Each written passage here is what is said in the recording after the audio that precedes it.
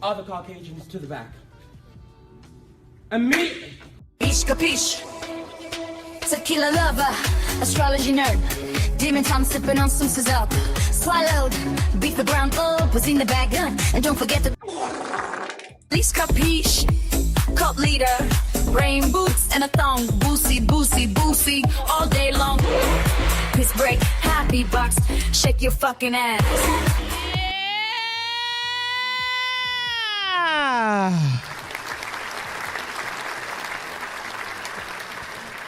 It's pussy time.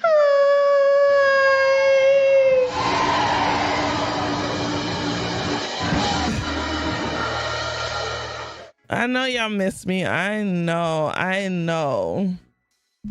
But I've been going to sleep. I'll wake up at like 6 o'clock in the morning, and then by 8 o'clock at night, maybe 9, I'm in old lady mode and I take my ass to bed. Yeah, I have nothing else to say. It's not because of anything. It's because I'll go be like, okay, let me go lay down, take a nap. Knowing goodness damn well that nap ain't gonna be no nap. That's a slumber. And I'll just wake up, and I'll wake up the next morning, 6 o'clock in the morning, and do the same thing over again. So I was being an old lady, y'all, my bad. I mean, y'all got 6 days from me, literally last week or week before last. So y'all knew I was gonna compensate with the rest. And then on top of that, I'm doing my potential 24-hour stream on Friday, next Friday coming up. Not this one, next one. So yeah. So I'm getting myself prepared for that. I thought you were raptured. No. Shout out to all my YouTubians on YouTube. Hey, y'all.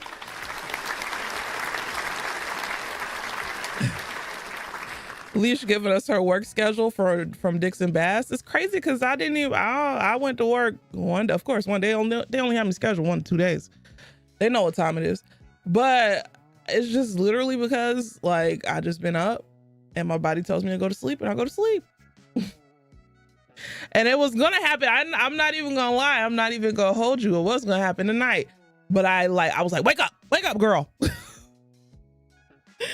I was like, wake your ass up. So yeah, I literally woke up maybe at like 10 because I ate, and I was like, let me just go lay down. I'll wake up because it's Friday. I'll never miss a Friday. No goodness, well, that's a lie. And so I laid down, took my little nap, and then I kept turning off my alarm. I set like 5 alarms, kept turning them off. Like, okay, I'll wake up. and then I fell asleep, and I guess I mistakenly pressed cancel or some shit like that. And I woke up at 10:52 like, what's going on? What day is it? So yeah. Malware, thank you so much for the 36 months. I appreciate it. Also, Boozy, thank you so much for the 13 months. Alicia, preach! And congratulations on your new job. Get that money. Get that money. Make that money. Don't let the money make you, baby. Okay. It's really easy to dismiss an alarm with the newish update. So, BT used to be so fun. Going to bed early on a Friday. I don't hear shit from you ever again. Shut up, BT. But you've been super unfun lately. It's not my fault that you're now the pooper of the party. You used to poop for no reason because you got the IBSs. Now you're the pooper of the party. It's crazy. When will you be fun again? I don't know, y'all. I don't know. I think I've all the fun is out of me. Y'all had a solid what, 5 years? Since most of y'all been here, a solid 5 years of fun from Leash Capiche. I can't relax and be in my cozy era. What is this, dance, nigga dance? My word. I love making the Caucasians feel a little guilty. Dance, nigga, dance. Drink, Leash, drink. Oh. Yeah, feel ashamed of yourselves. Feel ashamed of yourselves. Right, shuck and jive for Whitey. That's what y'all want. Not have no shame like you.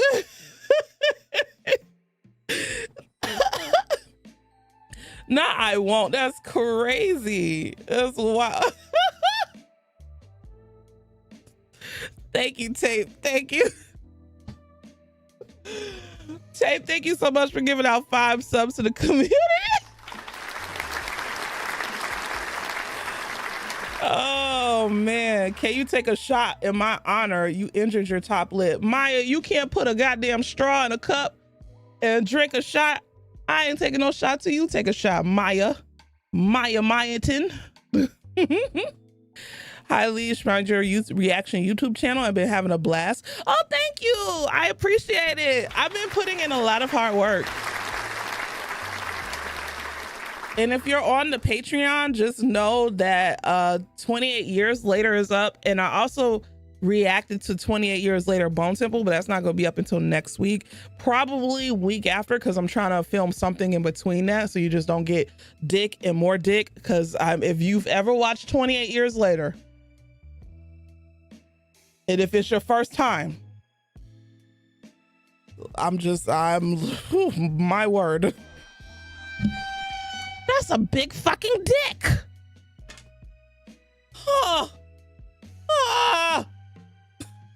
It was just flopping around on his legs. And not only was it big, it was thick. It was long and thick. Oh. That's all anybody ever talked about, rightfully so. That thing was humongous. Oh, it's been a long time. Listen, I don't want that. I don't want that. That was too big. That was too big of a dangalang for me. Y'all know I'm not no size queen, okay? I don't want nothing small either. Don't get it twisted. An old average Joe is good for Leash Capiche, but yeah. Ain't nobody want to get home run. Exactly. Now I should call him. That seems like my kind of movie. I mean, if you like scary movies, hey, you'll like it. It's actually really good. But the thing is, I liked 28 Weeks Later. I remember when 28 Weeks Later came out and everybody hated 28 Weeks Later. I thoroughly enjoyed it. And now everybody is flipping the script and going, oh yeah, I love 28 Weeks Later. You're a fucking liar because you didn't. Now everybody loves 28 Weeks Later. Liars. Oh man. Mr. Paz, thank you so much for the 30 months. I appreciate it. Thank you so much for 30 months of love and support.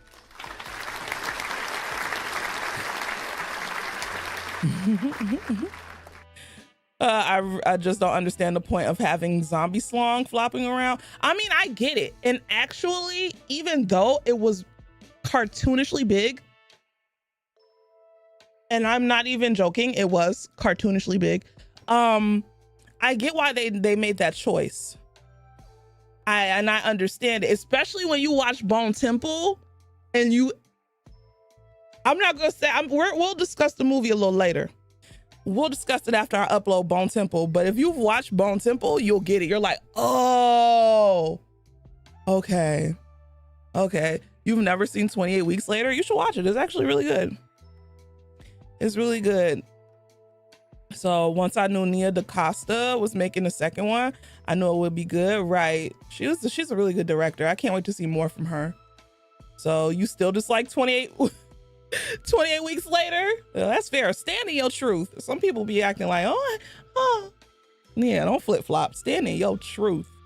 So you gotta watch it now. It's actually really good. I suggest, if you've never seen 28 Days, Weeks, or Years, I suggest watching it in a certain order. Once I drop 28 Years Later, Bone Temple, then I might have a little discussion about it because I am a little confused about something. So we'll probably get into it. You know, not representation matters, not the cock size being it's not the plot point, but it makes sense. It makes sense. I'm just thinking, okay, so this is my theory. I have to wait. I have to wait until Bone Temple. I'm making y'all wait for it. What order do you suggest? You do days, weeks, and then years, because it's in chronological order. The only thing is that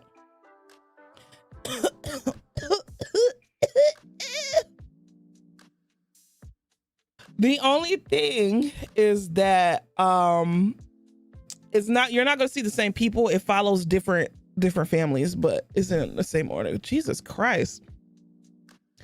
I didn't like any of the 28 anythings. You're spoiled when it comes to zombie TV and movies to you. It was boring. Oh.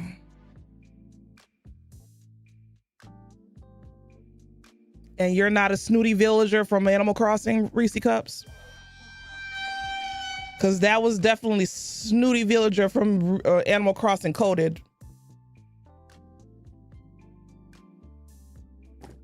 Y'all telling yourselves. I'm just an observer. Y'all telling yourselves. I'm sorry. I look at the things, I see them, I call them out. And then when I call them out, y'all are like, oh, Leash, come on, Leash. Shut up, bitch. You don't know nothing. And then eventually I'm proven right.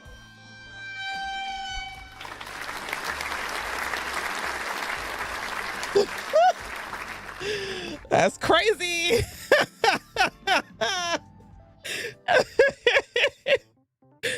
Oh man, we're both villains. That's crazy. Not you could prove these nuts right. My word. Nick is currently telling me how a girl shoved her hand down his pants in a movie theater while watching 28 Weeks Later. Hello? Oh my God. Jesus Christ. Is Tape a snooty one or just mean? Oh, Tape is a mean villager. What's up, IQ?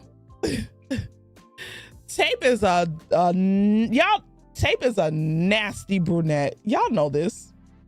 Y'all know this. What? Y'all knew I was gonna call Tape mean. I'm sorry, I didn't turn I didn't turn on silence, my bad. Y'all can boo me all you want. Okay, Tape said I'm not wrong. Just saying. But BT, wait, you said that it flopped? 28 years later, Bone Temple flopped on Netflix? You're a fucking lie. See, I hate people. We get a good thing, and then people just don't know how to act. Sigtor, thank you for the 27 months. I appreciate it. Thank you so much for 27 months of love and support.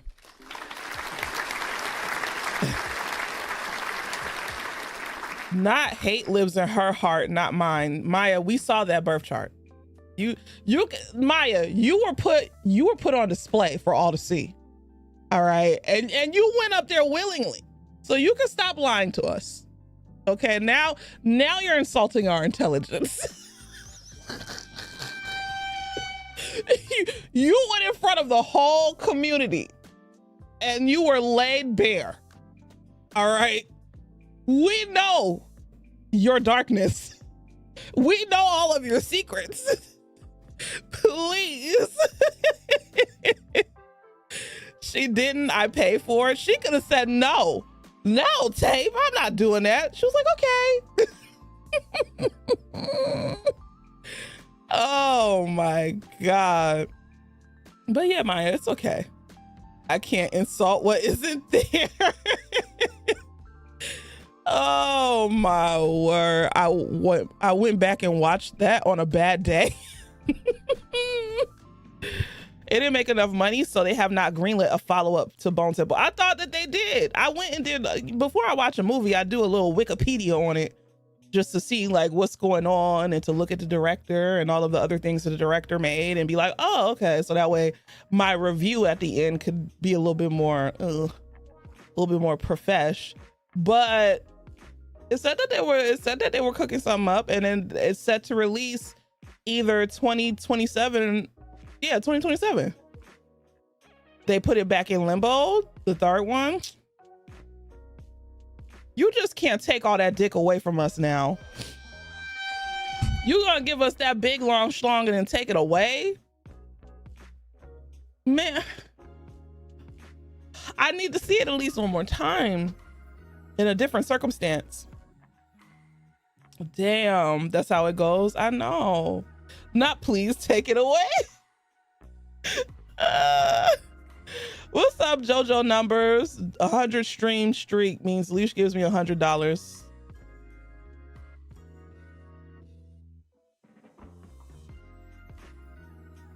I don't have time for your shenanigans today. All right.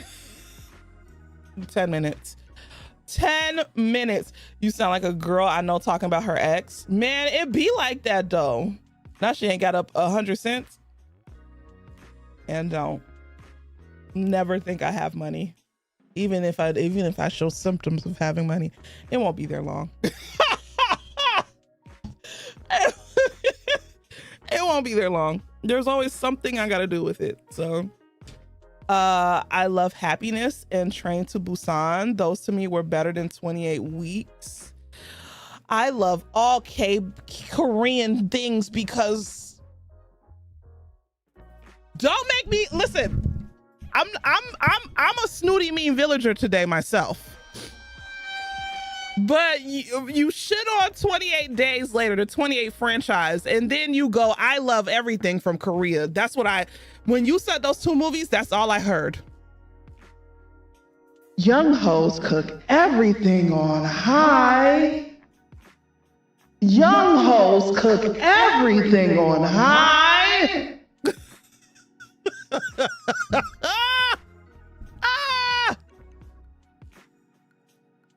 I'm sorry. Not so do old hoes. I don't cook everything on high anymore. Okay, I'm done. I do a little 350 depending on what I'm cooking. If I'm cooking a sweet potato, then that goes on 400, you know. But the sweet potato in the oven, it takes like an hour. So on 400, that's man. So but it's fine. I like Train to Busan too. That's actually a really good movie. I've never seen Happiness, but Train to Busan is really cool.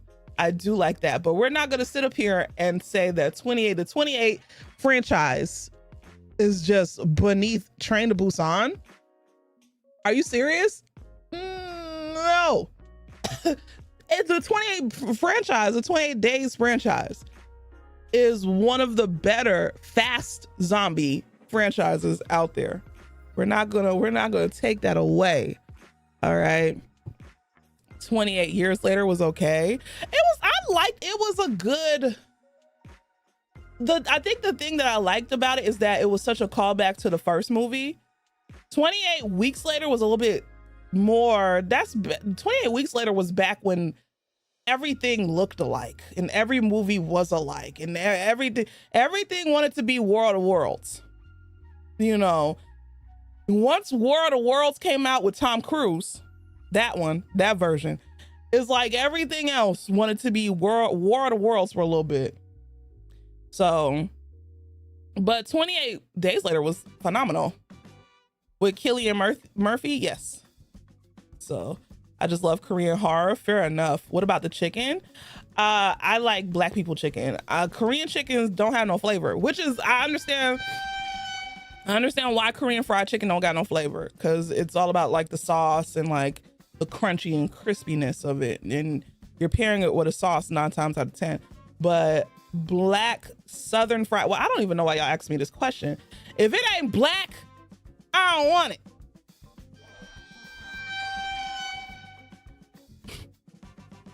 Okay. But if, like, listen, we season our flour, we season our chicken. Depending on who you go to, they season the little buttermilk stuff that they use on it too, like the wet dip. So I mean, I love black people fried chicken, which is crazy. Oh my God, this sounds a little racist to say, but I do love Southern style black grandma with the flabby arms in the kitchen. And the longer the flab, the better that shit gonna taste. Fried chicken. So, you should watch Evil Dead Rise. I've watched I love the Evil Dead franchise as well because it's ridiculous and camp. But yeah, I've watched that. There's a Korean fried chicken place near us called, I'm not pronouncing that in all caps, saying it sounds like a slur, exactly why I wasn't pronouncing it. Oh boy. Korean chicken is about the outside, black chicken is about the inside out. I need me some catfish. Same. Oh my God. And it's Friday too. You're supposed to eat fish on Fridays. I remember that era. Everything wanted to be zombie related. Yep. The zombie movie scene that lived in your head is Dawn of the Dead remake. Oh, and everything wanted to be Dawn of the Dead. Everything wanted to be World of Worlds. Everything wanted to be alike during that era. But I did love Dawn of the Dead. Dawn of the Dead is honestly one of the top tier zombie movies.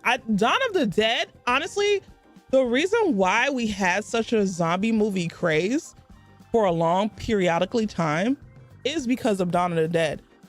Dawn of the Dead, the remake with Ving Rhames and all those other people, the only one I recognize is Ving Rhames. It was the catalyst to the revival of the zombie, because the zombie genre was dying. We didn't really get that many zombie movies prior to Dawn of the Dead. Then Dawn of the Dead happened, and oh, everybody wanted a zombie movie. Everybody wanted to do a damn zombie movie. So you hate Mexican chicken too? I never said that I hated anything. Wow, where do we get hate from? That's crazy. Oh my word. Oh boy, Dawn of the Dead is terrifying. Definitely put me out of my misery if that's the zombie situation. You love Dawn of the Dead. Zombie movies come and go as we get a buildup of societal unrest. Yep. I know it's humor, but I love Shaun of the Dead. Shaun of the Dead was the perfect example of a comedy horror, or yes, because it's comedy first and then horror second. The way they blend those two genres together was done so well and so seamlessly. I'm like, oh, it can be done. It was really good. Shaun of the Dead is a really good comedy, campy horror show. Well, movie. Not there's the Twitter thread, please. Was that the one with the dog? Dawn of the Dead? I believe so. Ving Rhames and Ty Burrell, who played in Modern Family. Must have seen it over 100 times because I kept coming across it on cable TV back in the day. Not.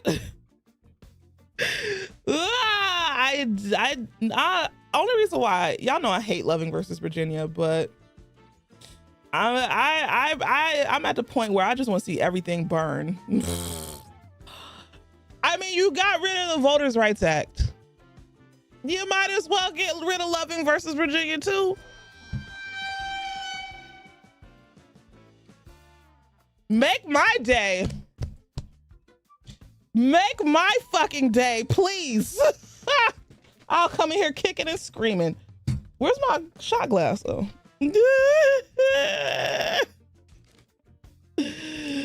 Cause I hate Loving versus Virginia. We need a sip of command. It's not working. It should be working.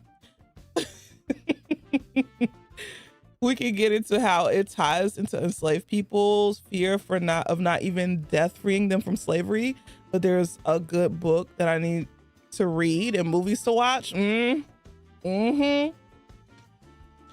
is true. That brings up a good point. Mac!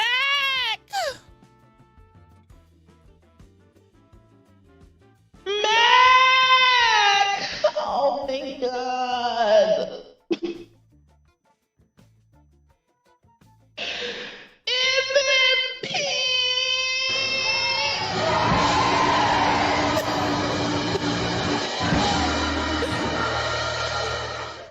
I miss you, friend.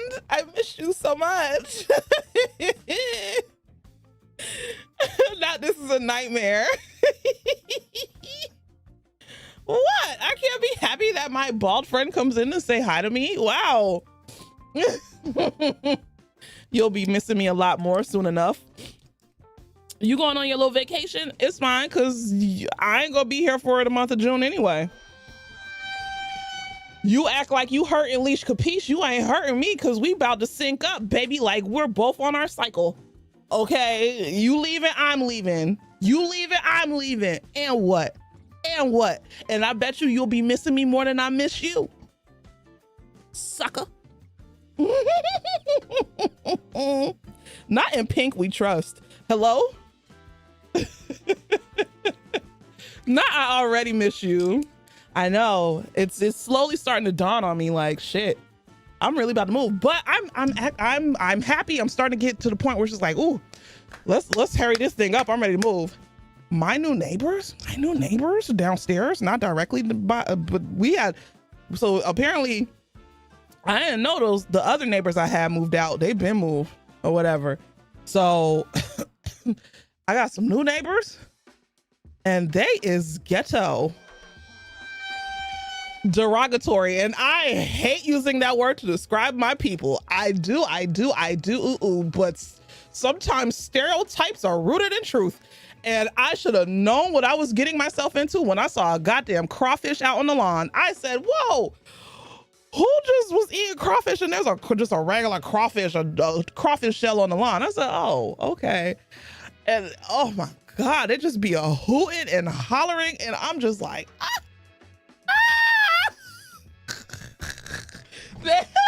I love my people. Don't get it twisted.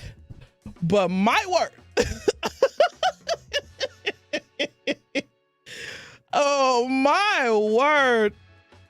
Oh, they hooting, they opening and closing their door, yelling and screaming. Just yesterday, I think a group of girls came by to jump the girl that lived down there.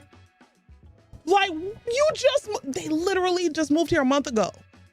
It's been a month and they're already having fisticuffs with people outside the community. This new management has been letting, and I don't like saying this because, it makes me feel so dirty to say, but this used to be there was nothing but old people living here. This new management company, they have been letting, it's nothing but young people now. All I see is young people. I said, oh, it's my time, baby. Timing.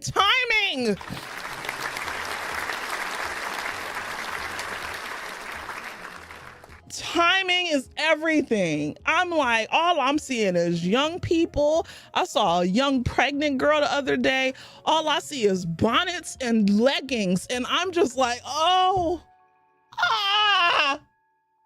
what happened to Myrtle? What happened to Maxine? What happened to Pam? What happened to Patricia?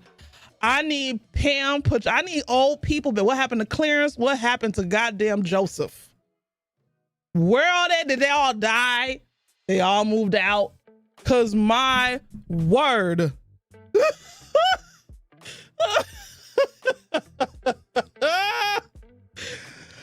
Leave sound like a granddad in the Boondocks. Listen, I love my people. Don't get it wrong. I love them so much. I love this neighborhood. I love Black people. I do. But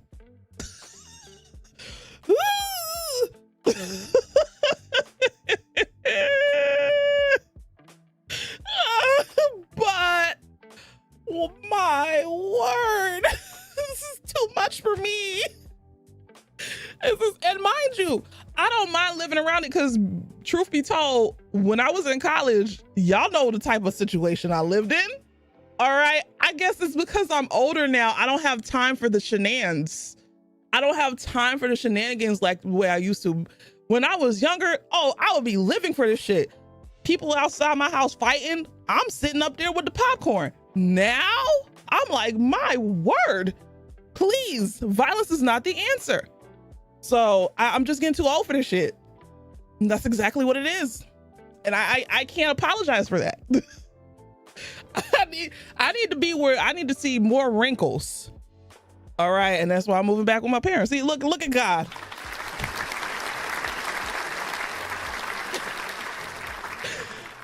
Tizzle, thank you for the 42 months. I appreciate it. And Stormborn, thank you for the 43 months. Alicia Preach. Now you just mad because your ass is old. I love living where I'm at. It's quiet and peaceful. That used to be my neighborhood. It used to be. Now they just trying to fill up these apartments, which is fine because people need places to live. I'm not against it. I'm not against it. Well, it sounds like I am, but I'm not. I'm just like, can we tone it down just a little bit? Like, damn, you live with other people around you. I would understand if like we all had our own little townhomes or whatever. Cool, whatever. But like, all I hear is you opening and closing the door. It sounds like there's like a whole bunch of kids down there too. I'm just like, bro. Oh, nothing tops being on the second floor balcony, hearing someone pop a few and someone and fleeing the scene right after. Yeah, that's happened here. Unfortunate. But I mean, hey, it happened on the other side of the complex. Now all of the young people is on my side of the complex. And I'm just like, whoa, I'm not a young whippersnapper anymore. I can't do this. I can, just when I was a little bit of regret and like, oh man, I'm gonna miss living by myself. Oh, I'm gonna miss this apartment. And sometimes the universe sends you just what you need. The universe always sends you the confirmation that you need. Cheers and shamahanas on that one.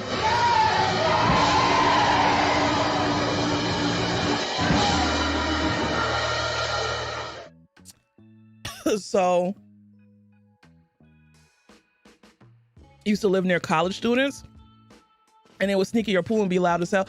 Right, like, you're already sneaking into the pool, cool. But don't be extra loud.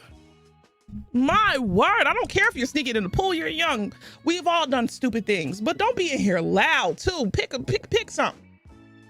Would you say you'd like some peace and quiet? Yes, why? Mac, where are you going with this? Fox 5 about to be on the scene in 20. Mind you, you're still young. I'm at the cooling age of the young hot phase. You know, I'm still young enough for older men to be like, oh, okay. But when I say older man, nobody in their 40s and 50s. And most of the time, if I'm with an older man, it's probably gonna be somebody in his late 60s and 70s, about the same damn age as my parents. As long as he got that money, I don't give a damn. Okay. Nah, interesting. Mac, where are you going with this? What's up, Jar?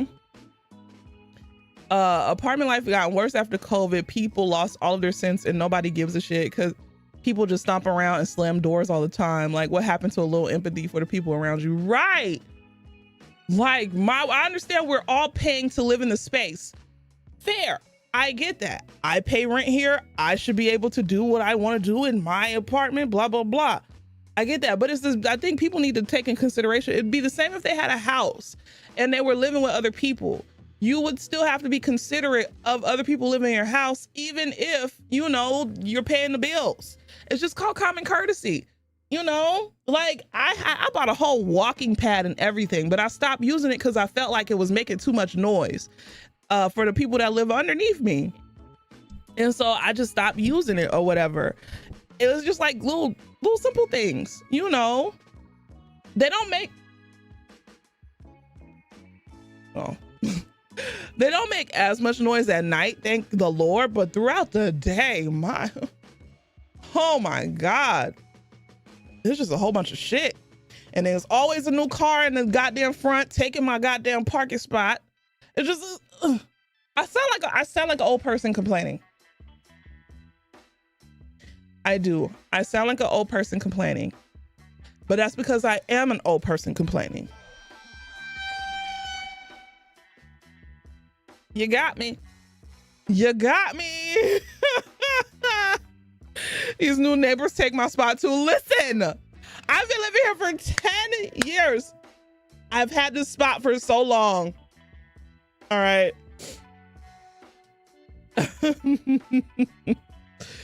Oh man, Orzu, thank you so much for the 44 months. Not 44 months. What the hell? See, I'm all over the place. Orzu, thank you so much for the raid. Yay. Hello.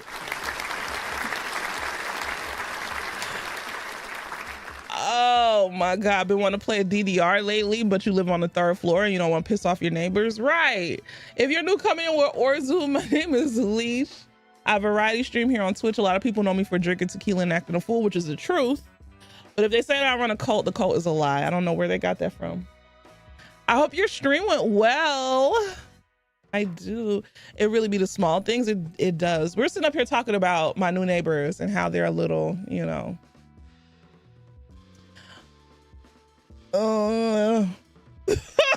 I don't want to repeat the word again because I already made my ancestors roll over in their graves. Coconut water. I want to hop on the pool. Lex, thank you so much for the 13 months. I appreciate it. Thank you so much for 13 months of love and support. A little white? No. There is nothing white about me. I live where the nickels at, okay? There is nothing white about my neighborhood. Y'all forget. I have the persona. I guess I have the persona of one of the good ones. I'm not. I love to see white people in discomfort. It's literally one of my favorite things to see. I'm not one of the good ones, y'all. I'm just quirky. I like it, and I like to fool them too, because they see the colorful hair and the funsy glasses and the, you know, and I'm all funny. White people love funny black people. Oof. And then I come in there and I'm like, oh yeah, I'm a quirky black girl. And then I quote scriptures of slavery and reparations and how if they really want to be my friends, they would give me $10 right now. They'd give me $10 every time we meet up. Just 10. We'll start at 10. I'd like to see how far I could go.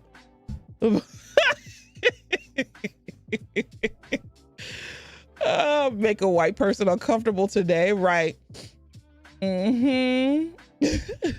What's up, Ren? How you doing? Welcome in. Put on your camo hat and crack open another Bud Light when you say it. Shut up. Infiltration, I know that's right. Dr. Umar would be proud. I mean, that works since I usually offer to cover someone's food or drink anyway. See? Be like, oh, reparations, y'all got it.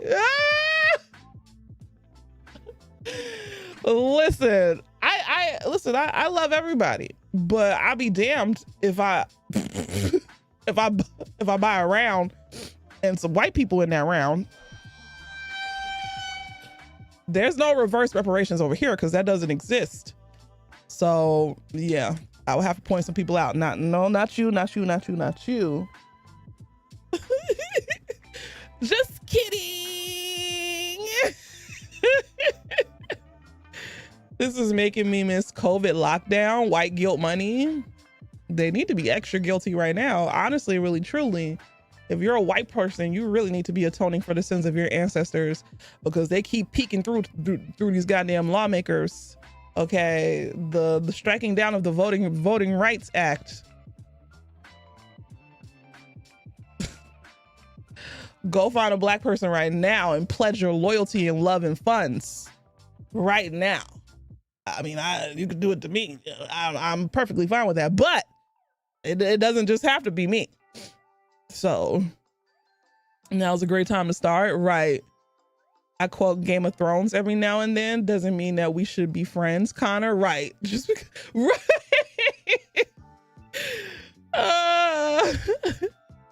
What the fuck is this timeline though? It's a timeline that black people have always seen coming. We've seen the storm.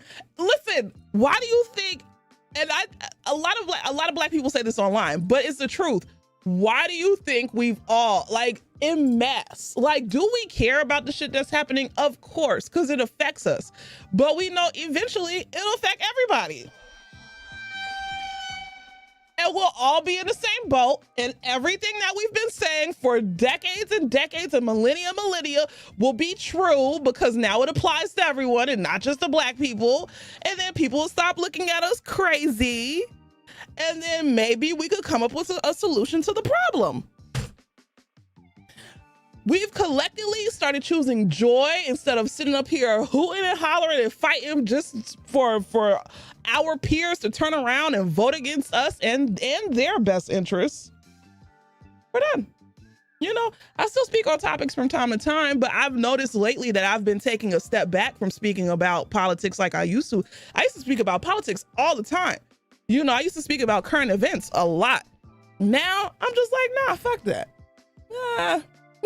If I want to speak about it, I'll speak about it. If I don't, it's just like it is what it is. I'm tired. We're all collectively tired, okay? And it's not even if we haven't done nothing, it's not just us.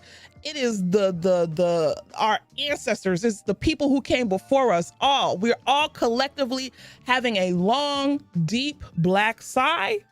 And then after that, we go turn up, because that's all. Right now, that's we continuously go out and vote. I'm about to vote in my primary Monday. If my primary is still going on Monday, because I don't want Keisha Lance Bottoms to be my governor. I'm sorry. I've been really consistent about saying that I don't like Keisha Lance Bottoms. So that's just me. All right, it's not because she's a black woman. It's not because of anything. I understand that, yeah, I understand why she did what she did when she was mayor of Atlanta. And I understand that she went and worked under Joe Biden. So maybe she got a little bit more like experience up under her. But it was, I don't know, like her up and turning tail and you know, bowing out from being mayor. It just, that's not a leader in my mind. So, and her policies are very much establishment Democrat. Her policies aren't anything groundbreaking. You know, I'm tired of the whole thing is that we're going to be here to fight Trump. I need you, yeah, fight Trump, but I need you to do shit for for Georgia. Like, my word. So early voting's to the 15th. Oh, good. So I'm going Monday. Wait, do I work Monday? So I'll go Tuesday. But I will be going to vote. Y'all know I vote. Okay. I used to be a vote pusher. I don't push people to vote no more because y'all gonna do what y'all want to do. And I'm tired of looking at people like they dumb. You know, and I'm not saying everybody who doesn't vote is dumb. But I'm just saying, because I don't like to call people dumb. But I'm just saying, it would be nice if it doesn't, it would be nice if you really feel like it doesn't matter. It would be nice if you just tried anyway. But what would it hurt if it doesn't matter and you did it? How would that hurt anything, you know? So that's all I'm gonna say about that one. So people are so anti-Trump, they forget to hold the people on their own side. Democrats, right? I'll vote too. I'm all for Gina here in Texas, though. I'm not excited about voting for James Tallarico. Right. Oh yeah, he's definitely gonna turn tail. He's a turn, y'all, and there's so many fucking turncoats right now running for Democrat. There's so many people running for Democrat who are going to completely turn and show their ass for us to kiss. And that is a very much another reason for y'all to go out and vote. James Tellerico is definitely going to turn his ass and spread his hole for you to kiss it. Okay, that dude who's running, I forget his name, running for governor in Georgia, who was a Republican like a year ago. Now he's running Democrat. That's so cartoonishly like, it's cartoonishly like deceiving. Like it's like a wolf putting on a sheep's costume. Hey guys, I'm a Democrat now. You should vote for me. I don't like Trump. Like, we're not dumb. We're not dumb. I hate it when it's the same people that complain about the government but don't vote and try to make a difference, or at least try, right? So honestly, really truly, I don't like any of my picks for governor on the Democratic side. The one that the lady I wanted, she didn't make primaries. But I have an idea of who I'm going to vote for. I don't want to endorse anybody. Not that I'm a person who endorses, you know, I'm just a regular heifer on the internet, but I don't want to endorse anybody because I'm not really excited about the picks, but there is somebody who I'm voting for if I had to pick somebody, you know. So this is why there needs to be recalls. If they misrepresent themselves, they need to be recalled. Exactly. There needs to be systems in place where if somebody lies, they should be held accountable for lying. There's no reason why people who run for office can just sit up there and lie to us blatantly as the constituents and the people who are paying their salaries as tax-paying citizens. You can sit up there and lie to us and then get caught out on your lies and be protected legally. Like, what? That doesn't make any sense. Did I get my passport? No, Mac. I'll get my passport once I settle. I'll think about getting my passport once I settle down after I move. The only thing Democrats love more than doing nothing is losing, right? Being anti-Trump means fucking nothing if they don't dismantle the systems in place that created and enable people like that pedo, right? So, thank you, Maya. Right. When you go get your passport, when you fly me out and let me find a red-headed pog in Canada so I can just move there and she take care of me. Oh, speaking of, my me in Tamagotchi life got got married to her red-headed pog. Love is real, y'all. And I made Michael Jackson and Octavia Butler in my game. Oh boy, my dream is to cry over one person, one vote. We need to convince the orange one is great. California has recalls. Sometimes that could turn into a clusterfuck. Ooh, I didn't know that. I fucking hate Fetterman. Yeah, fuck John Fetterman, whatever his name is. Stupid ass. Ugh. And I agree. He does need to wear a suit. You're a fucking professional. Put on a fucking suit and tie. You weirdo. Wear sweatpants to a goddamn Congress meeting. Now I'm all about wearing suits. I didn't give a fuck before. Now you gotta put on a suit.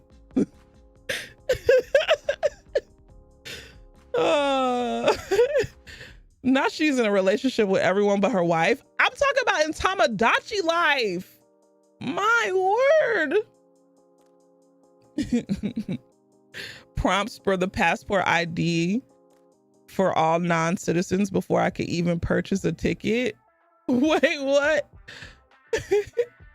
He looks like he smells like mildew. I know he stank. He does. Did your wife make the cut? Make the cut what? On Tamagotchi life? No, I didn't make anybody from this community. I see y'all enough already. Oh, so let me explain to y'all. There's two things I want to announce, but let me go turn on the air because that shot got me hot and I feel like taking off this and I ain't got nothing on underneath. There's nothing underneath here. And I'm not gonna show you my titties tonight. Okay. So let me go turn on the air. Now Allie gonna take it off. Ah! Oh boy. But let me go turn on the air. I'll be right back. Ooh.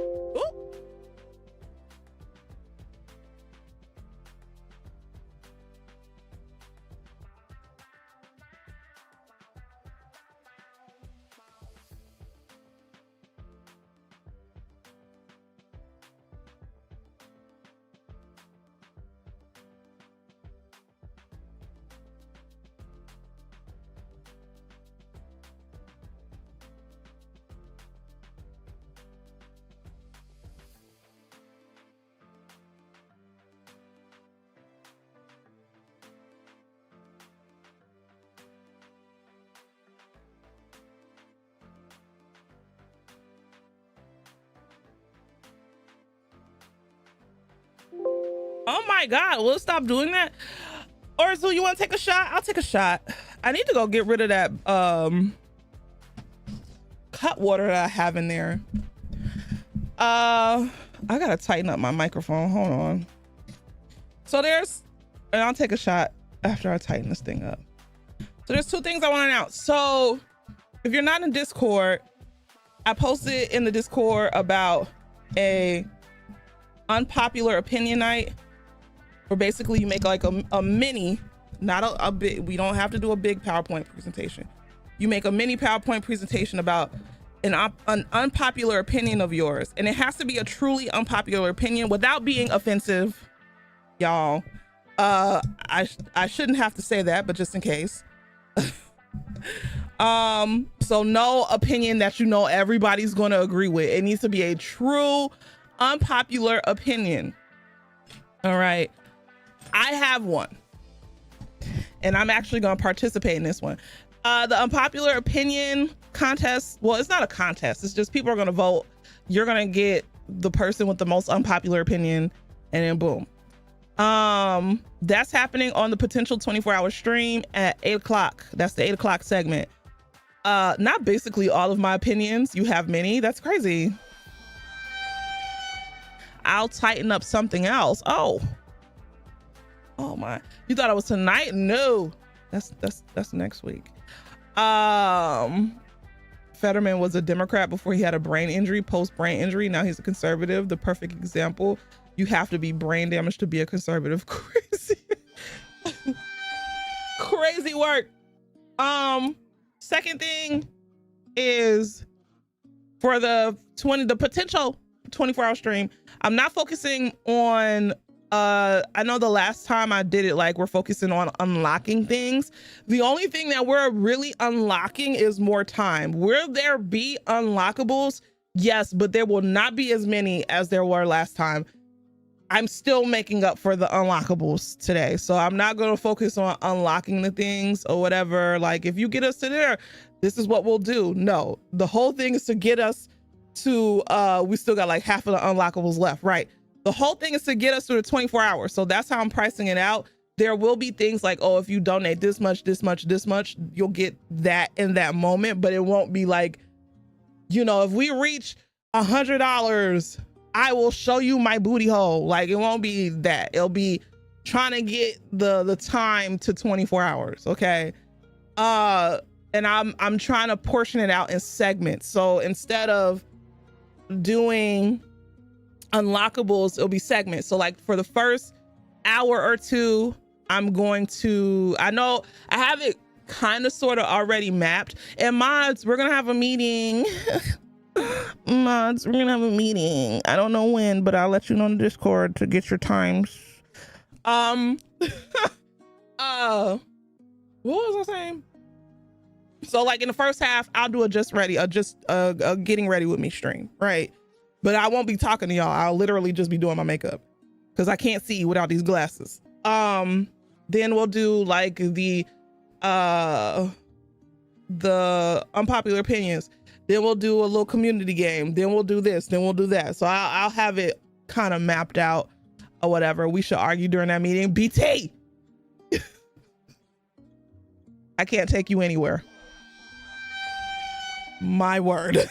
I can't take your white ass anywhere. then on top of the damn, what was I? BT, you done damn distracted me. What was I about to say?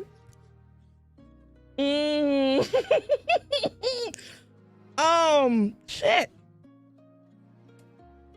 Fuck. I really forgot what I was about to say. BT, you threw me off. Oh, YouTube. On YouTube, y'all will not be getting the whole 24-hour stream. I went over it in my mind. I tried to make what I tried to make sense of everything, but there's just some stuff that I just cannot do on YouTube. I know I'm gonna have a segment called Saturday Morning Cartoons where everything is winding down and we're just watching a cartoon on the screen or whatever. I know I'm gonna eat some cereal, we're gonna talk, I know that that's a segment that I have in my mind. I can't show that on YouTube, and there's no way for me to have two different screens. There's no way for me to have two different screens from YouTube and from Twitch. So unfortunately, y'all be getting the 24-hour streaming segments. I love y'all. I tried to think of other things to do, but that coincide with me streaming on YouTube. But unfortunately, and just to keep everything like neat and like not as hectic and crazy for me, like I kind of like the portioning on YouTube, because I don't know how to, the way I'm gonna have it set up, I don't know how to make memberships and all those stuff count to the time, because the more people sub and like give cash donations and, you know, stuff like that, it adds to the time. I don't know how to make that work with memberships and shit like that,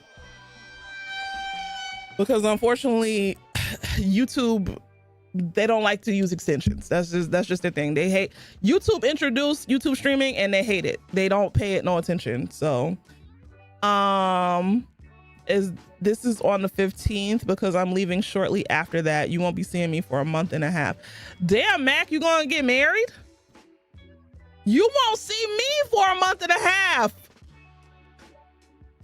And yes, it's on the 15th going into the 16th. Damn, Mac, a month and a half? You about to propose to this girl? What's going on? And how come you coming to the States? Are you coming to the States? You don't never come to the South. You thrive in the South. Honestly, really, truly. That feels like a logistic headache, right? Exactly. Is this a cult meeting? Kinda. Will you read us a story before you end stream on YouTube? No. You'll not be going to the States? Oh. Max taking a vacation. Oh, you go. Are you going to the land of your ancestors? Mac, are you going to the land of your ancestors? Bring me back something. No, not Ukraine. Ireland. Duh, not Ukraine. Not Toronto.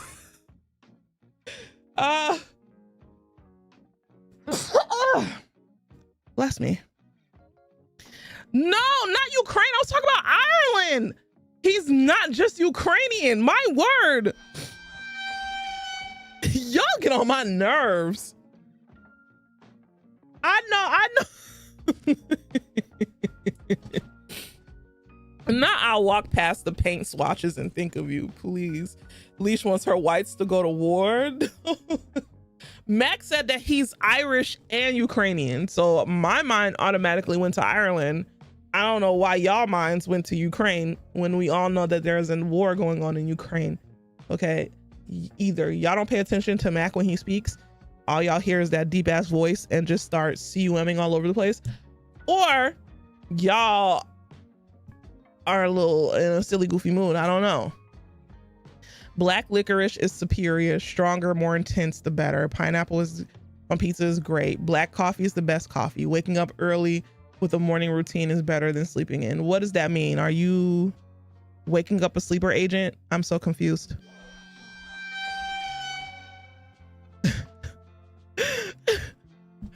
Are you waking up a sleeper agent? Anyway, I'm supposed to be taking a shot with Orzu. Orzu! Are you still in here? Y'all, does my mic sound low? I feel like my mic sounds low. I can't even hear it in my ear. Unpopular opinions? Oh. Those are the only unpopular opinion on there is black licorice is superior. Because black licorice is disgusting. We'll hear you well. Oh, okay. Thank you. We're gonna take a shot for Orzu. You lockpicked a car today?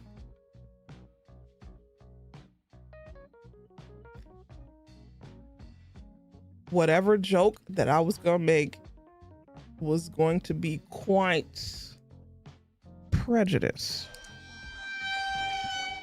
So I'm keeping that joke to myself. Cheers and Shamanahanas Orzu. Happy vacation.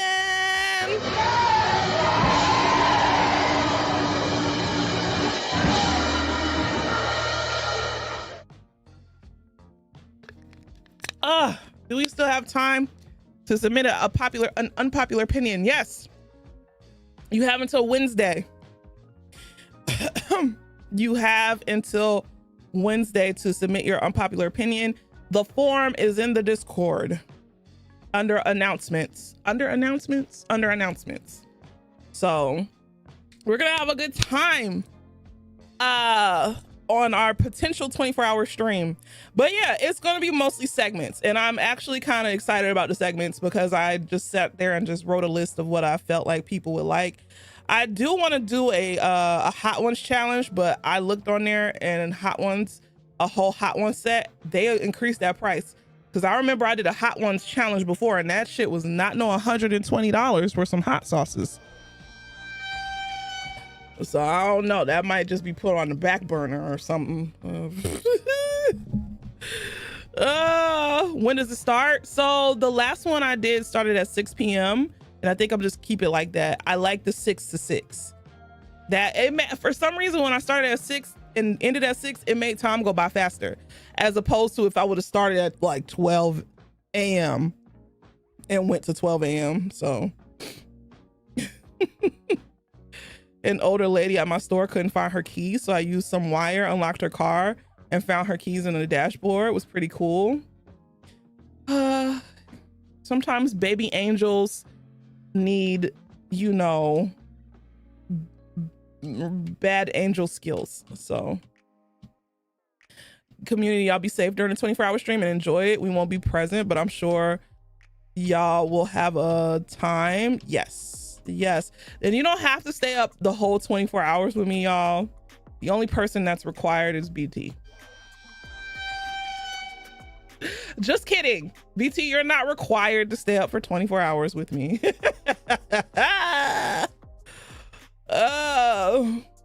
Nah, I'm staying up 0 this time. That's crazy. You will though? You're gonna try to be better this time? Y'all say that.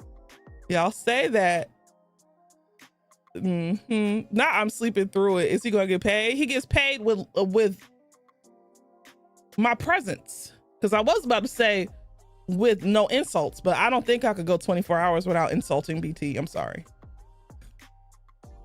It would have to happen. Trini, you took shifts last time and y'all did. I could definitely do 12. Y'all wake up. It's not that hard. If I could do it, and I'm a sleepyhead. Okay, I love a good sleep. But I think what helped me out, I don't know what helped me out. I think it was adrenaline. I drank 2 Celsius energy drinks. And I don't know, it was adrenaline just seeing if I could do it. And I did it. And it's not my first rodeo. I've stayed up for 24 hours before, but people in the Discord know I got insomnia, so you could probably do it. These are his reparations for being a white brunette, a nasty brunette too. BT is not just a brunette. He's a nasty brunette. And that's how you gotta say it. Oh boy, your hospital bills came in. You'll try to give. Listen, if you got it, you got it. If you don't, you don't. I'm not no pusher. I understand times is hard, but just know that this is a potential 24-hour stream. So if we don't hit certain goals, y'all won't be seeing me for 24 hours. And that's fine. If we hit certain, listen, I'm prepared for anything. I'm prepared for anything. So it is what it is. Don't beat yourselves up or whatever. Get what you can. Don't be doing nothing crazy because I don't pay y'all bills. So how much for the tits? 1,000 for each titty. Extra 500 per nipple. How about that? So yeah. Not there's your goal, y'all. Oh boy, that's a good price. Yeah, I'm not gonna overcharge. Y'all don't want these titties. They hang low. All right, they hang low, sweet chariots. Yeah, I'm not gonna charge you a premium price for non-premium tits. These tits are not premium. I love them though. I love these boobies. Okay, these boobies have served me well. Now she gotta take off her shoes to get to the nipple. Shut up. Not can someone slut themselves out for more time. Your sister's having a procedure that day up north and you have to drive there, so you'll be MIA for some time. Oh my. Not did I hear tits. Somebody still want to suck them though? Yeah. Listen, me having long titties ain't never stopped somebody from putting these things in their mouth. If anything, it makes it easier. Let me shut up.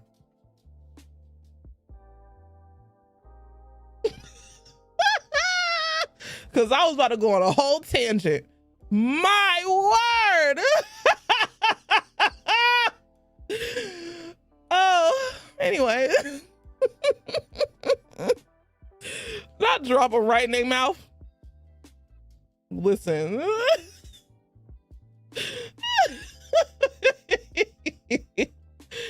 I was about to go on a whole tangent. Not paging Big Mix to the front. Like Newton's cradle. Alicia's boobs dex is 20. Can't get smothered. Listen. Hell yeah. Just saying. But ain't no wrong with some long titties though. The longer the better, you know. No. See, I'm learning to shut the fuck up. Y'all look. Y'all see, I'm learning. BT told me to shut my fat ass up. And what did you do? I shut my fat ass up. I'm evolving, y'all. And plus I haven't had that much to drink. So I'm not that much of an open book, you know. I'm closed. My book is closed. My little petite book. You want to open up my book?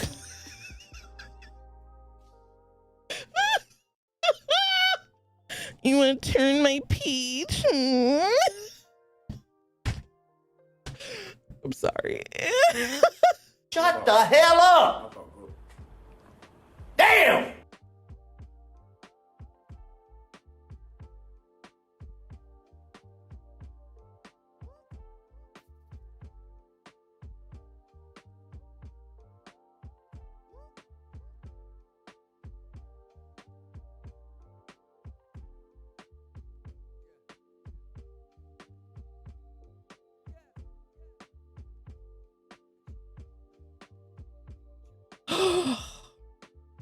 Y'all are no fun.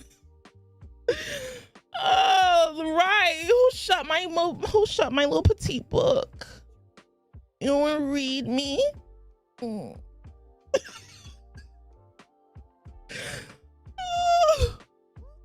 miss y'all. This is why I say the things that I say. I miss getting y'all all riled up. Y'all know this by now. I go away for a little bit of time and I come back and I'm just unhinged because I just love picking on y'all. I don't know what it is. Somebody help. Somebody give me a hug.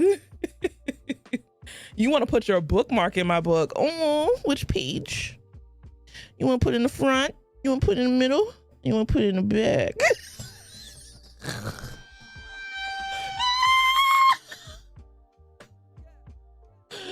You gonna put it in the back? You gonna put it in the back of my little petite book? Page 69? My book ends at 69 though. It's a very short book. It's petite. Duh. Not I'll gargle someone's balls in my mouth. I was being foolish. I'm not gonna gargle on anyone's balls. Now I will never read again. She hasn't learned her lesson. It's like parts of me hate it, but at the same time I look forward to it, so I'm conflicted. Yeah, I just love picking on y'all. Y'all are fun. A 12-minute book. Page 6, 7. Nah, I ain't got that many pages. Not 60, 6, 7, 69. 44. That's too short. I am seeking asylum in another cult. You would never. I'd go to war.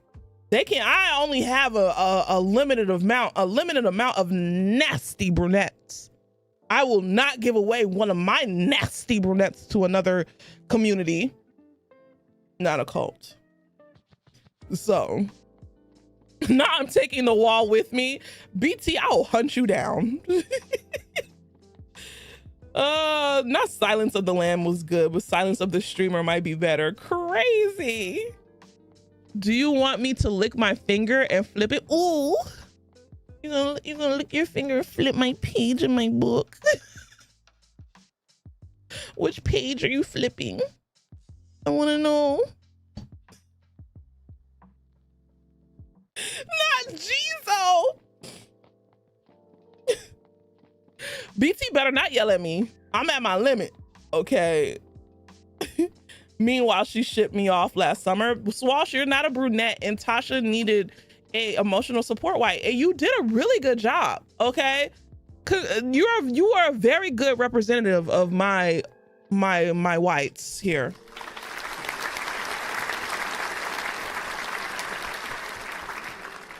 Very good representative for my whites. You know, if I have to send any Caucasian person to represent my community, 9 times out of 10, it's going to be Swash if he's available. If Swash is not available,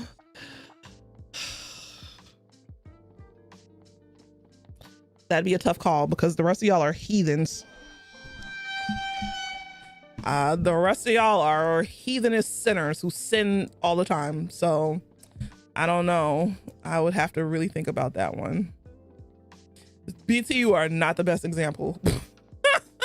Well, maybe not to me, but I feel like you would behave yourself in other communities. I feel like you would. Maybe. But we'd have to see. You know. Even your own wife. Oh, she's the worst. Just kidding. Love you, River. She's not the worst. I was just being, you know, mischievous. BT used to behave here. He did. Nah, I'm reporting you to River. That's crazy. Not y'all gonna tell on me. She's in here. She hear me. She's not the worst. Okay. Okay. There's way worse whites in here. I don't know who they are, but let me know. Not gonna have to send one of the DEIs. Full Tizzle! Please. My word. The papers will be served any minute. She's not gonna divorce me. She's not. I mean, if I had to send a representative to another community, it will more than likely it'll probably be Mo. Honestly, really, truly. One that's not Caucasian. It'll be Mo. Mo is probably the most mannered, even-tempered young man I've ever met in my life. So Mo would be the Mo is our ambassador. So yeah. Not you created this heathen community. That's fair. Mo's an angel. Exactly. Mo has the chance to do the funniest thing ever. That's wild. Good night, C underscore. Working Mo like a dog day and night. Shut up. I do not. Mo is definitely the best of us. Mo or Sweesh. Sweesh is, but the thing is, Sweesh is a little, what's the word? He's a little nervous. Not nervous, but he gets anxious, you know. Not saying that Mo doesn't get anxious, but Swash, he be in his head too much. I'm like, oh my God, you worry so much. Swash is a worry wart, and it worries me, and it just gets on my nerves. And not in a bad way. It's just like, calm down, you got it, God damn it. Swash is also very young, right? Exactly. So, but he just worried, and he's since I've known him, he's always been like that. And it's just like, you have plenty of time to worry. You should not spend your 20s worrying, but you know, he has to live his own life. So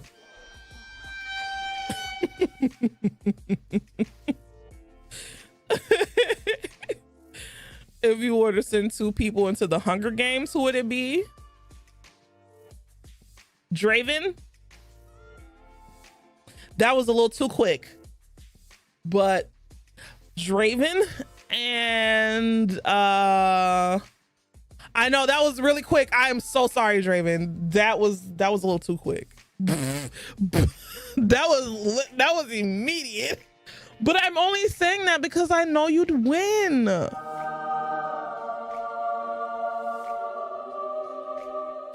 Honestly, it'd be Draven and River, because I know they'd win.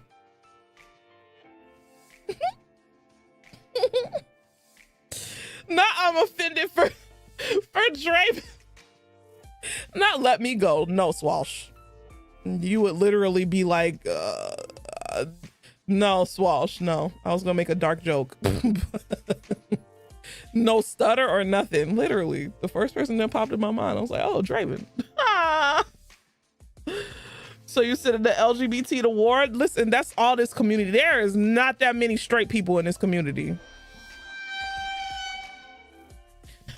Point a straight person out right now.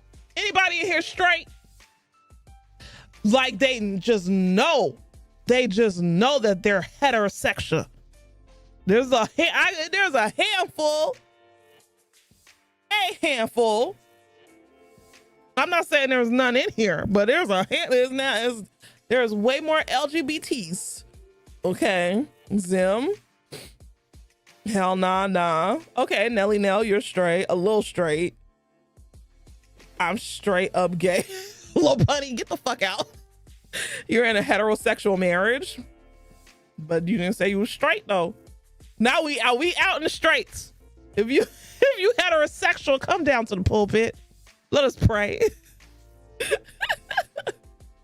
Not you sent your husband a tribute.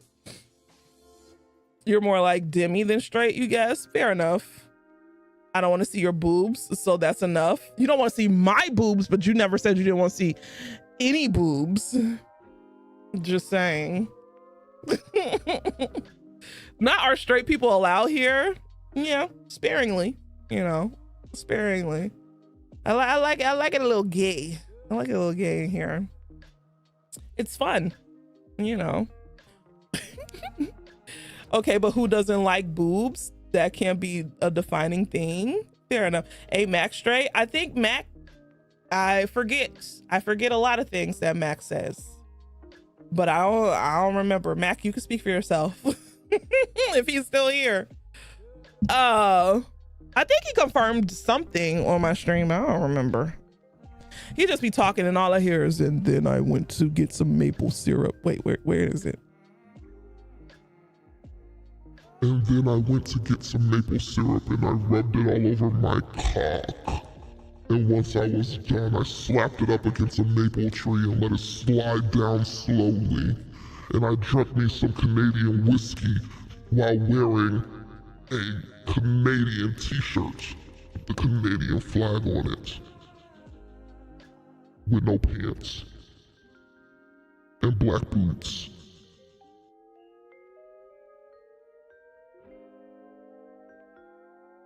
That's every time he speaks, that's what I hear. You know, Mac is complicated. There it is. Not, you know what? I do need to go to bed. That's crazy.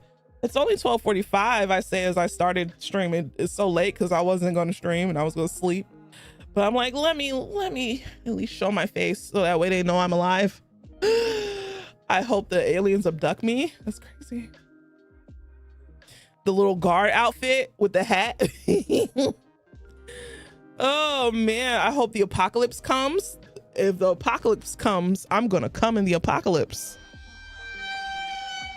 Let's drink. Y'all used to be fun. What happened to this community? We just all became stick in the muds. Not, you probably won't. Shut up. Do you know a cock can move around through muscle control, so you can attach a flag to it and make it wave around?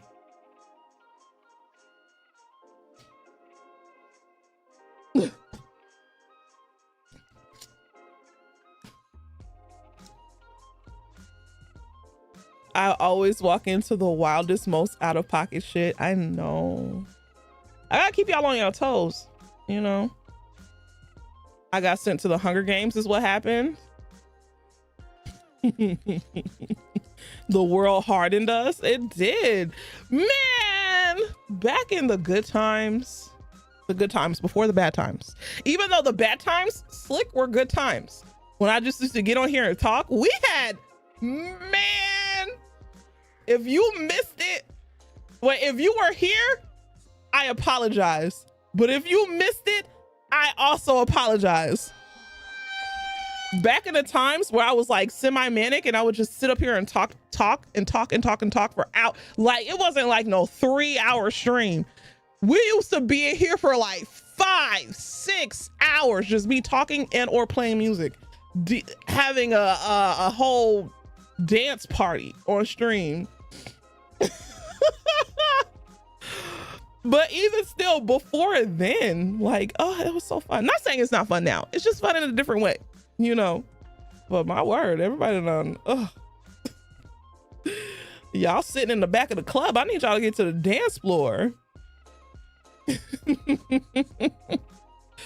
It's honestly working so well. I don't wish for that again. Fair.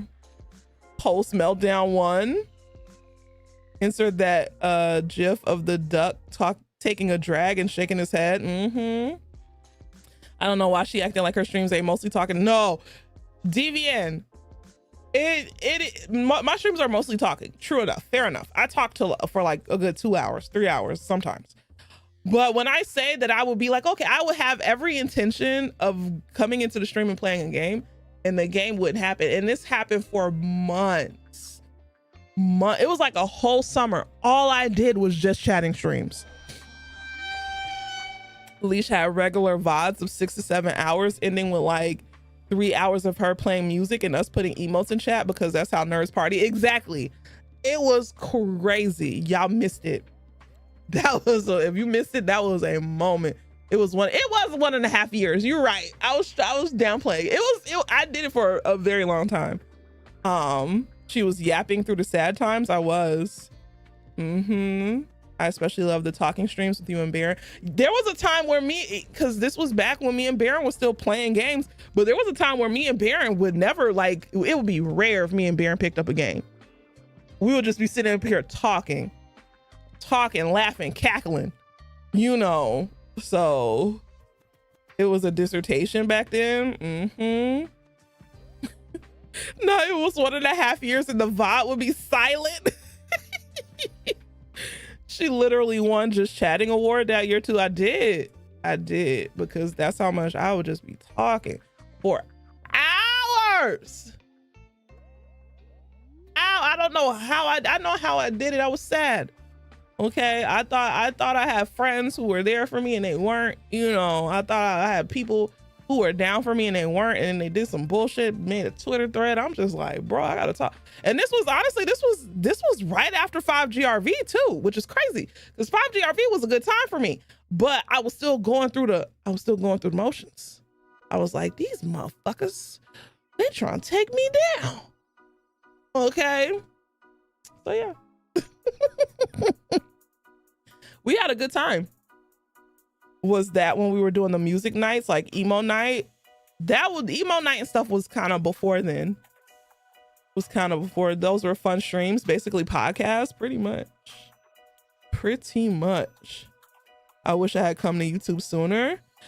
Listen, I wasn't on YouTube then. I was strictly on Twitch around that time.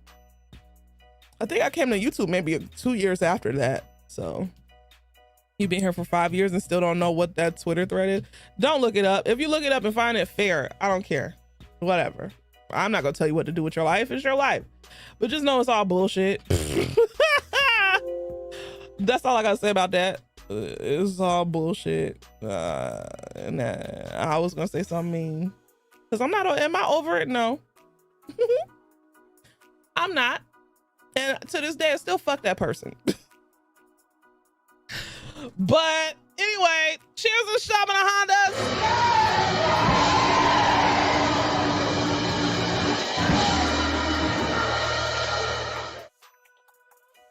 We did do YouTube Mondays. I'll send you a link to my Twitter thread. Tape. Please. Leave me alone, you nasty brunette. Oh boy, no one could make me lose faith in our great supreme cult leader. Please, I'm not a cult leader. If I was a cult leader, I'd be a bad one because y'all question me all the time. Oh, I love this. Because I am a little bit demonic, just a little bit. It's actually not bad. There's no white man nipples. There's no elongated nipples.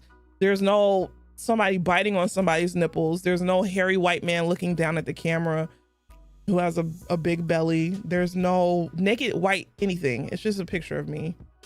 Yeah, there's no carrot nipples. No peen. Mac doesn't put peen in pictures. He just puts peen in the chat. Those little things, the little signs he does. So I like the two white dudes with the one biting the fuck out of that other guy's nipple. Please, please don't make him go into the dark files. Now it makes me think about gummy worms. What'd you come into? Hi, Crobatty Crobatson. Your fave is still the pot of greed. They have a pot of greed hat that I saw on Instagram that I want to get.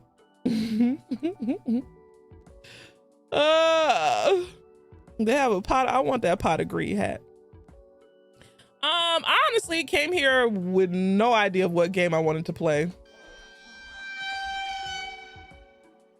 I just went live so I didn't get fined, and then that way y'all saw that I still exist because I missed so many streams this week because, you know, now all of a sudden I want to have a regular sleep schedule. So what if we wanted to see a pub?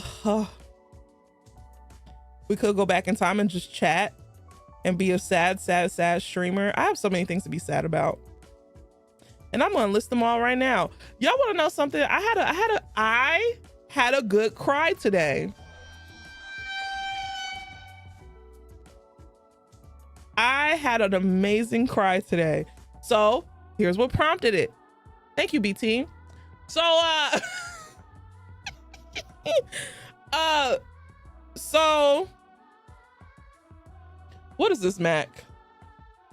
Ah! That's the nipple one. Click on that at your own risk. Trigger warning, nipples.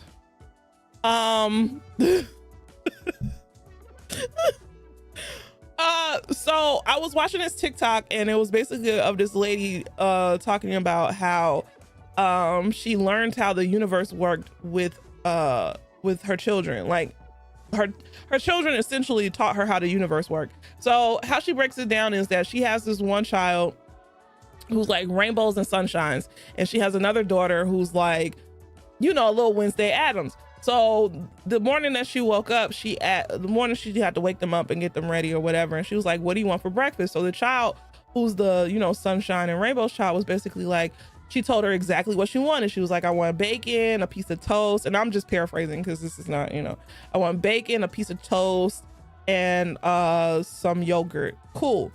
And then she asked the other child, she was like, no, she said she wanted bacon, eggs, and a piece of toast. Cool. Then she asked the other child, and she was like, what do you want? The little Wednesday Addams. The little Wednesday, she was like, I just don't want eggs. And so the mom was like, okay. And she asked her again, what do you want? The child was like, I just don't want eggs. So the mom went downstairs and she made the rainbow child, Sunshine and Rainbows. We're gonna call her Sunshine. She made Sunshine, you know, what she asked for, the bacon, the eggs, the toast. She even had like some blueberries and some yogurt that she put on the side or whatever. And she gave it to the child. And the Wednesday child, she was like, the Wednesday child was basically crying because she didn't get no breakfast. So, and when she gave the breakfast to the Sunshine child, she was like, oh, thank you, Mom. This is better than I asked for. Cause she was like, she knows exactly what she wants. She tells the mom everything she asks for. Like, she tells the mom all the things that she loves and blah, blah, blah. So the little Wednesday child, she goes up to the little Wednesday child and she's like, well, I'm asking you, what do you want? And you're just saying you don't want eggs. And come to find out, like, she just wanted some like yogurt, some toast, and that's it. But she was like, she knows so many things that the Wednesday child doesn't like, to the point where it's just like she doesn't know what to give her. Because it's like she could have gave her the blueberries. She don't like blueberries. She could give her the bacon. She don't like bacon. She knows everything that a child doesn't like, so she has to tiptoe around the things that the child doesn't like, to, you know. And it's hard for the child to express the things that she does like. And she was like, basically that's like how the universe works. Like,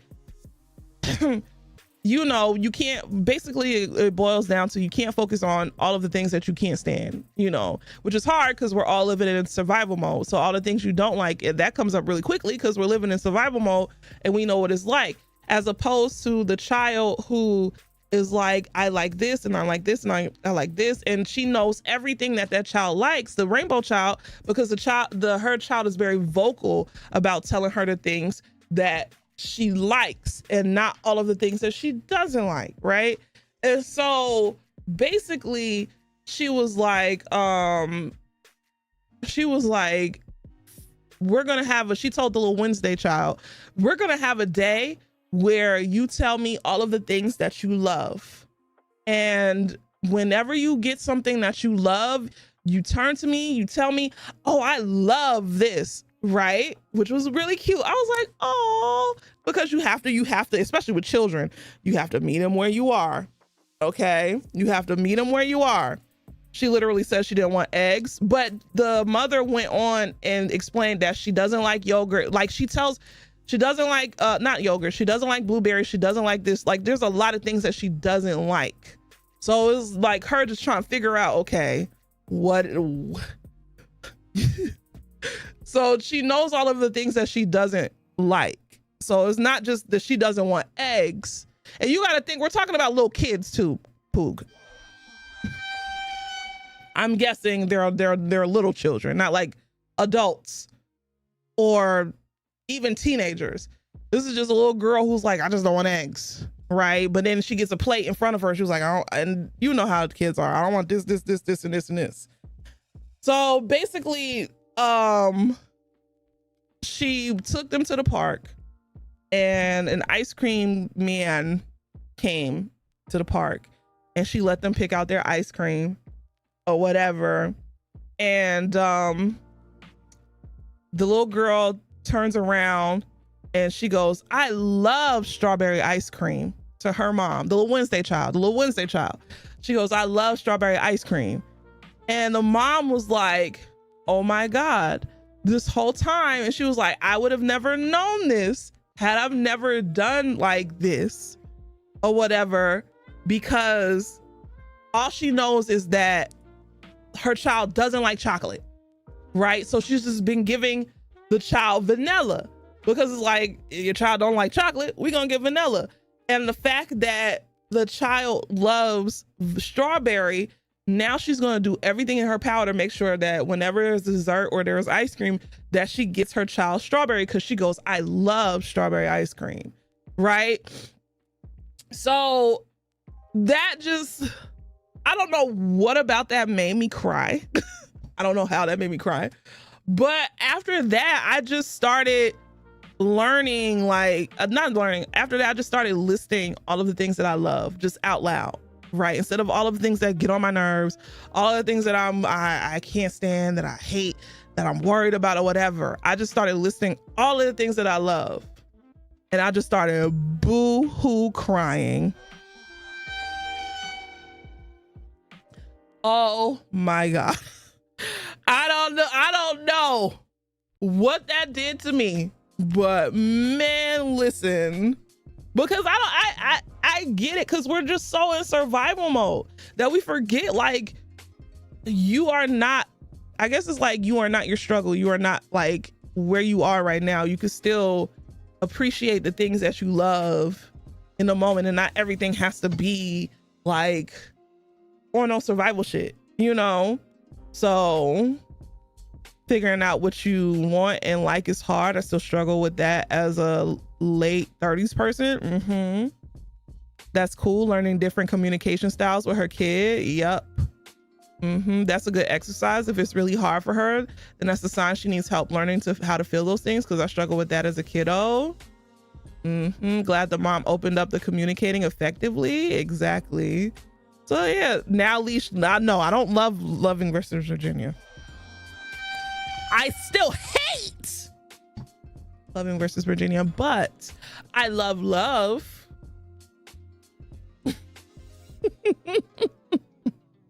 So yeah, but I just thought that was like really cute. It just made me sit there and reflect, because I was already just in my head about shit that day too, like about like the state of content creation. Y'all know how I go down this spiral about content creation, and I be wanting to quit every week, y'all.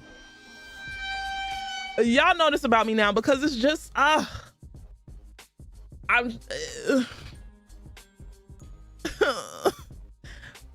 content creation is just hard, and it's just hard, and it's thankfully it's semi-sustainable for me, not all the way, but it's just like anyway, and especially like with this administration or whatever, not saying it would be easier. It would be no, let me stop lying. It would be a little easier if this administration wasn't in office, you know, because people would still have to be politically correct, you know. But just sitting there and just listing all of the things that I love outside of content creation, because even though the shit gets on my nerves, I still enjoy doing it, and I still love doing it, and that's why I'm still here. Good night, Trend. If I didn't enjoy doing it, I would just stop. But just listing like, oh, I even listed, I love my fingers and my toes. Boo-hoo cried. I don't know why me saying I love my fingers and my toes made me boo-hoo cry. And it's so ridiculous. It's so ridiculous, but I needed to hear it. So I had a good cry today, y'all. And it's hard for me. It was so hard for me to cry. So hard. And I wish it wasn't. I wish the only thing that really makes me cry is if I talk about Genesis in an endearing way, because that's my baby. Or if I watch like a movie. I do cry a lot during movies. That's why I like watching movies. Oh, but yeah, I just needed to sit there and just talk about things that make me happy and things that bring me joy and things that I love.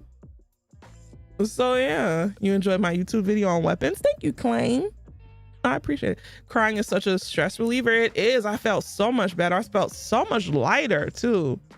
Man, it's because it's healing parts of you. You forget need healing. Yep. So you also cry in movies. I cry a lot during movies. It would be easier beyond the actual material and physical conditions that have worsened. The constant punishing, rage-inducing media cycle under this admin puts us in paralysis. Appreciating the small things Neighbors downstairs being hooting and hollering, and the neighbors upstairs sobbing. Exactly. I was sitting in front of this in front of this computer talking about, I love my fingers, I love my toes. And then meanwhile, these heifers out here fighting. I'm sitting up here having a mini personal therapy session. Oh boy. What's up, Jojo Joe? You want to get into content creation, but I already know it's going to be a lot of work.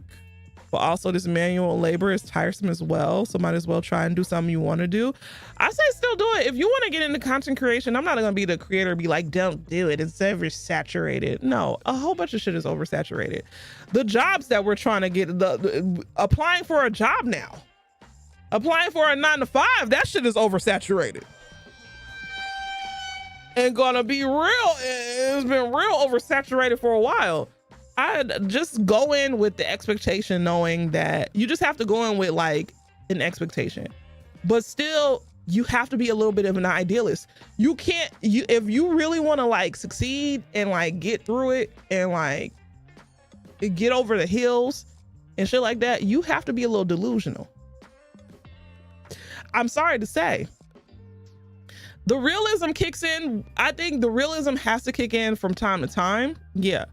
If you know that you're at your wit's end, sure. I'm not clicking that, Matt, because I know it's a fart. But you do have to be a little delulu. But also, it's you have to keep that. I guess it's like you have to keep that balance of delusional, but yet, girl, you gotta pay your bills. That's why I think that's why I'm still keeping this little side job of mine, even though it's like, girl, quit, because you only go one day a week.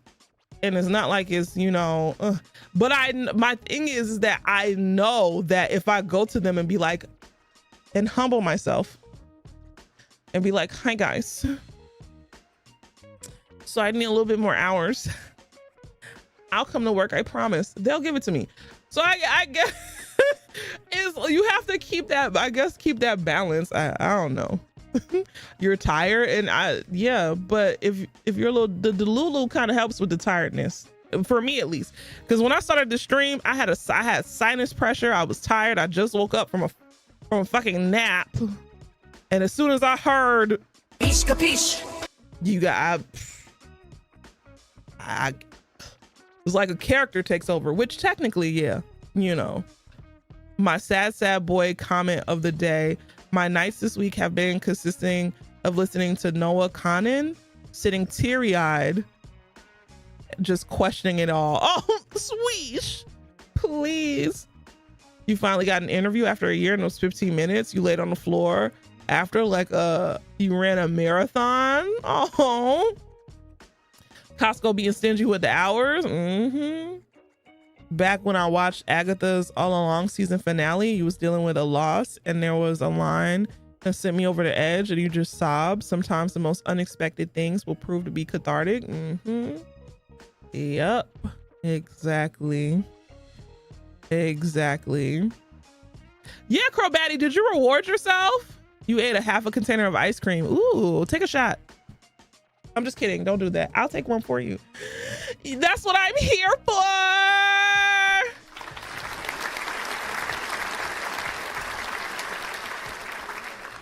That's what I'm here for. Let's take a little drinky drink. But yeah, y'all. I'll never tell nobody to not pursue their dreams because you never know what the fuck will happen. You know, just know that shit is, just know it's hard. And there's a lot of just not giving up on yourself. And there's a lot of like, I still laugh about when you told us you were on 40 milligrams, 40 mgs of Lexapro, and Dr. BT was like, no wonder your ass is on the couch all the time. BT could go to hell. Okay, but yeah, like a lot of it is just being delusional and being your number one biggest fan. And I think I'll be done with this. I did give myself a hard stop. And my hard stop is when I reach 40. If y'all know this, if I haven't made any significant progress by the time I reach 40, in this industry or in the entertainment industry in general, I'll just stop. Like I ain't even gonna hold you. This will be more of like a hobby more so than my career. I would just pivot and get a 9-to-5. Boo boo boo. Because I refuse to be 40 and still up here being like, I'm about to do another potential 24-hour stream. Like, no. No.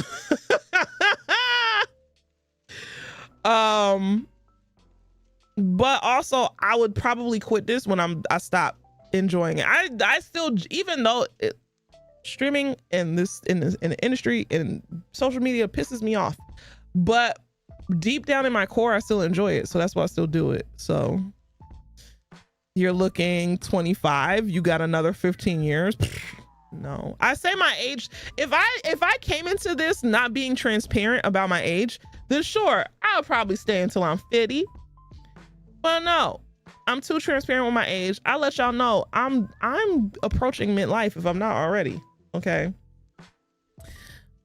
I'm not gonna be here being midlife and no, I just can't do it. Trying to make a way out of no way. I'll go get a job. Okay. Doing what you love for a living is okay, but it will destroy your love for that thing and make you resent it. You can believe all you want, oh, it'll be different for me, but it won't. It's like clockwork. Just realize that when you go into it. Exactly. I've told y'all, I have to remind myself that, hey, you could just play a video game because you enjoy it. You don't have to play a video game because you have to think about the numbers and the metrics and stuff. And I also have to remind myself, you know, you could play video games when you're not streaming.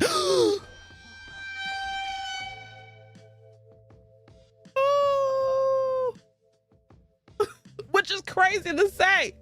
But once your love becomes your job, oh, man. You got some tequila? Crow Batson, did you get your shot? Trying to kill the boss in your head when you got to pay rent is hard, right? Yeah, let's take a shot. You got tequila too? Let's go.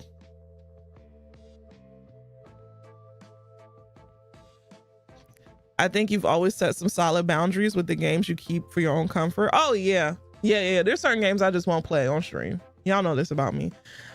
I'll play The Sims on stream because I owe y'all a Sim stream, another one. But most of the time, The Sims is my game. A lot of management games are my game. Like for myself, I do keep like games to myself because I don't want to stream everything. And certain stuff don't make for good content.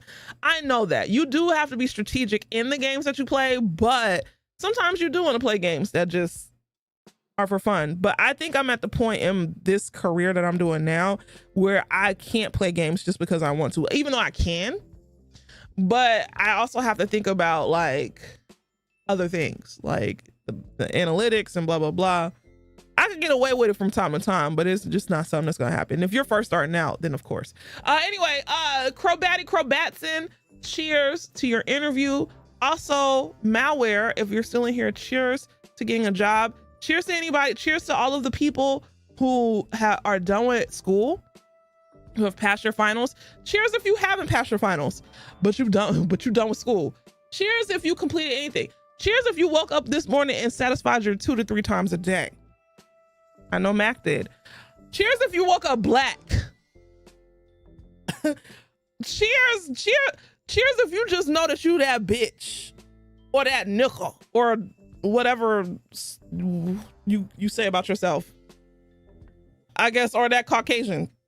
That doesn't exist. But anyway, cheers!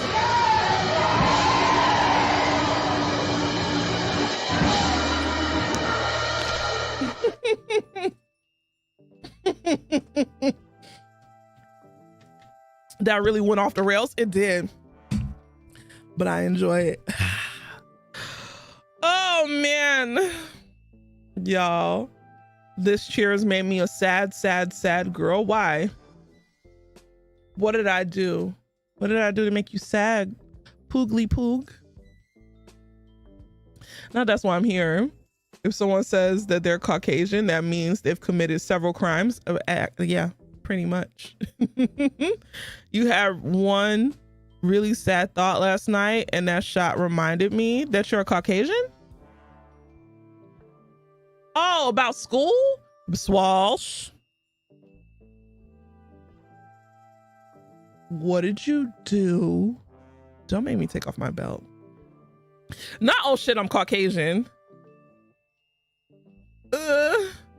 You still have 3 months of school and you're tired? When did you start school? Didn't you started school a little late, right? Or you just going straight? Oh, you're doing summer school. Oh, you'll get through it. That 3 months is gonna go by. You're gonna blink and it's gonna be gone, girl. It's gonna be, you're gonna blink and that, man, listen, 3 months is short if you have a child, because I feel like time is just speeding by. I was looking at old pictures because I was looking through my archive. I found a picture of Genesis' dad,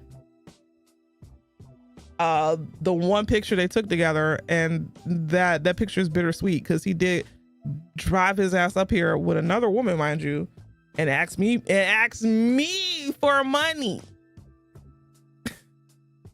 after he was never paid a dime in child support, whatever. I mean, I did tell her that part.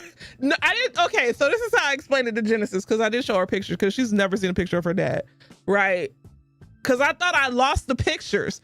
But I was like, oh shit, they were in my archive this whole time.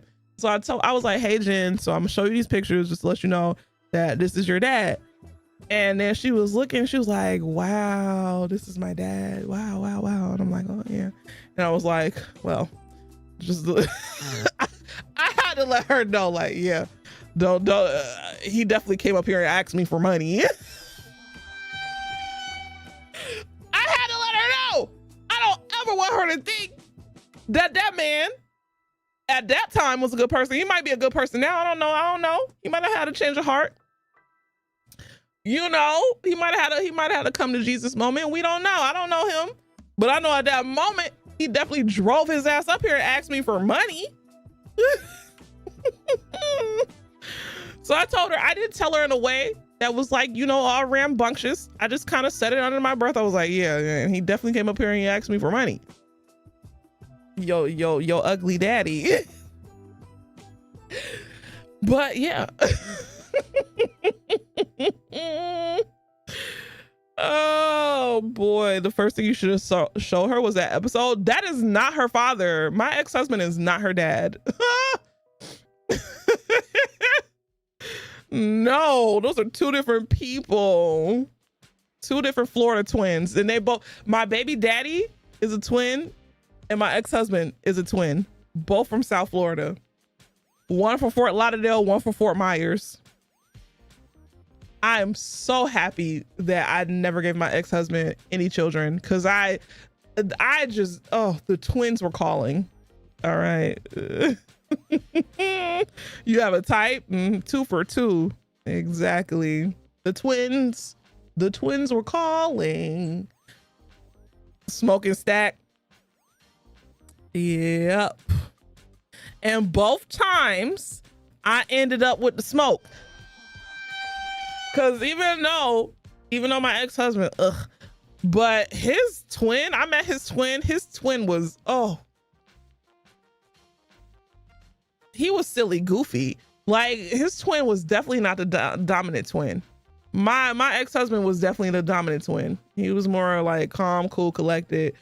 His twin was just like, you could tell like, oh God, you're one of those. And then with my, baby daddy, I met his twin and it was the same way. Like my baby daddy was charismatic, but he was like cool. You know, he was cool, calm. His twin. So I ended up with the smoke both times, but still. Imagine picking a bad twin twice. Both my baby daddy and my ex-husband, their twins was just as bad. If you would have had a baby for him, you might as well have called the babies Penny and Wise. Right.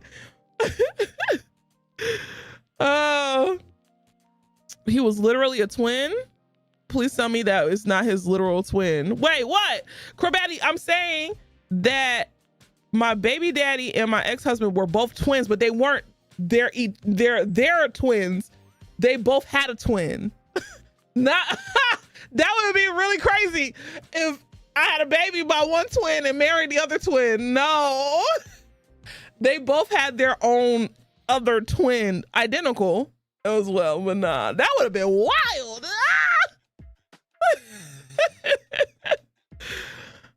You probably need the silly, goofy twin for October.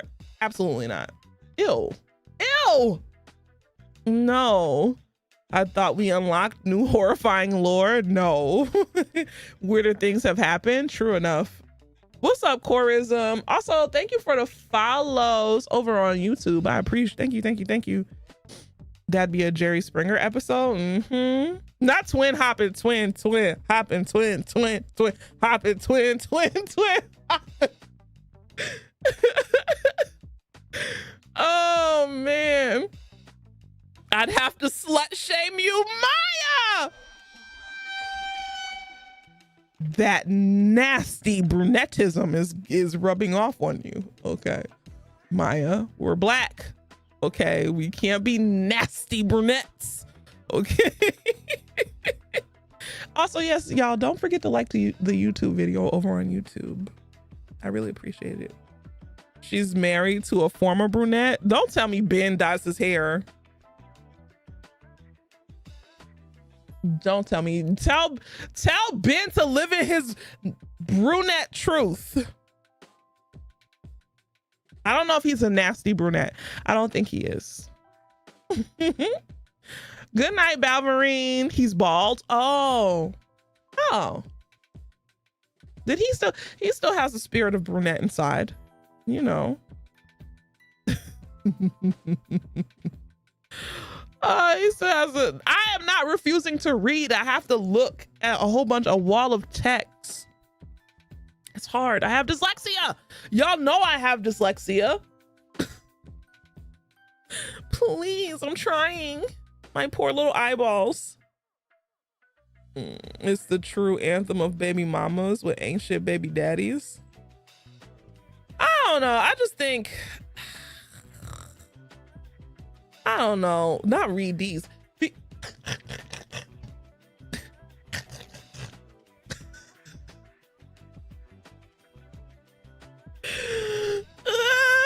Anyway, I don't know. I think my baby daddy is just, I don't know him now.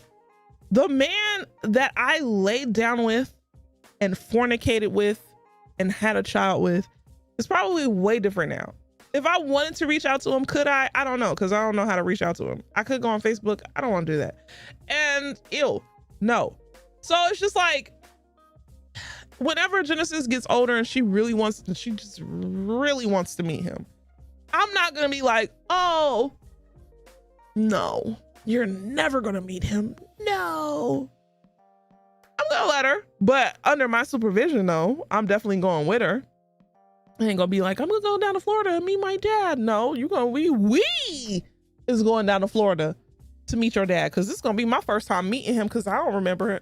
I do remember him, but it's just like, yeah, like if she really want to meet him, she can meet him. But she needs to know, like, don't have your expectations so high that he's just gonna be a father. You know, this is a stranger until he proves that he's not a stranger.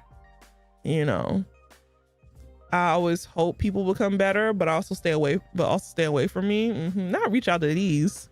Isn't Jen gonna be 18 soon? There's no point in you reaching out.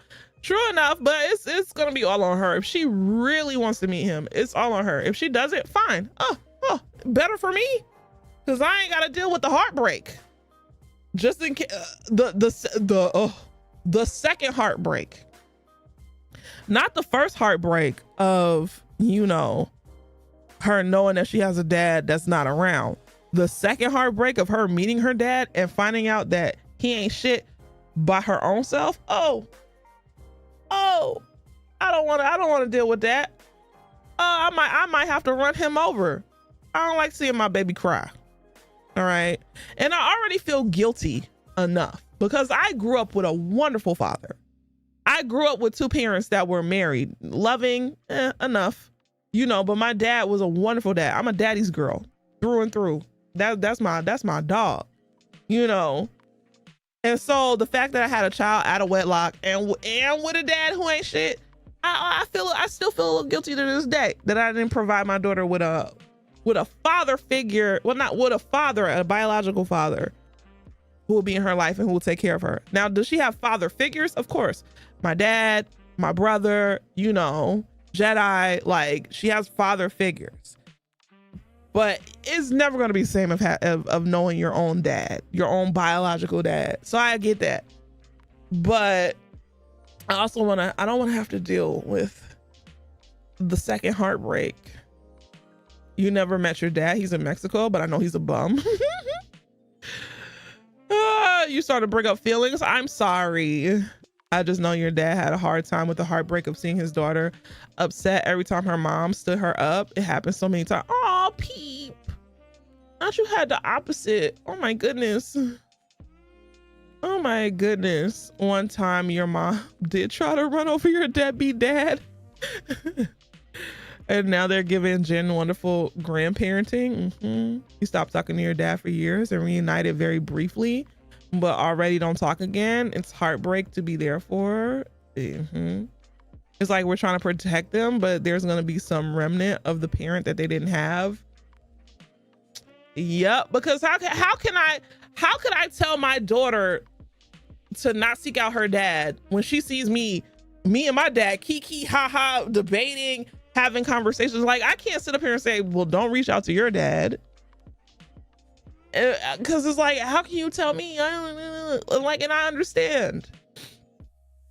So I'm just like, I don't know. It's hard. Adulting is hard. I hate it. Don't have kids, y'all. And especially don't have kids with somebody who you know ain't shit.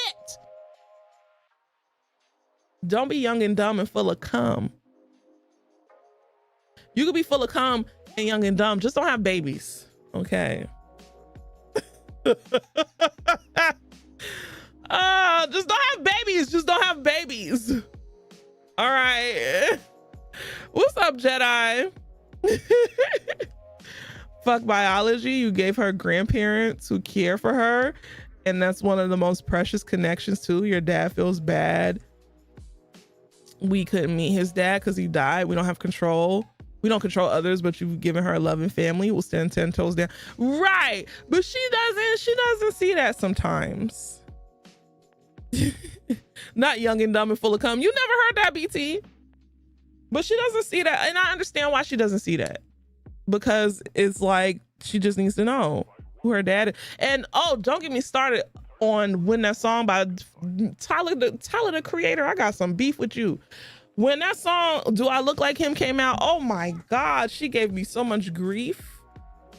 I wish I would have known that I had the pictures of him in my Instagram archives, because I could have just showed her the pictures. You don't look like him, you look like me. We know this by now. It's like she was going, but I get why she was going through that, because it's just like she just doesn't know him. And it's just like, how do I, it's just stuff that she has to find out on her own. Like, if she comes to me and she be like, I want to meet my biological father, I'll make sure to try to find a way to make it happen. I don't know if it will, because I don't know where this nigga at. But she's gonna be disappointed in her own time. Exactly. Sometimes kids gotta learn on their own, right? What's up, Source? No family is an exact fit into the nuclear family concept. It's a facade. You've given Jen so many powerful, important connections. Most of y'all your own. I love Tyler the Creator, but conflicted by some of his old works. Fair enough, but you know. Or they impart some sort of trauma on their children in other ways by being present. It's kind of funny hearing that She has your, exactly. She's sitting up here going crazy over that song. Do I look like him? No, you look like me. We're literally, there's nothing about that man that you look like. The only thing that she inherited from him is his teeth, because he had perfect teeth. And Genesis has perfect, straight, grown people teeth. I got little baby teeth. You know, her teeth are perfect. That's the only thing he gave her. Okay. But other than that, no. Do I look like him? No. You look like me. Oh my goodness.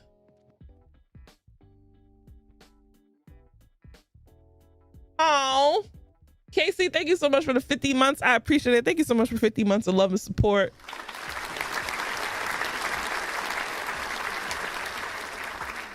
It's for her to navigate and process if it happens, right? It's a relief finding out your dad ain't shit to a degree, because as you get older, you understand you didn't miss much. Exactly.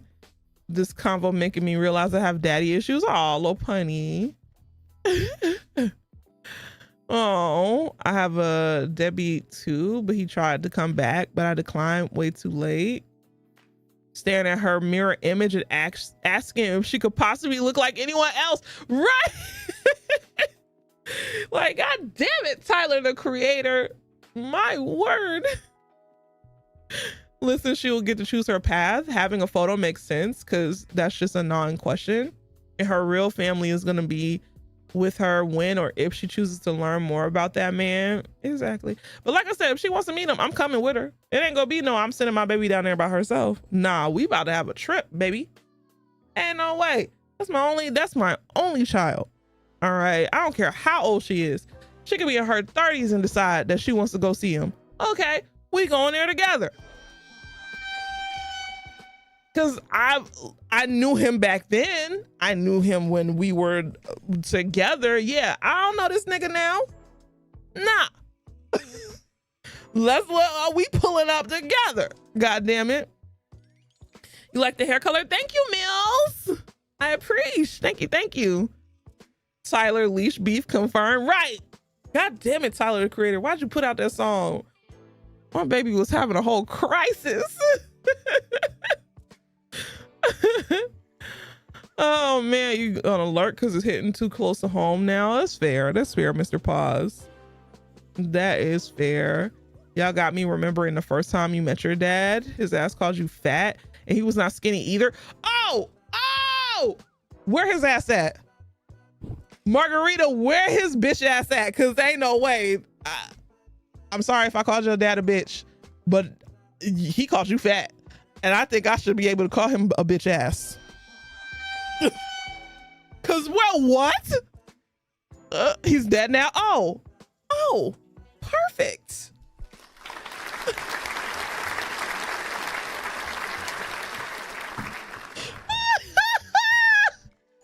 Oh, okay. Never mind then. He's where he needs to be. Cause why would you say that? Yeah, let's take a shot. What?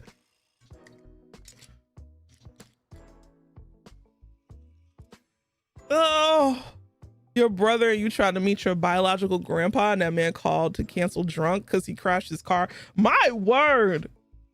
Oh, yeah, y'all. If y'all have babies, have them with the right people. Oh, Leash got him with the broom and I didn't even know. Got him with the broom and I didn't even know. My word. Oh man, when your sister got pregnant, her baby daddy cheated, and I've never seen a man beat up so badly as he should be. Beat up men who cheat on you. In the game. I don't condone violence. Cheers!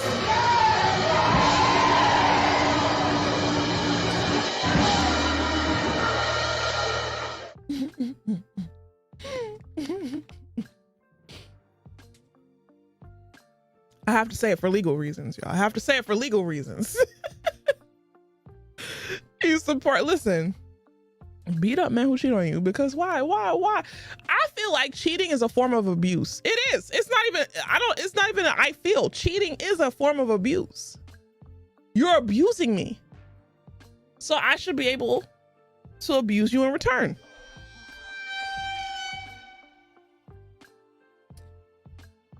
It is. When a man, and I'm a testament to that. When a man, my ex-husband put me through fucking hell. My nervous system is all jacked up. Okay. I feel like I can't trust nobody. It does. Pantheress, thank you so much for the 22 months. I appreciate it. Thank you so much for 22 months of love and support. Bring back hitting men. I used to fight him all the time. Cause my thing is, if you're gonna cheat on me, admit it. Don't lie to me in my face. I've told y'all this story. I literally had proof. I stayed. Of course I stayed. I was dumb. We all have our moments, but I literally had proof. It was a video of a girl diddling her Skittle on his iPad. I present him with said iPad. I say, hey, why is this girl's fingers up her coochie hole in your iPad? Why are you going through my stuff? Now I'm gonna have to hit you. Now I'm going to have to beat your ass. I don't want to, but you just tried the fuck out of me. Why are you going through my stuff? Bitch, I'm about to go across your head. I'm going across your head on the iPad. It's crazy, very much so. I'm sorry you had to go through that. Man, listen. Did I ever tell you how you found out she was being cheated on same day you got out of the hospital? Crazy. Crazy. Oh man, bring back hot grits in a cast iron skillet. Man, I knew I had to leave my ex-husband because I said either one of us is gonna be dead or one of us is gonna be in jail. And I know I ain't gonna die, but I might be the one going to jail.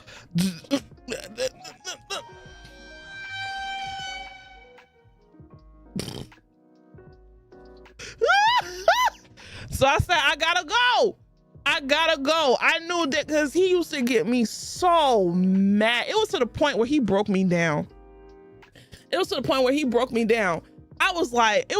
I was just like, listen, you're gonna do what you want to do. Just don't have nobody motherfucking DMing me, talking about you. Don't have nobody in my DMs. Don't have nobody texting my phone. Don't have nobody in my face. He couldn't even do that. I said, listen, do what you want to do. I don't care. I just want to see it.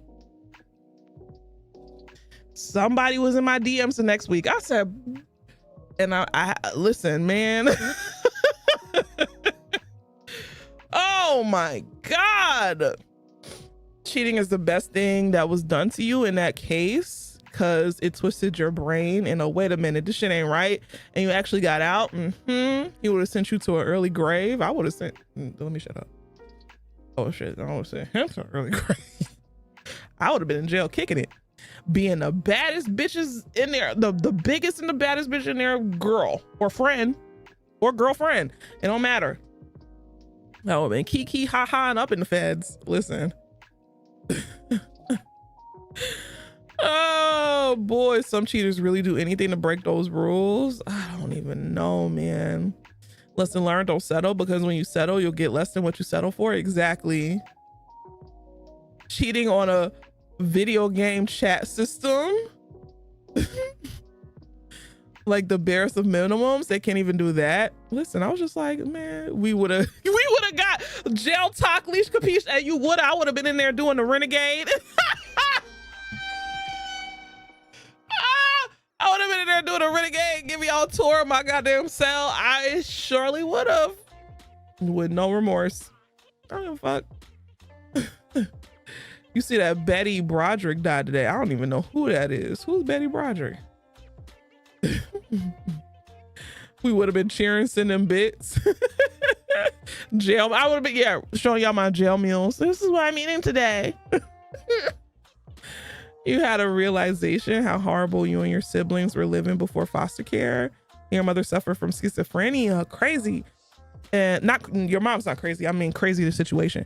And it was hard reading it from the foster care report. It was traumatizing. Wow, that's, oh my goodness. And this is how I make my burritos, jail leash. And here's the toilet mom.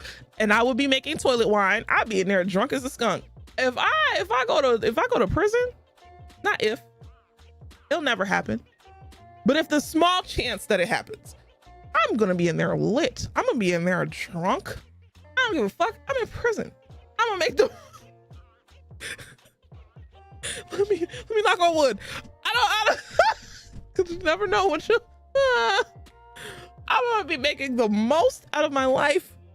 And I would say if I ended up in prison by some means that's never gonna happen, but if it some miraculous thing, not even miraculous, some weird random thing happened and I ended up in prison, I would get my degree. Why not? It's free, technically, kind of, sort of, not really, but you know, to a certain degree, you know. So I'm not manifesting it. I'm knocking on wood.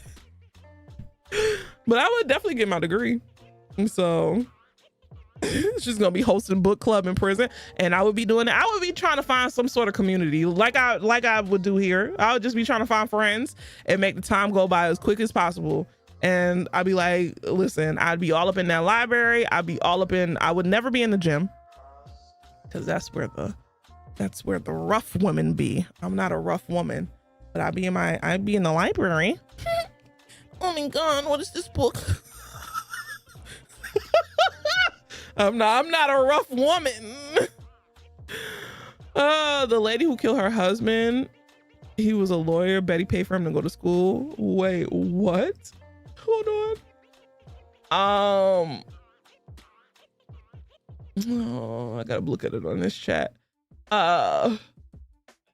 He left as soon as she started making money. Betty asked him, "Are you cheating?" And he stuck his fingers in her face and told her to smell the mistress. Oh yeah. Dare I say free Betty? She had a moment of insanity. Free her. She was just a girl. A man cheating is the worst way to end a relationship. If you want to end something, you should at least be honest with the other person and not doing shit behind their back. I just think a lot of people don't have what it takes to end stuff because they just don't. And this is the thing, and we're bringing it back. Oh, I love a full circle moment. A lot of people don't like confrontation and or uncomfortable moments. And unfortunately, being in any sort of relationship, a friendship, a romantic relationship, or whatever, requires you to have uncomfortable moments and or confrontation. So most of the time, there are some people who just want their cake and want to eat it too. That is the case. All right. There are some people who want to cheat and they want their home thing or whatever. But there are people who cheat knowing goodness well they're not satisfied in their relationship.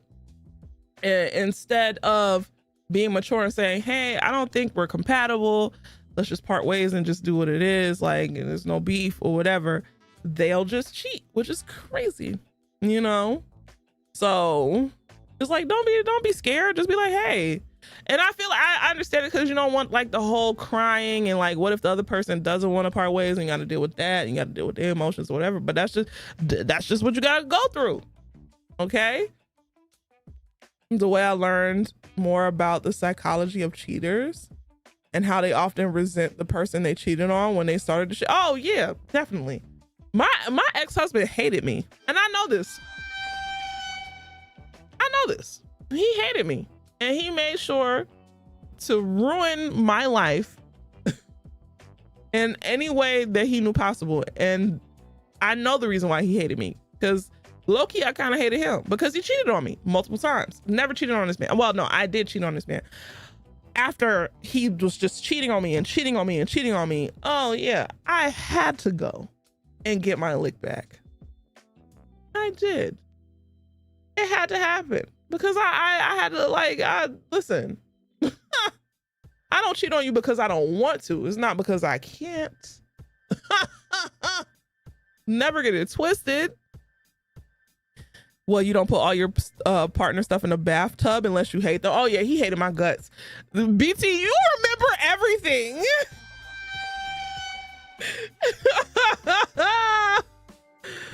Oh boy. He left dirty drawers around everyone. I'd hate him too. Wait, who? BT, you remember everything. My ex-husband, just I mean, I understood why he did that, because there was one time I took his glasses and I broke them in front of his face. I did, but he was cheating. I didn't break all his glasses. I only broke one pair. Okay, I literally took them shits off. I snatched some shits off his face. Fuck you. I did. I'm sorry. I'm not sorry, because fuck him. He cheated.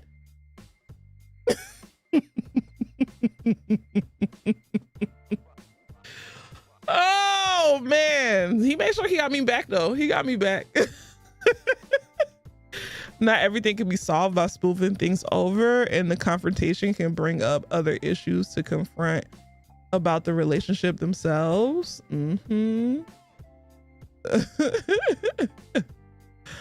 Oh my word. But nah, like, he was a cheater. I don't know. I kept telling him, I'm like, hey, listen, not just to say people without fathers don't deserve love, because y'all do, of course. But I used to let him know, like, eventually I will leave you, because I have a dad who treats my mom like she's the queen of the world and the queen of the castle. I grew up with a good representation of what a man should be. I'm with you because I love you and I see something in you, but eventually I'm gonna leave you. And I knew I was gonna leave. I knew it. But I tried to stick in there because we all were already married and blah, blah, blah. But I was just like, oh man, I can't. I can't deal. I wasn't, I can change him. I was, but we have to live and we learn. You know, I was like, what, 26? I was married to him from the time I was 26 to about 28-ish. I don't remember. Actively married, like living together, about from 26 to 27 or 28. I don't remember. It was, I don't know. But yeah, she said, I'll call my daddy. Listen. And I'll call up my father so quick, be like, hey, this nigga acting crazy. He ain't gonna do nothing. My dad ain't gonna, he will fight people. Don't get it twisted. My dad's a man from Brooklyn. He will fight, but yeah, I have to let people know. Oh my word. So you have a brother for that? BK represent. Yeah, my dad's from Brooklyn. Well, he say he's from Brooklyn, but he was more in Queens than in Brooklyn. Like, he was born in Brooklyn. He moved to Queens when he was about 14 or 15, and he lived in Queens until he was about 30. So I guess half and half. He's half and half. He's Brooklyn, Queens. You know, my mom's from Queens, but my dad, he's half and half Brooklyn. He's from where is he from? What part of Brooklyn? Brownsville. Brownsville, before it became Jamaicanville. Not half and half, Alicia's nemesis. Listen, don't. Oh boy. But I don't know, is Brownsville gentrified? Is it gentrified now? I don't know nothing about New York. I just know that they gentrifying the fuck out of Brooklyn. Let me know, y'all. Brownsville, what is it like? Because I know Bed-Stuy is not the Bed-Stuy that Biggie Smalls was from.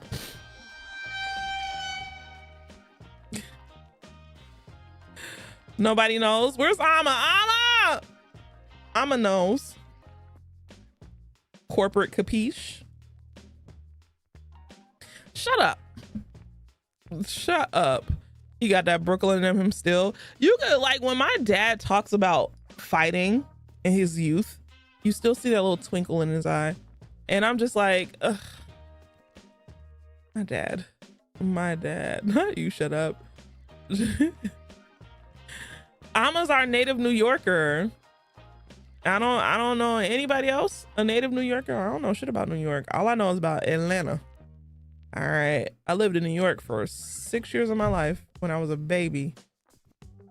They're getting close to gentrification, but since there's not much public transportation, so it'll take a while. Ah, got you. Got you. Okay. You are, but you don't live there anymore. Lived in New York for 22 years. Not the city.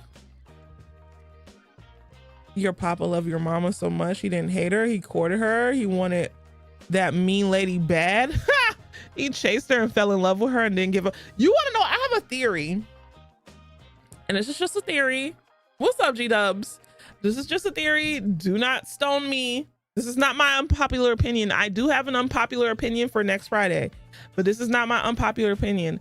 My theory is that mean women have the best relationships. Women that are classified as mean and are mean to their men have the best relationships with their men because they're no nonsense and they're direct and they tell their men exactly what they want, and their men, if they're down and willing and able, they'll fall in place. Okay. The friends that I've had that I see that are married and that have been married for a long time would technically be classified as mean, but they're not. Like, they're very sweet. They love their husbands down. They give their all to their husbands or whatever, but they let their husbands know, I ain't with that shit. Fuck that shit. Hell nah. Like, the way they talk to their husbands is just like, they run a tight fucking ship, but they are in the best relationship ever. Listen. You can't confirm. It's been a good 10 years. Pook says, I run a tight ship. That's what I'm talking about. Like older women. Okay, I could see what you mean. Exactly.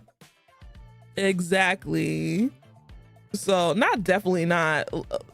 What about mean women, Levy?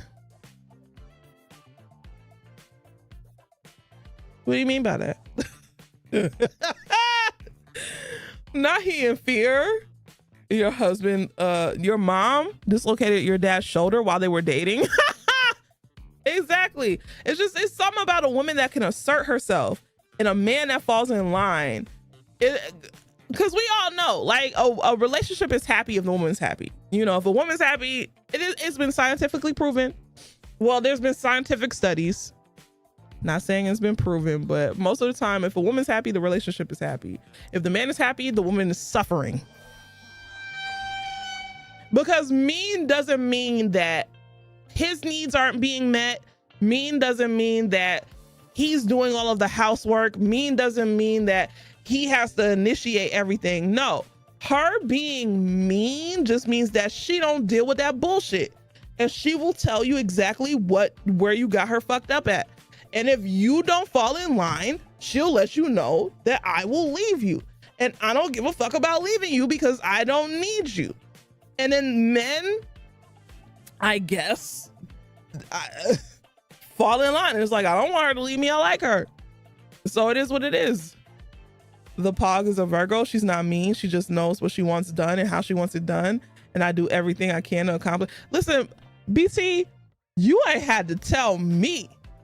I know the Pog ain't mean because she was very nice to me when we spoke. And we're going to give each other very good hugs when we meet each other. Hi. I can't wait to meet you. But I know that she keeps your ass in line. She's asleep. God damn it. You're a hater. You're a hater, BT. Why would you be asleep?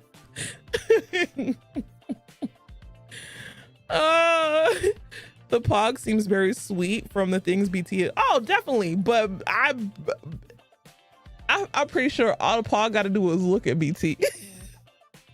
I'm pretty sure the pog has a look, and BT, she told him to shut his fat ass up. So what did he do?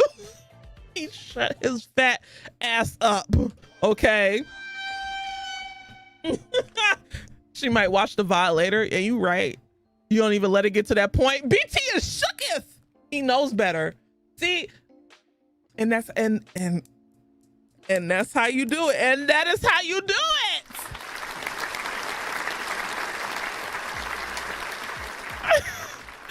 And that is how you do it. I don't know. I'm not necessarily mean. I just don't think I have it in me to repeat myself. And I just let shit fester. That's my problem. I do tell people where they got me fucked up at, but it's just like, if I have to keep telling you, it's just like, like, nah. I tell you once, if you don't get it, then I feel like we're just not meant to be, you know. That's true, and a decent part of why I hate him. Oh, you talk about Jay-Z? Don't let it fester. Well, that nerd has brain cells. He's calculated about how good. And plus, BT is a cancer man. One thing, the only thing that I'll give to cancer men is that cancer men, if they like you, they're very thoughtful. If they like you. If they don't, they'll still be a little thoughtful, but not as thoughtful and as planned and as action forward as, you know, a cancer man that actually likes you. They'll study you and make sure they meet your needs. But good luck. Good luck. That's all I have to say. Good luck. Cause man, listen, you gotta take a chance with a Cancerian man. And I'm only saying this because my ex-husband was a Cancer. And he was a demon. So or maybe they think about how to piss you off. Maybe. Nah, I don't need luck. Well, you got lucky, Poogly. You got lucky. All right. You're an Aries. What can you say about me? Ooh. I gotta pee. You cleaned the house today, cooked breakfast, lunch, and dinner, and walked the pog to and from work. I do anything for BT.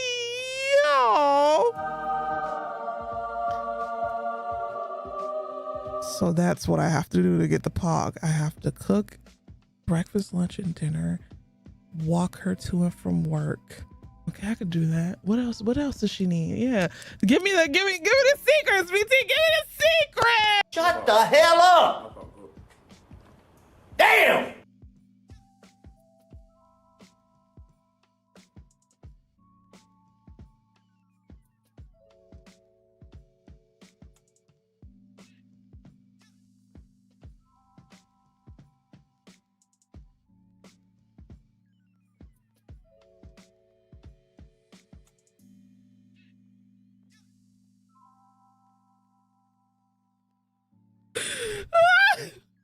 Talk about she needs money. Oh man. Don't ever let her meet the pog. Listen, I already talked to her. She's like, we're gonna give each other the best hugs. I'm like, yes. And then I'm like, we have to find something for BT to do because he's just gonna be there in our space. I don't want BT to be there just staring at me. Okay, I want to hold hands.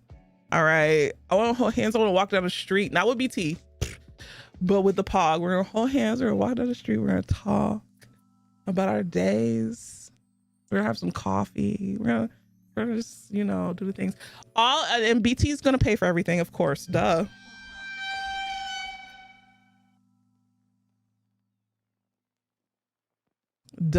BT's definitely paying for our coffee date.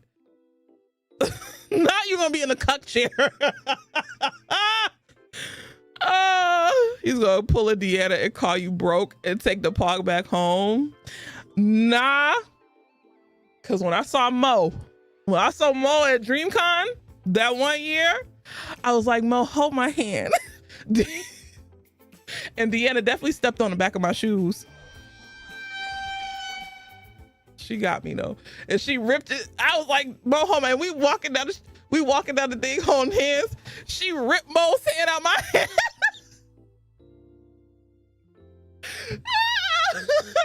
And when we went out to eat, we ate at one of them restaurants in Austin or whatever, because the last DreamCon I went to was in Austin.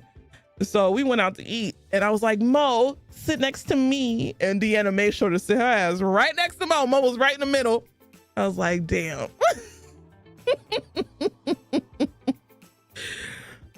BT gonna be like, aren't you married? River. Okay, River, please. Everybody knows. And you ain't even hug her or nothing. I know, and I felt so bad because I was so worried about just picking on her. That's what it was. And plus, it was my first time seeing Mo. So not only was it my first time seeing Mo, I was also picking on Deanna because Deanna called me broke 3 times in 30 minutes, almost back to back, when we almost went to the Meg concert. So I had to get her ass back. I'm like, oh, Mo's here too. And I felt so bad when she pointed that out. I was like, damn. I ain't even give my girl a hug, nothing. Too busy being a goddamn fool. And now look at myself. What's up, Devin? How you doing? Hope you have a wonderful night. I am. I'm just talking. I was gonna play games, but everybody just wants to hear me yap. So that's what we're doing. Not very women supporting women of you. I know. Don't make me feel worse. So the next time I see Deanna, I'm just gonna hug her up. Okay. I'm gonna just hug her. Well, ain't never gonna see her again. Wait, what? Why? She ain't dead. I'm gonna see that heifer again. The hell? Shoo. Leash was feeling very male-centered. I was. Do you watch The Boys? I haven't watched the new season of The Boys. So I gotta pee. Why am I? I'll get, ooh. I'm gonna get the I have one more, not Buzzball. I have one more cut water in my refrigerator that I have to get rid of. I'm trying so hard not to buy any groceries, and I'm trying to like portion my groceries and shit. Cut water's not groceries, I know. But I'm trying to manage the shit that I have in my fridge because I'm like, I don't want to buy groceries because I'm moving in less than a month. So let me get that let me get that cut water. Oh, and I'll be right back.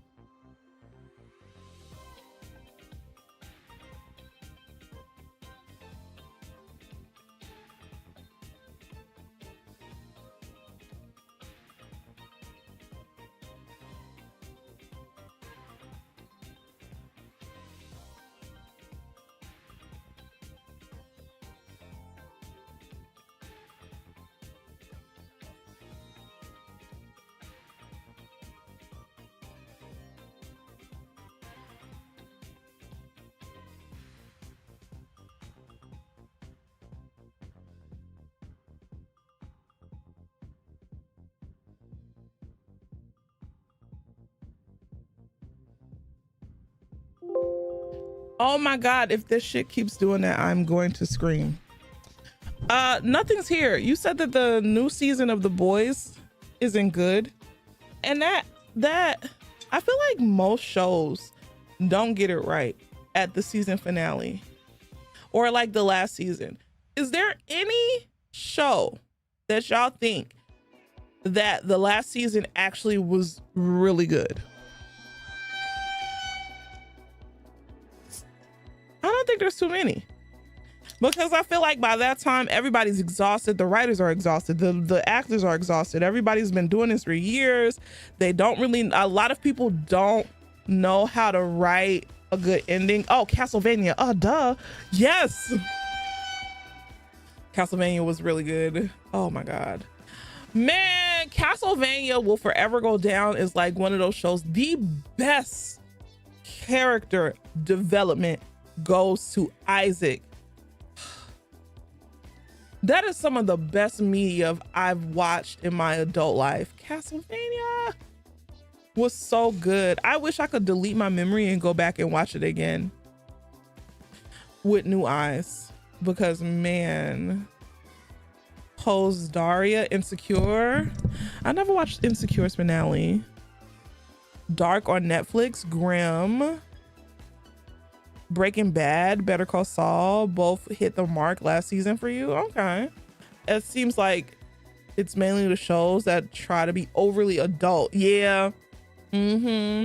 Scandal, really? Oh my God, finished. Castlevania is so good. The writing on that show is so good. And this is why I want people to take animation seriously. Animation is constantly characterized as a children thing, right? When we know that adult animation exists, i.e. Castlevania or whatever.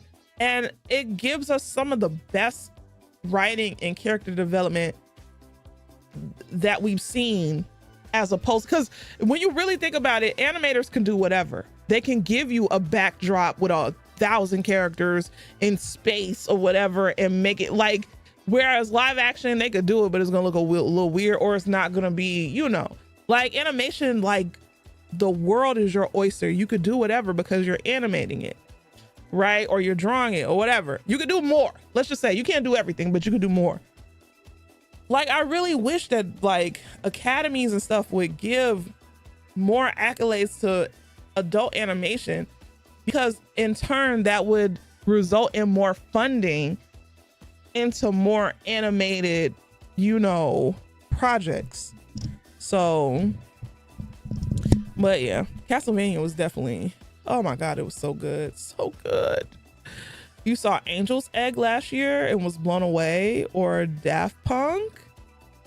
You're having it with Sprite. What are you having with Sprite? I loved it when I watched it, but stopped because I hate finishing series.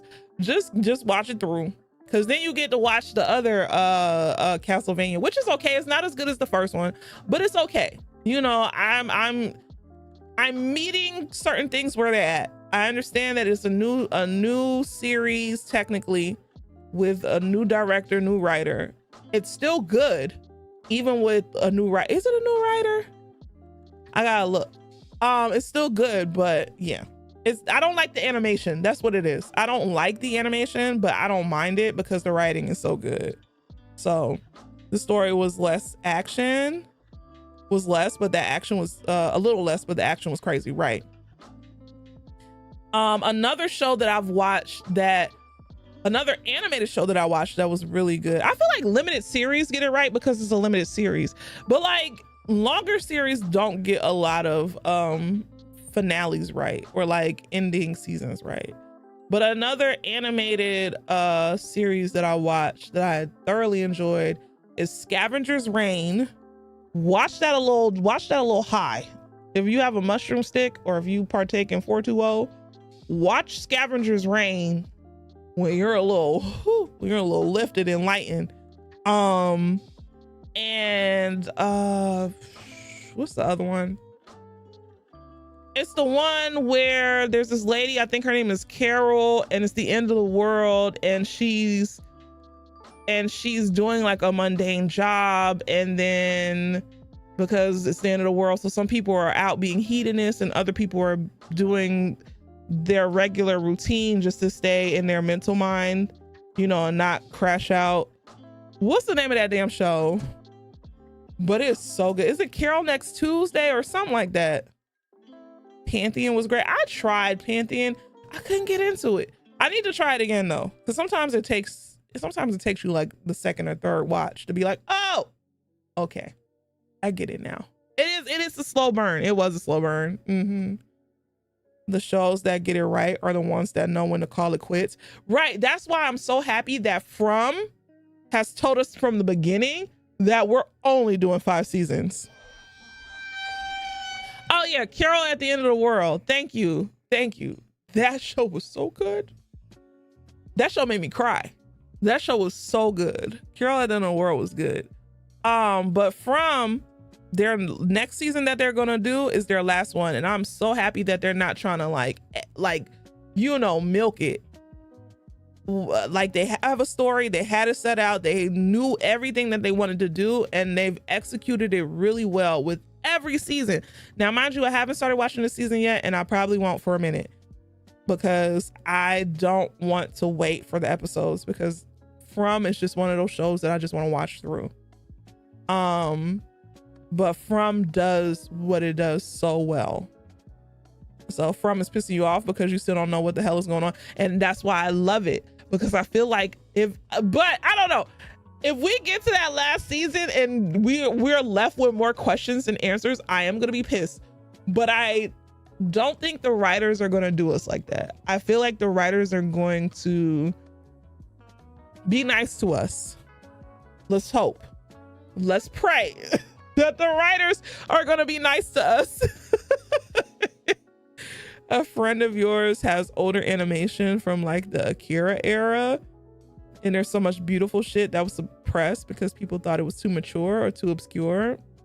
You need to get into From because because people say that the show is, oh yeah, the show is good.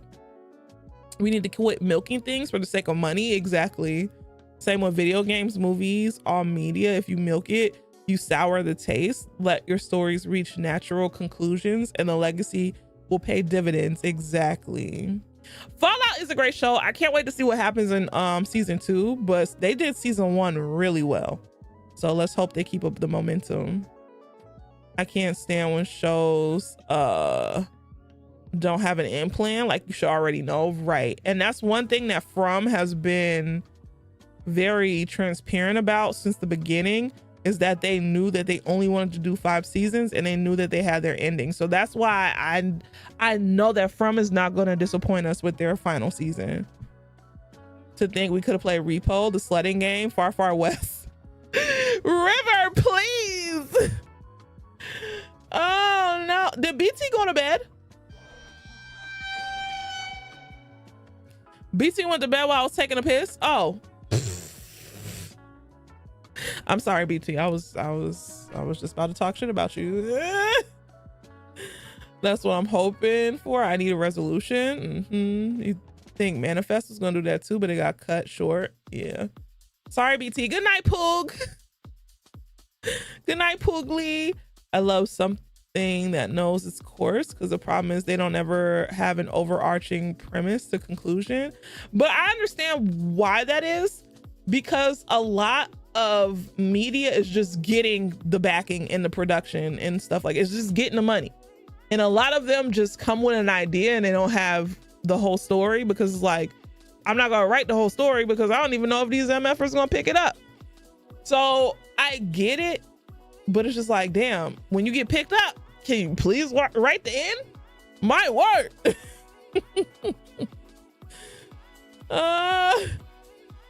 You lucky BT didn't hit you with an all right, y'all. No, BT, you can't leave.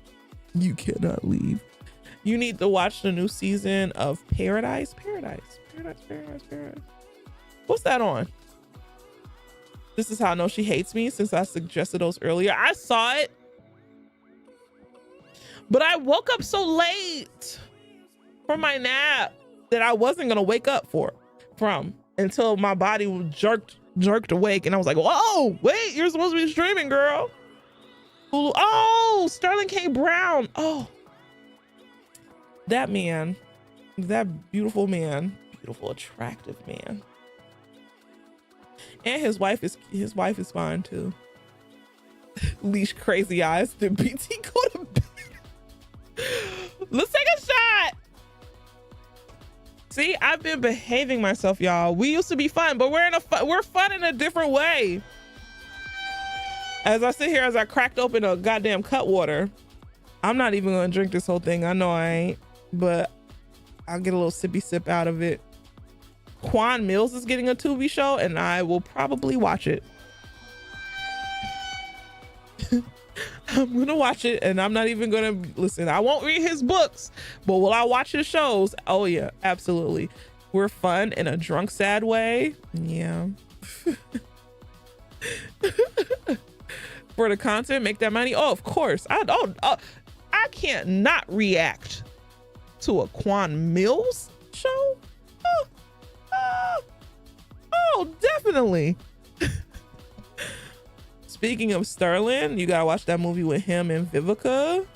Oh yeah, I was gonna watch it in the movies, but I'm like, no, I have to react to that one. And that's the one thing that I hate about having a reaction channel, is that there's so many movies that I would love to go see in a movie theater, but I'm like, no, you can't go see it in a movie theater, because guess what?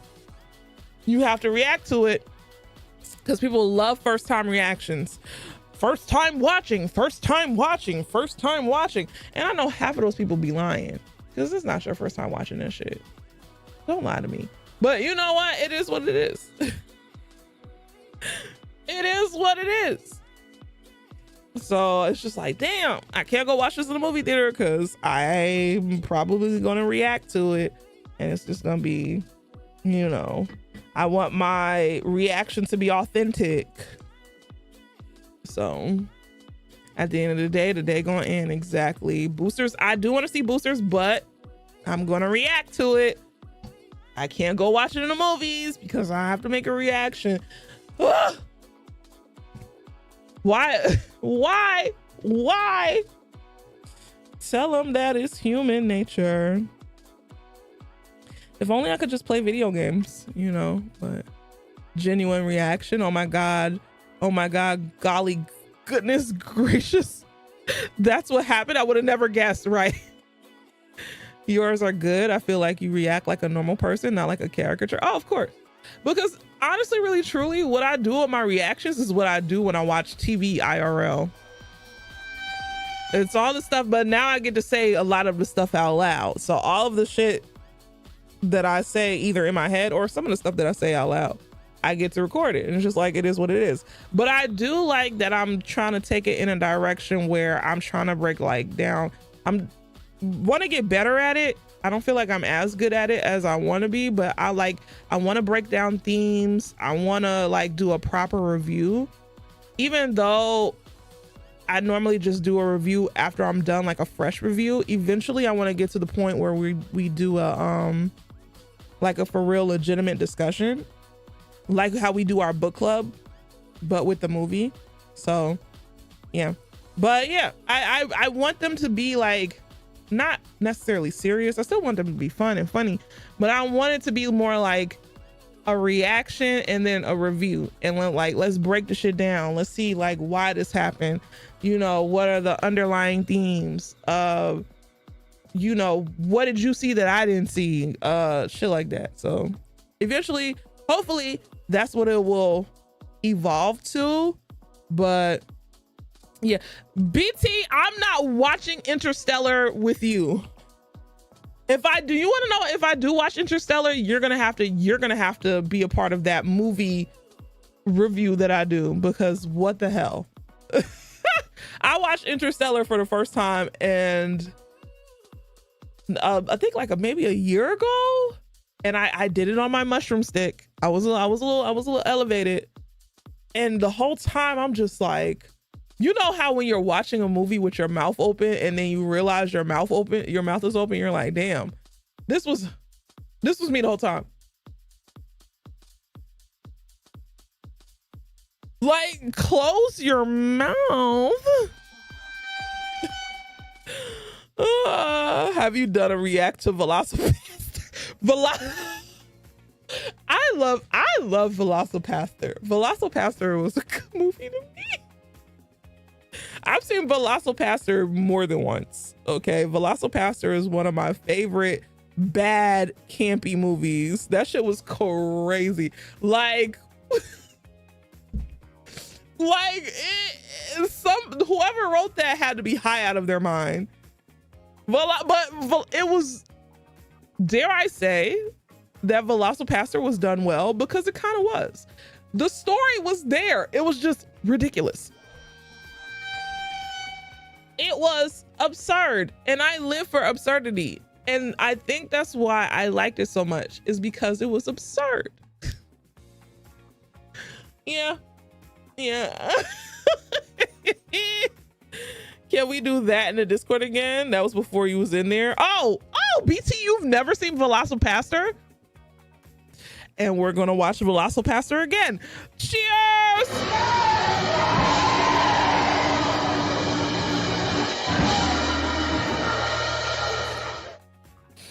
Leash, do you love me? Be honest, I'm drunk, but this is serious. I love you as a person, if that counts.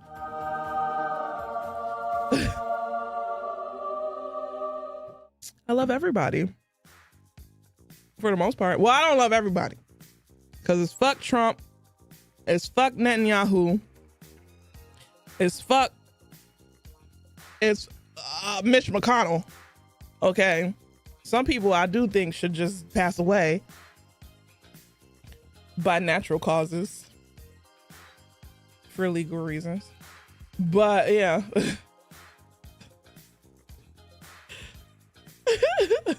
And that is the question. Why is Mitch McConnell still living? He's so old. He's so old. Not even on like, I would never say like somebody should just, no, I don't condone violence in the game. But that old man needs to take his final old man breath and die of old age. Of old age. I said of old age. Because why are you still alive? My word. Ain't nobody found that my MFers Horcrux, right? Not, I'll say it, choke turtle. Exactly. Mitch being held up by duct tape and puppet strings. Exactly. He's absolutely consuming baby. I wouldn't be surprised though. Like, why? And you know what's so crazy is that he's fallen so many fucking times.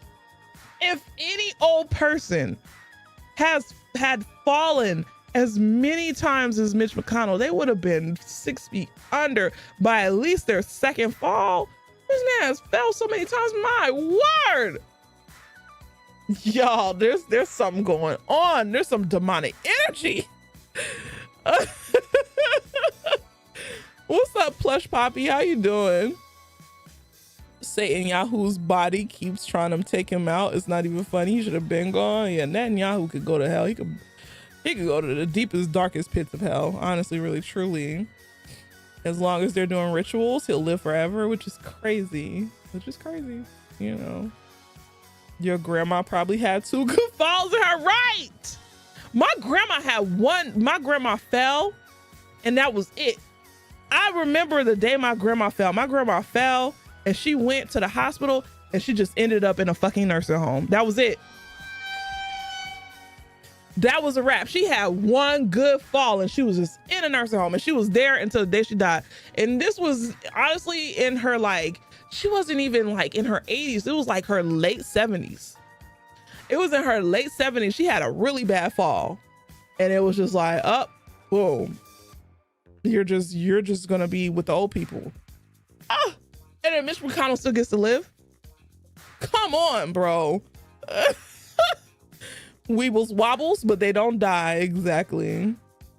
Your abuela fell twice, and the second fall sadly was her demise. Falling for elderly people is supposed to be no joke. Exactly.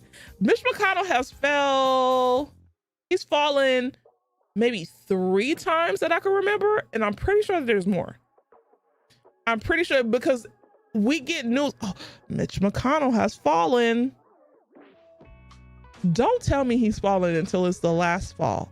I don't want to hear anything about Mitch McConnell falling until it's the last one. I want to hear Mitch McConnell has fell and he has passed away at the age of 182. Because what the fuck? The man's old. He keeps getting up and I'm mad. Not they keep swapping his engine. Every time we get a heading, I get excited. I don't even get excited anymore until I stop getting excited after the second one. I said, oh, this is for playing. He playing with us. He's tee-hee-heeing. He falls and he goes, like, nah, I'm not about to sit up here and be rage baited by Mitch McConnell. No. If I fall once when I'm old, I'm laying there and telling God to take me. Honestly, really, truly. If it's not a fracture, I don't want to hear about it. Isn't he mute now? Like he doesn't speak anymore? I feel like it's a sign. He probably has maybe like, I'll give him 1 good year. 1. Maybe 1 good year. But he might have more. Who knows? Y'all know the evil people live long. The only way an evil person gets taken out is if somebody else takes them out. But if left up to nature, evil people live long, not even prosperous, but they live long lives. Okay. That's why I be telling people whenever I hear somebody be like, oh, we can see that Donald Trump, he has dementia and he's sundowning and he'll go any day now. No, that man is going to die from natural causes peacefully. And I hate to say that shit out loud. Oh my God. It hurts me. But he is going to die peacefully and from natural causes on his own fucking terms. I'm sorry, y'all. Evil don't die the way we want them to. I'm sorry. Some people never, and I've said this over and over and over again. Like, this is not Donald Trump's lifetime to learn from his mistakes and to be humble or whatever. This is not his lifetime to reap the benefits, not to reap the benefits, but to, like, you know, suffer from the consequences of his actions. This is not his lifetime. This is his lifetime to be what he is right now. Unfortunate. You know, we're not gonna get the result that we want.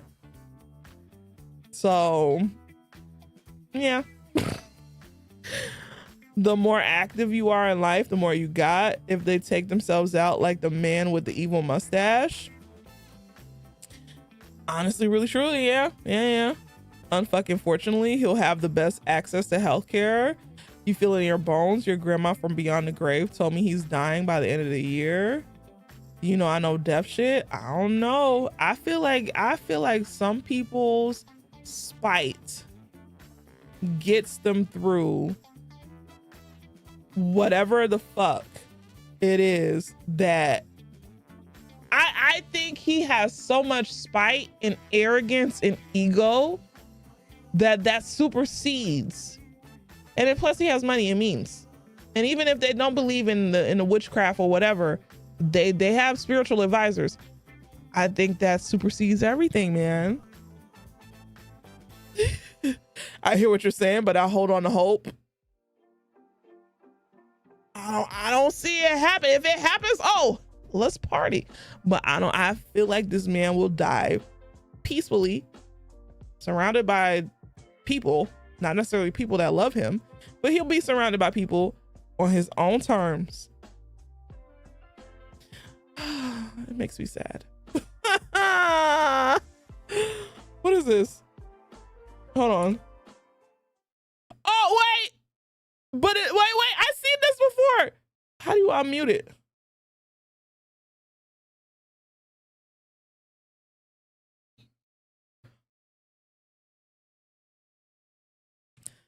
That man wants to be a martyr so bad. So bad. He wants to be a martyr so bad, but not die. He doesn't want to die. He just wants to be seen as one. Oh boy. It is the truth though. It is the truth. All for a ballroom that we know ain't really a ballroom. That's why I say, like, listen, not everybody's karma is meant to be seen in person. We're not going to see what the fuck is in store for people like Donald Trump. It's not for us to see.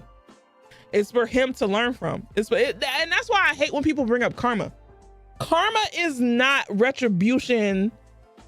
Karma is not retribution for the people who done you wrong. Like, it's not like, oh, this person done me wrong, they'll see their karma and no. Karma is very neutral. It's a very neutral thing. What you give out is what you receive, and how you receive it and in the way you receive it is a very personal experience. Will some people get to witness your karma? Of course, you know, but it won't be in masses. And so it's just like, I hate this like view of karma that people have. Like, whatever the fuck it is that he got going on, will we see it manifest? Probably not. But of course, when he passes away, will we be happy? Yeah, because he's not a nice man or whatever, but it's not gonna be in the way that we think it is. So I pray he won't be a martyr. He's gonna die with a full diaper and a McDonald's burger. I contemplate coming into every stream and asking everyone, did it happen yet? And the answer is no. Nah, that would be big news. It'll be surrounded by Klansmen and guided by the Grand Wizard. Not the Wizard. The Grand not just the Grand Wizard, but the Grand Wizard. Please. What? Oh, listen, our ancestors that died from COVID, if hell is real, they're in line for jumping, right? Like, if it worked that way, no slave owners would have lived as long and wealthy. Thomas Jefferson would have died by 30. Exactly. There will be a whole party in the entire world. Oh, definitely. Definitely. I thought you meant to do that on purpose, Allie, because you're kind of tricky. So you're kind of tricky. So I thought you meant to be like Grand Wizard. Not just the Grand Wizard, the Wizard. But nah, man. Well, all this shit that's going on, have I disassociated? Oh, of course. Voters' Right Act, like, I seen it. It hurt, but I think this is not the unpopular opinion that I'm going with during the unpopular opinion time on next Friday. But one of my unpopular opinions, and I don't even think it's an unpopular opinion, I think a lot of people kind of see it for what it is, but unfortunately it's attached to this administration. If Kamala Harris would have won, we wouldn't have had this amount of collective energy against the establishment. We would have just accepted the things that happen the way they are. There wouldn't be no questioning our politicians. There wouldn't be as many people actually voting and learning about local elections. Like, I've seen so many people go to like local elections and things like that. So it's just like, if Kamala would have won, we wouldn't have gotten the results that we've gotten now. It's just that unfortunately we have to go through the bullshit that this administration is doing, and that a lot of people are like, the Democrats should play just as dirty as the Republicans. And I did agree at one point, until I was like, I really sat down and I thought about it.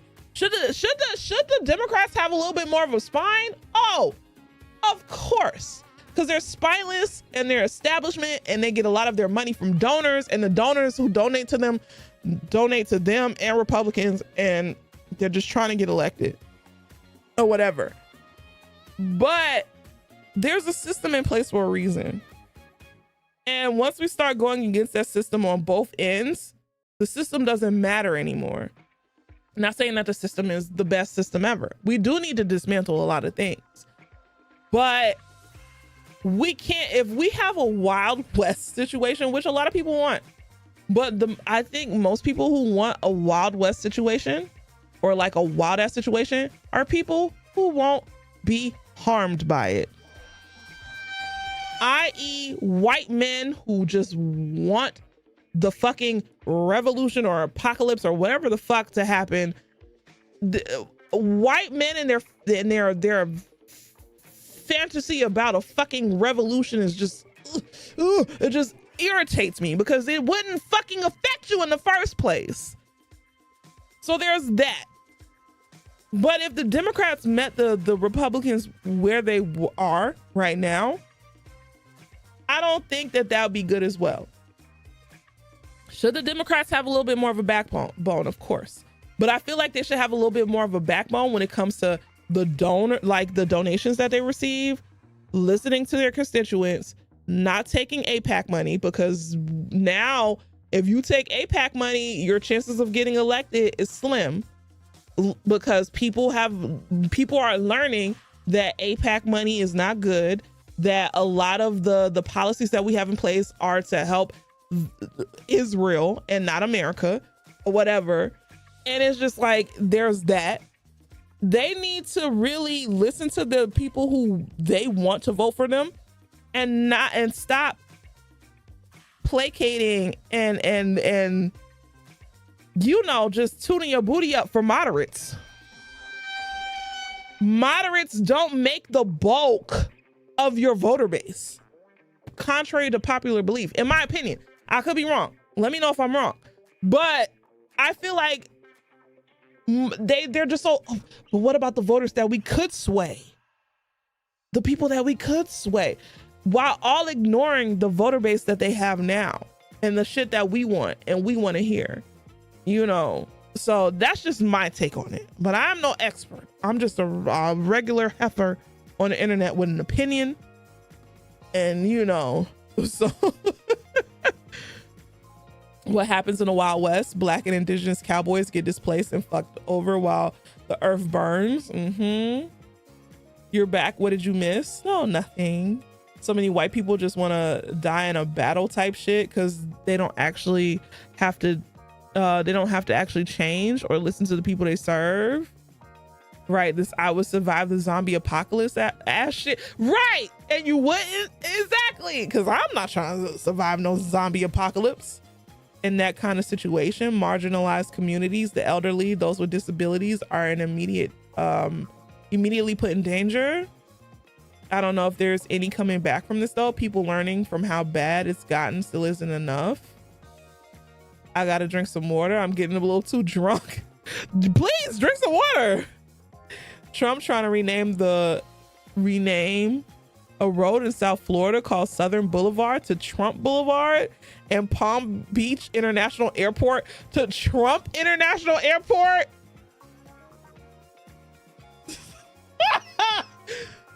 Okay. That's crazy. Oh man. You're a pessimist. I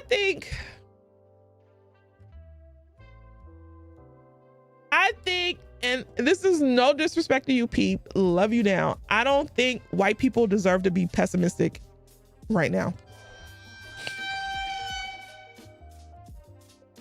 And not saying that you don't do the work. Not saying that you don't do the work. Not saying that you don't see the bullshit. Not saying that you don't see the shit for what it is.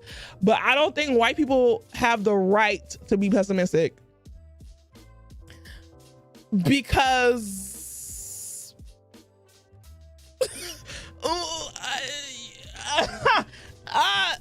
the only way anything is going to get done, because we all know that black people, indigenous people, brown people, minorities mostly, have been screaming from the mountaintop, but mostly black people and indigenous people have been screaming from the mountaintop, like, this is what's going to happen if you and your people do not do this.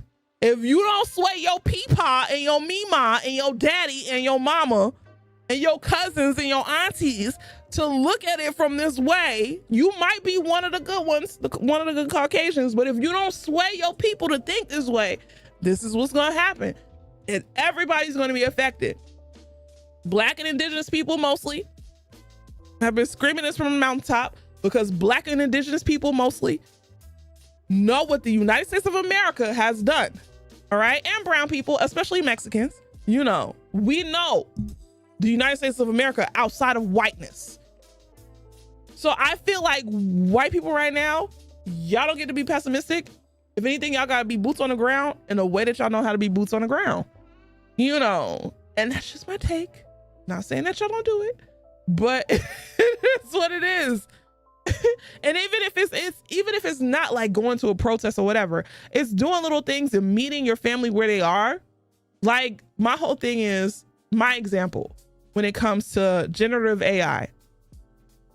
And one thing I tell my family is about when I'm trying to talk about generative AI, and not to be like, oh, it's all bad. Oh, fuck you if you use it. No, because ain't nobody gonna listen to me if I say that.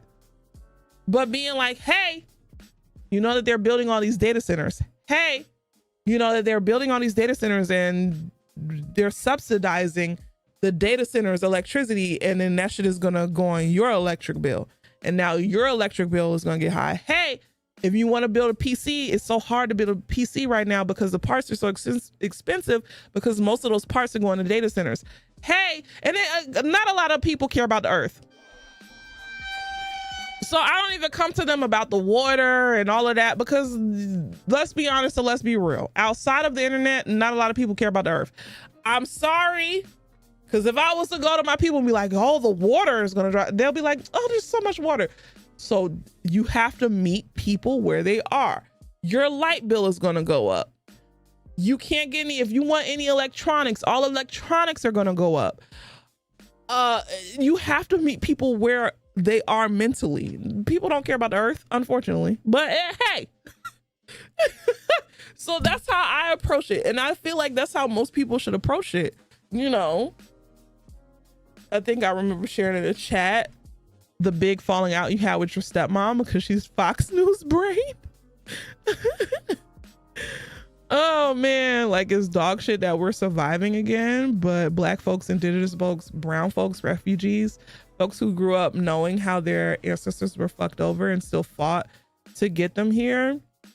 Now I feel like that the intergenerational stress in my body, but they also taught us how to survive in this shit community, right? Your electric bill is going up. Don't nobody want to hear us. They'll hear you if they hear about their electric bill going up, though. They might not care about there ain't being no water, but they care about how that's gonna hit them pockets.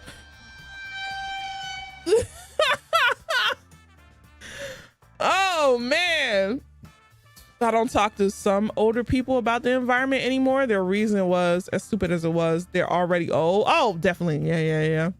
But they care about them old ass bills. Okay, you don't want to talk about the earth? That's fine, Myrtle. But you want to talk about how your light bill went up $50? It's them data centers in that AI. And now look, you put in their head, it's them data centers in that AI. The data centers in the AI is the reason why my bills is going up. Yes, Myrtle. That's what we was trying to tell you. You didn't want to hear about the water. Oh boy. It's not even just the light bills and electronics. Big data centers generate infrasound that literally harm people. But they don't want to hear that. Nick, you're doing too much. You're doing too much. You have to meet people where they are. They're not going to, the common person is not going to get that. They're going to get the things that directly affect them and their lifestyle. Now, yes, big data centers generate infrasound shade that harm people, but they don't care about this shit. What do they care about? Why my bill going up? Why can't I buy no computer parts? Why can't I do it? Like, unfortunately, a lot of people are selfish, and it is what it is. Not it's the 5G and the AI, it's in the walls, it's in the walls. I remember reading that data centers create heat islands around them. Everything about them shits is evil. Yep. One positive thing I love is the sense of community you're developing with indigenous and Mexican folks in your area. It's been so organic and loving and healing. Oh, as fucked up as it is in Minnesota, older white folks in unions have been and are still stopping airports from deporting people. Oh shit, hell yeah. Good, I can't say, shut up, BT. Speaking of bills though, some people don't care. In fact, we've been discussing it online a lot. A lot of Black creators have pointed out that racist white people will take high bills and going into debt because of the hospital, because they want the Black community to not have social safety nets. And they deserve to die when they get cancer.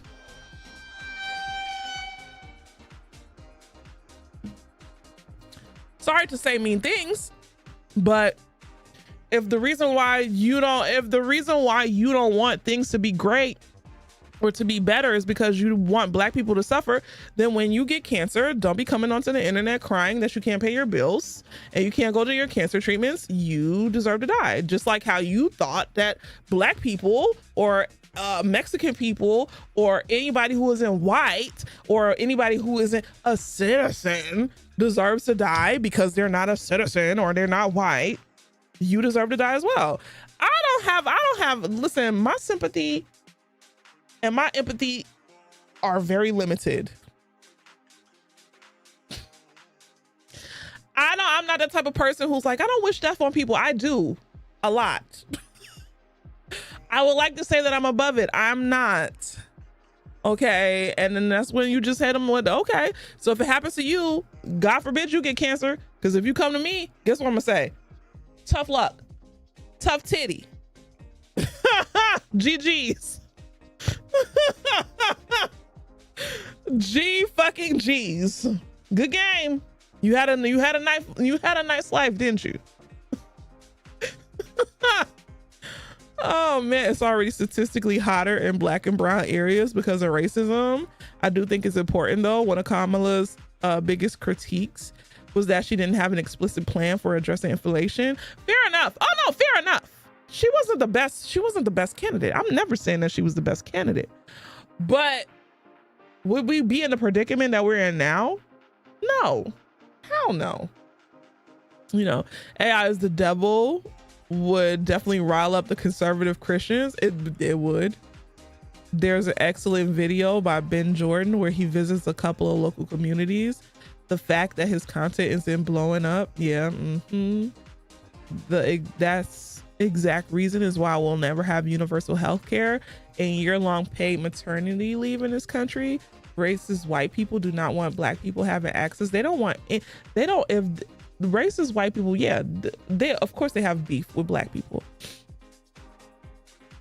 There'll be forever beef with Black people, but they don't like anybody, even if you look like them. If you're Jewish, and we gotta think about racist white people. Yes, racist white people. If you could be a Jewish racist white person, fair enough. But if we're talking about racist, the foundation of racist white people in this country, most of them are Christian nationalists and they don't like anybody. Now, majority of their beef is with Black people for some odd reason, because we're not even the majority anymore. But we know this country. You know, we have a for the country of United States of America, not what it was before the people from Europe came here. But when it comes to United States of America, Black people definitely have a claim to the United States of America. Not the land, because it's stolen land, but to whatever the fuck it is that the United States of America is. Yeah. Okay. We built that. So it's like there's always gonna be that beef. The reason why civil rights is a thing is because of Black Americans. The reason why, you know, we bring up a lot of shit about the past and what's been going on and what's happening now or whatever, and how that relates to racism, and we try to present it to other communities, and a good amount of them get it and some don't. You know, it is what it is. They'll learn on their own. If they don't, oh well. And so yeah. Good night, BT. I guess you could go to bed now. It's almost 3 o'clock. Good night. Bye, BT. It's crazy. Anyway. Oh, man. So, thank you, Leash. My empathy and sympathy levels are low because racism still happens to you. Right. I don't really have that many. I have enough. I have enough to keep me human, but I don't have enough for everybody.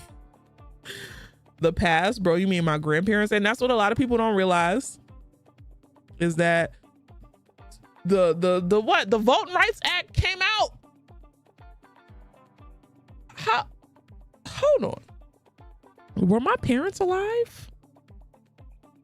Let me double check. Voting. When was the Voting Rights Act passed? Oh, Jesus, I pressed the wrong button. 1965, my parents were alive. My parents were fucking alive. Mind you, they were children, but they were alive.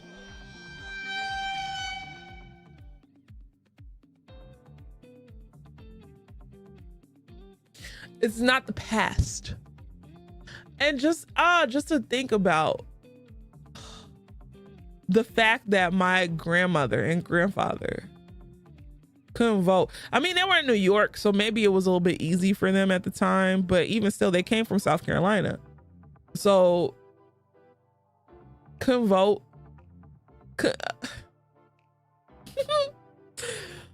Oh. I mean, they could technically, but it would be a big hassle. Not even one generation has passed, right?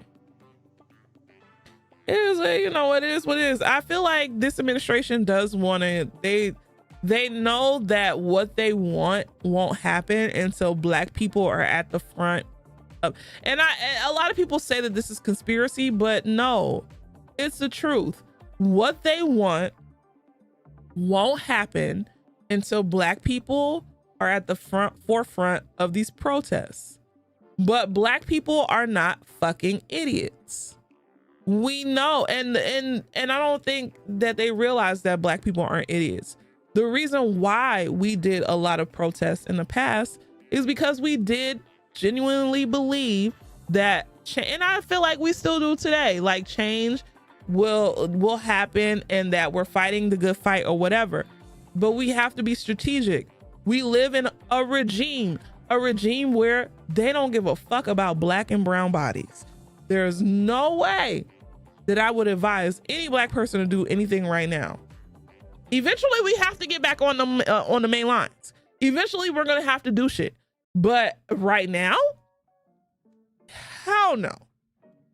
They want another, I think this administration wants another George Floyd. They want another Black Lives Matter, so that way they can turn it and they can twist it into something so sinister to bring us back to a time that was so dark to us and our ancestors, and just make it and just show everybody like, oh, we can do this because we can.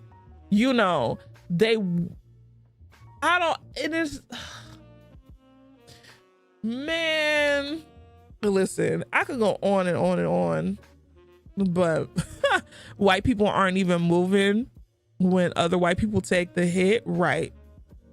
Same talk in indigenous circles. It's our turn to sit down and take care for ourselves and each other, because they want to fully demonize it. They want to go all the way back. Exactly. They want to brutalize Black bodies in front of and on the news, They want their little people to see black bodies getting brutalized. And I don't blame black people for being like, hey, it is what it is. Like, America deserved the apathy of black people in this time. A lot of black people are apathetic. I'm against apathy. I'm very against apathy. As a person who was kind of borderline apathetic, I understand that apathy serves no one. But I can't be mad. I can't be mad when people are just trying to take care of themselves right now, because we knew when we went out, when we went out and we voted for Kamala, it was because we knew, and we were trying to tell other people, hey, if this idiot gets back in office, oh, it's a wrap. Nobody wanted to listen. And I mean, it is what it is. And here we are now. Cheers.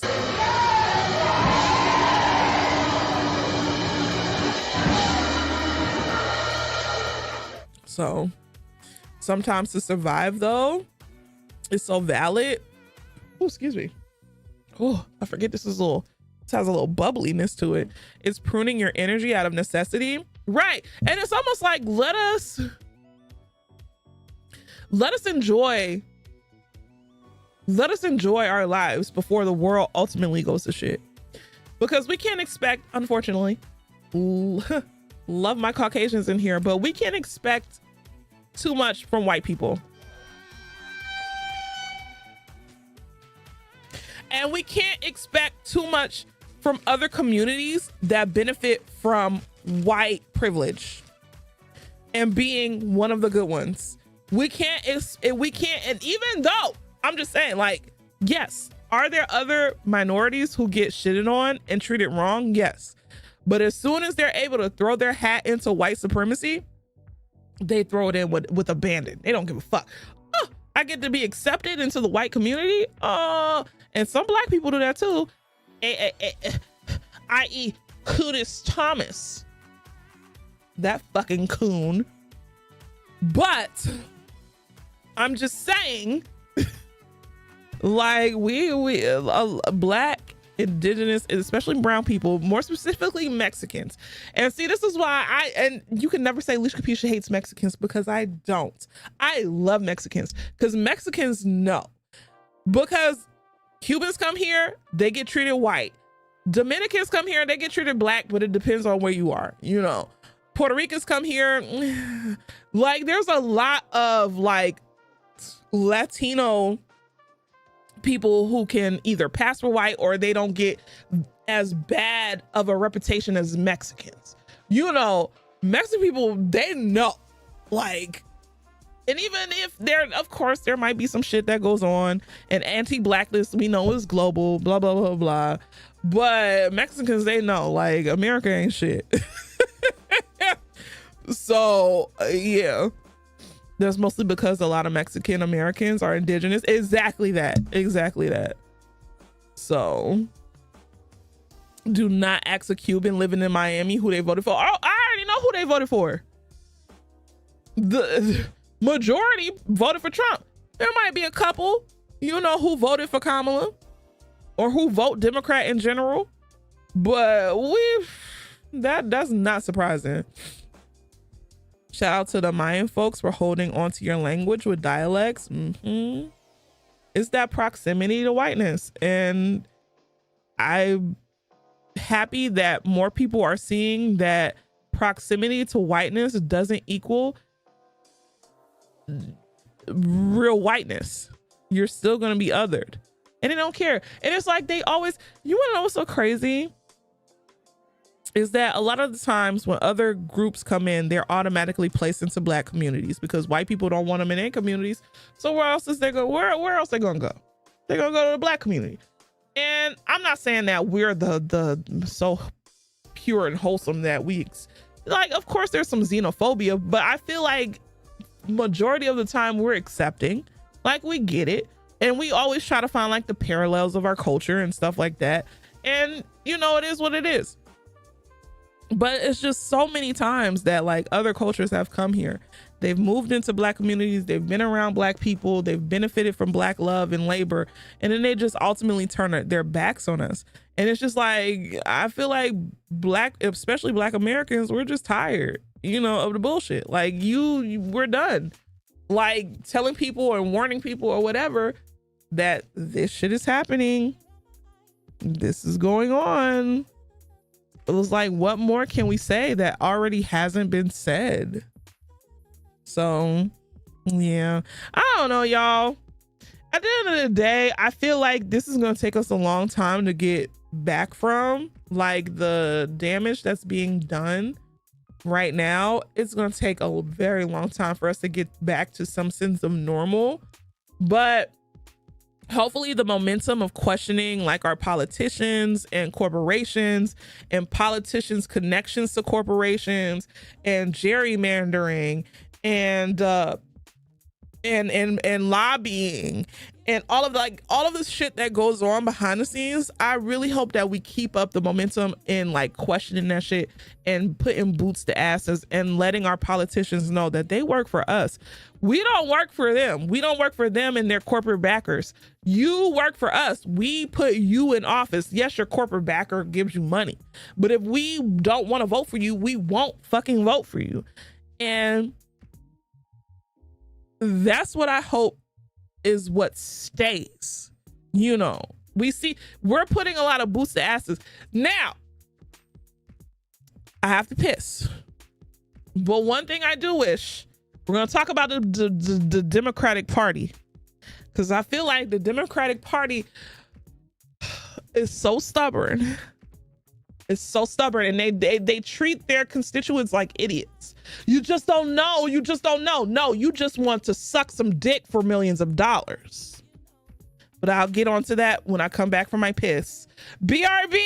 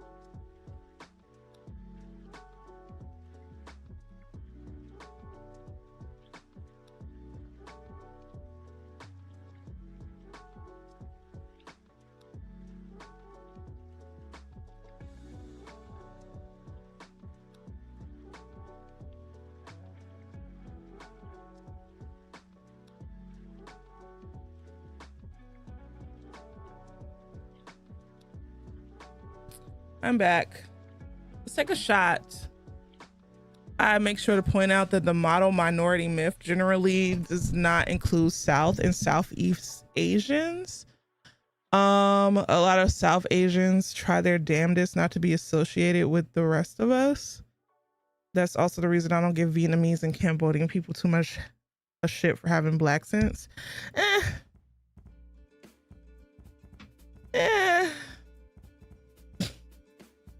I think that's where we disagree, but I'm not saying that they don't not fuck with us, but I'm still gonna side eye somebody for having a black accent. Now, if they were this is where we come into like having an accent, right?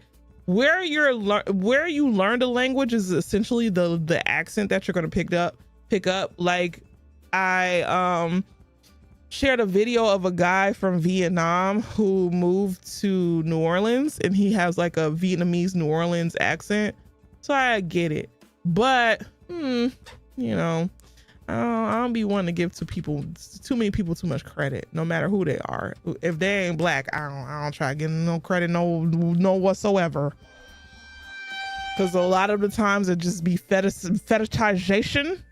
And it'd be like, yeah, they be seeming like they be with us, but so well, I don't know. It could listen. As much as shit hurts right now, one thing we get to do is show kids that we are creating our own content, works, language preservation, black dialects with us as authors. That was so rare when you was a kid. Fair. That's when you found hope. Our kids can learn about history and future without our only option being a white author or showrunner. Exactly.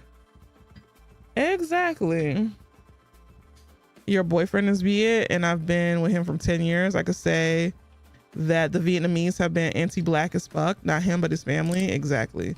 That's why I don't be giving too many people too much credit. Like, I get it. Anti-blackness, even if we find like a couple people who are cool and their families be cool, but overall, the sentiment of not even sentiment, but like the whole idea of anti-blackness is just so deep rooted in almost every community, even in our own, that I don't give anybody any sorts of props when it comes to black anything. So if anybody has a black accent, I'm just like, and who ain't black?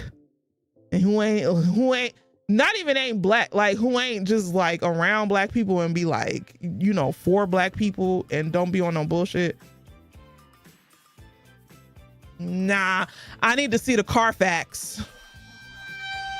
I need to see the Carfax. I need to see it. I need to see the history. Okay. I need to see what the fuck you got going on.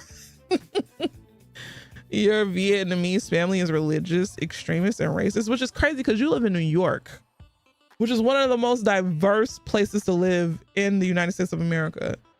So it's just like, even that is like wild and out of this world.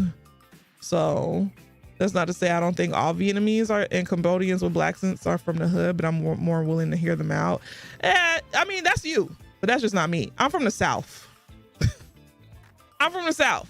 Raised in the South, not born in New York, but raised in the South. And Southern culture is black culture. And a lot of black culture that we know today comes from Southern culture. And I just don't give black passes or black anything to people so freely and so clearly. And I really don't. Everything is with skepticism for me. There might be some people who are genuine. I've met some genuine ass white people. I've met some genuine ass like Asian people. I've met genuine ass Latino people. I've met genuine people who understand the struggle and who are about that shit and will not let no bullshit go down. But I'm not lenient because I'm in the South, you know, and this is the birthplace. Like this is where black was formed. For the most part, like I don't do it. But if that's you, that's cool. That's you. But it ain't Leash Capiche. Cheers.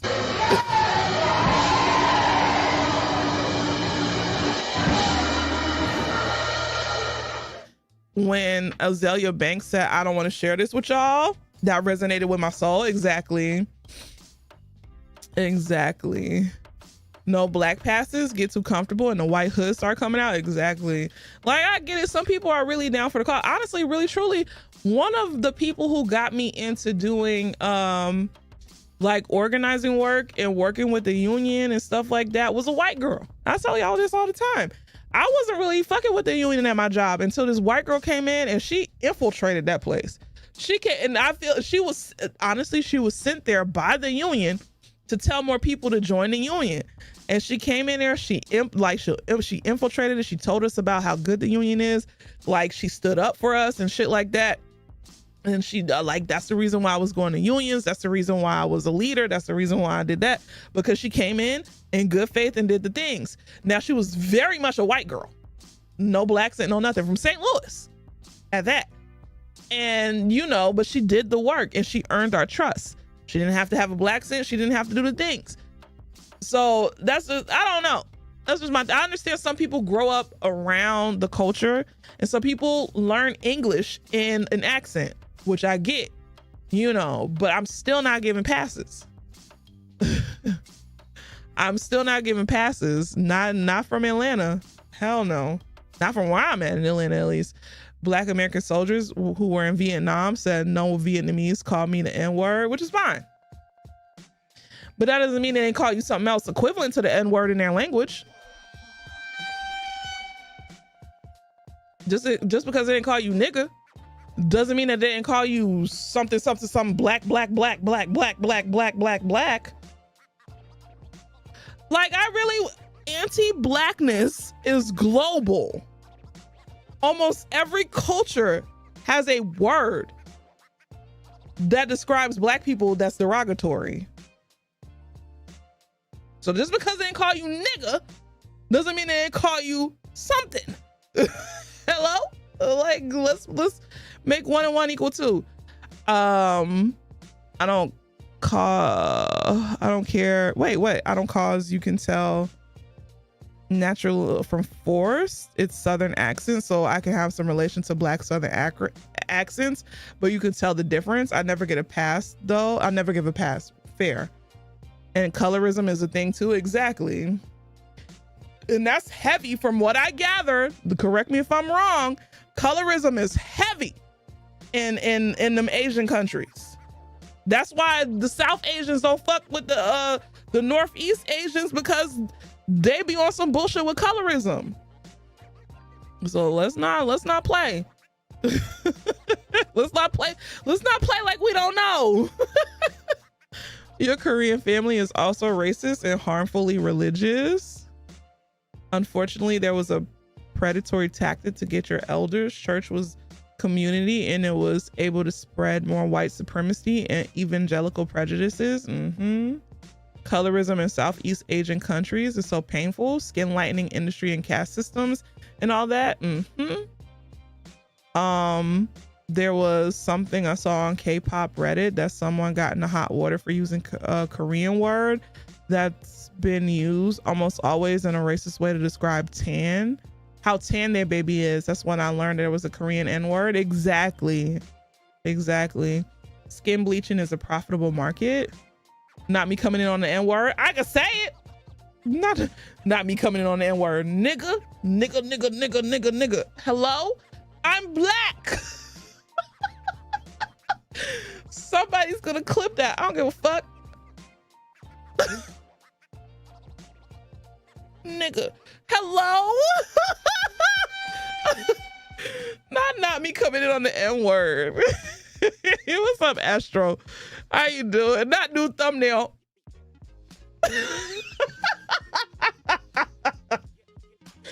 I can't.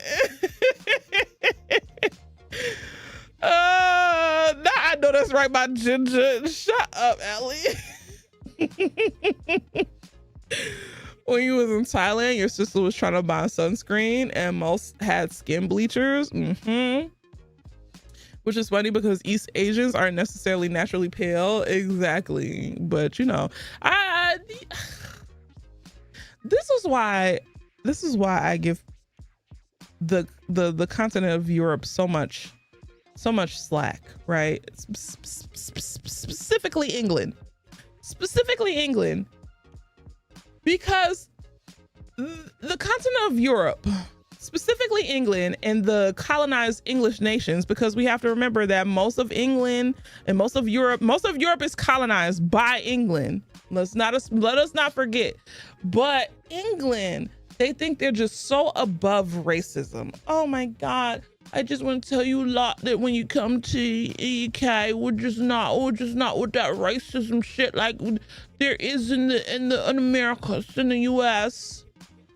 When multiple times a year, there is an Independence Day from the country of England. How many nations have an Independence Day from the country of England? Oh, you lot, we're done already. You wanna know what that reminds me of?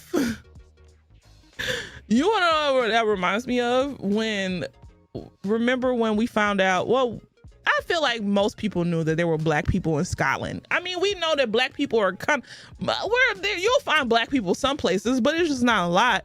So when we had that whole thing where we found out that black people were in Scotland or whatever, and then white people were in the comments talking, the white Scottish were in the comments like, yeah, but don't come here with, oh, we don't be talking about all that racist shit in Scotland and we're not racist.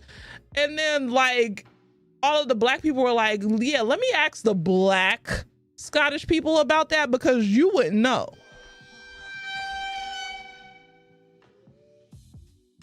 How you gonna talk on the behalf of people who don't look like you? How you gonna tell a black Scottish, but how you gonna talk on the behalf of black Scottish people about how racism works in Scotland? How you gonna talk about how racism works anywhere as a white person? Unless you're telling us about how racism works because you just know that people be racist. Hello? Like, my word. Your ex is English and he really fucked you up. Fuck the English. I still hear, do you want not Fotizo? Modern black American soldiers say, even when I'm in a uniform, everyone still calls you the N-word. Right. They're literally racism ground zero. Exactly. Scotland and Ireland, pepper sprayed them in the eye. Right. Oh, if you come to Ireland, we are not racist. You're a liar.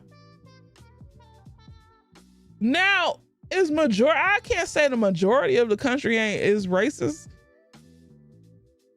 Okay. Because y'all don't have that many black people there to be racist enough. But I'm not going to sit up here and say, and I'm not going to sit up here and discount all of the black people who say racist shit has happened to them. Just because you don't think it's going on, white person, doesn't mean that it's not going on. And that's what I think more white people should understand. They always discount a lot of minorities talking about their experiences as, oh, that would never happen. Oh, you're a liar. Because you are, I'm sorry.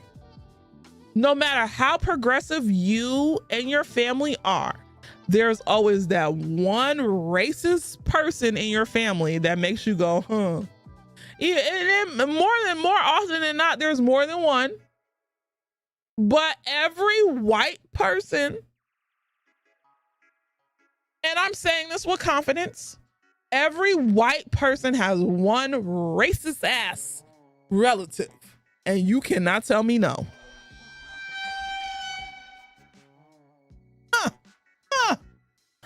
And I'm saying this with confidence. There is not one non-racist. You have at least one racist ass relative. At least.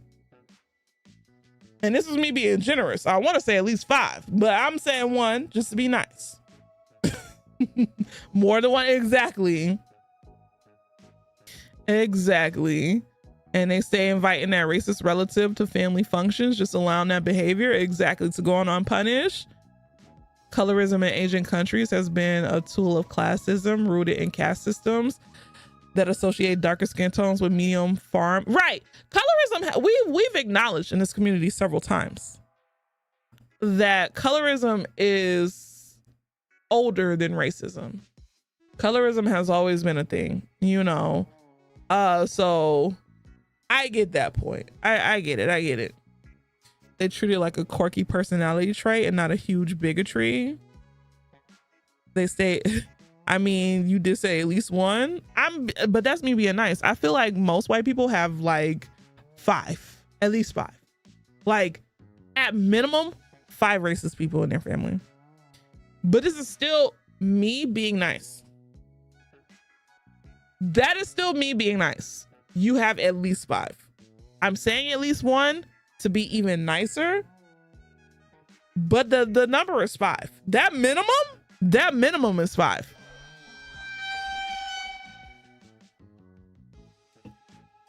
So I don't understand why when a person of color, or when Black people, or when Mexicans, or when indigenous people, or whoever else come out and be like, oh, this has happened to me. I don't understand how white people could go, oh my God, that would never happen.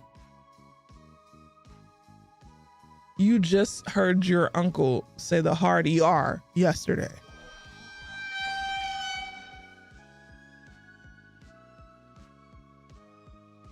You just heard it. You just heard it. Like, come on. Colorism is older than racism, and part of why it started was because people could hate African indigenous folks for 2 visually identifiable reasons. Right. As an adult years ago, you tried to reconnect with your bio mom side of the family. A cousin added you on Facebook. First post I saw from them was, we murder babies, but we can't tie up our dogs outside. Oh, yeah. No, that was the litmus test. Europeans say they ain't racist like Americans, then have a holiday with blackface caricature that they love to celebrate. Right. That's why I don't take Europeans seriously. I'm sorry. That's why I have all of the smoke, even though there's a lot of Europeans that come into this chat. But you know I'm not talking about you. But European stuff as a society, specifically English, because that's where all of the evil starts. Y'all, a lot of English people like to act like they're so above it. Like, we're not like the Americans, mate. We don't like racism. You're liars.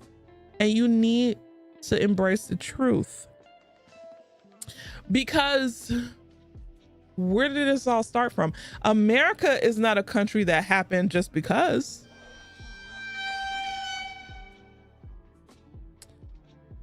If those people who ran the plantations or whatever were okay with paying taxes and, you know, just being subservient to England, we would still be an English colony like other English, British colonies in the Caribbean.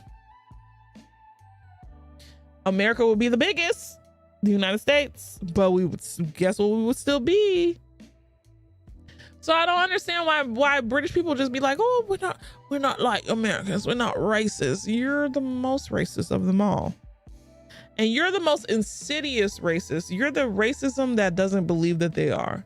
That is insidious. At least in America, I know if I go to this motherfucking neighborhood, they say, keep your N-word ass out of here. And guess what I do? Keep my N-word ass out of there. Cause I want to be around people who don't love me. I don't give a fuck.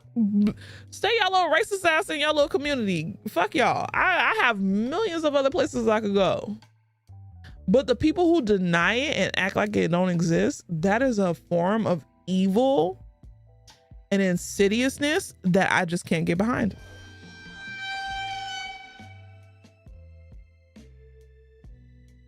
The racism that calls bok choy Asian greens. Ugh. But you're not wrong. You're not wrong though. Listen, no, we're different. Literally, you're not special. No one is special.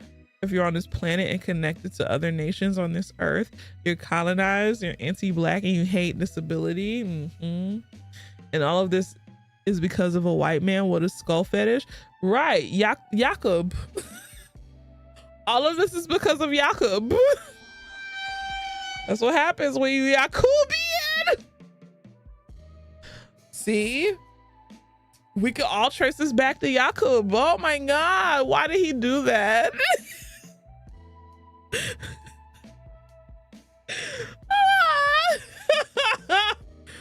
Oh my God, Russia is the same.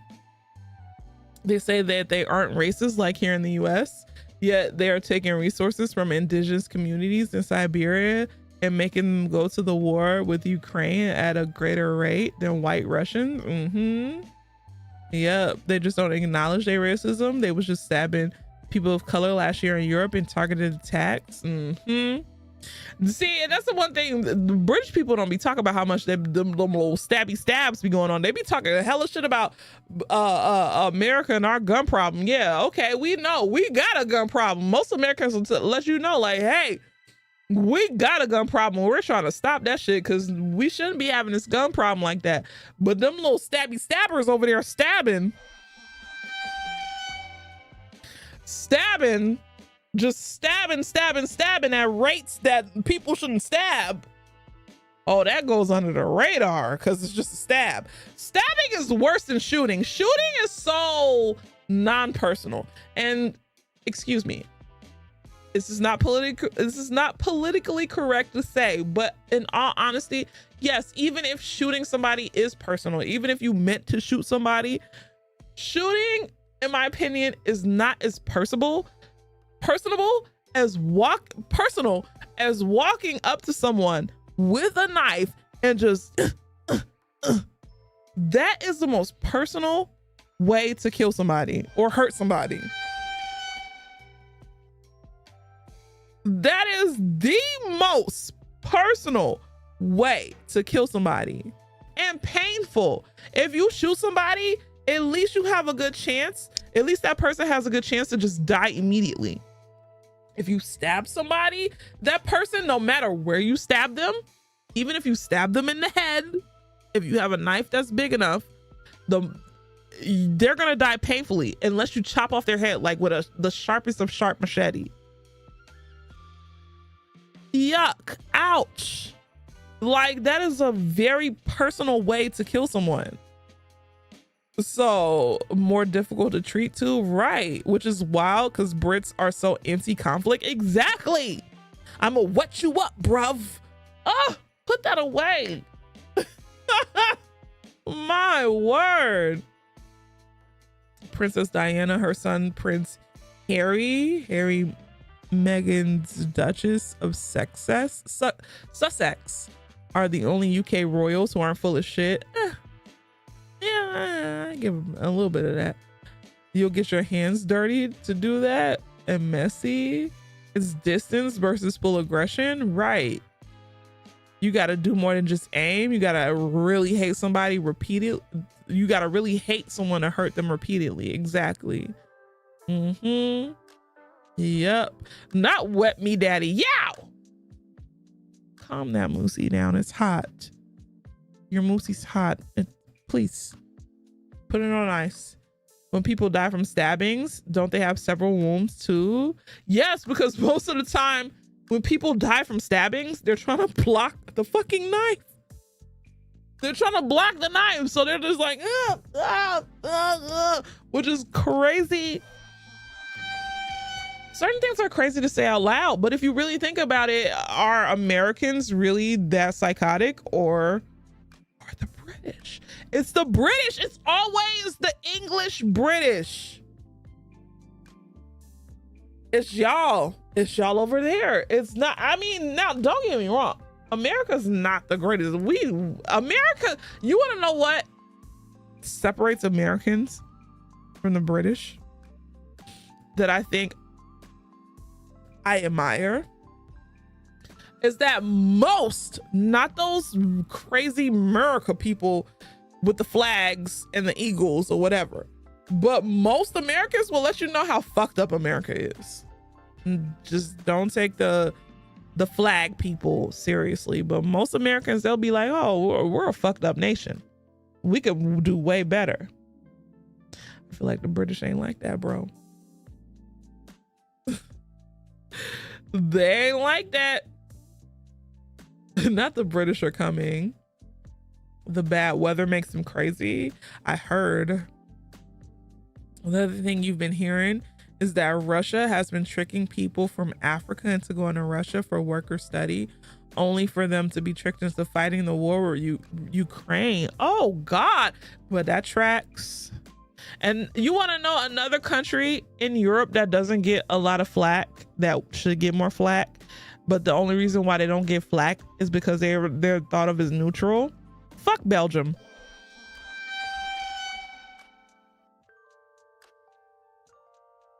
Fuck Belgium. Fuck King Leopold. Fuck all you. I'm sorry. Fuck Belgium.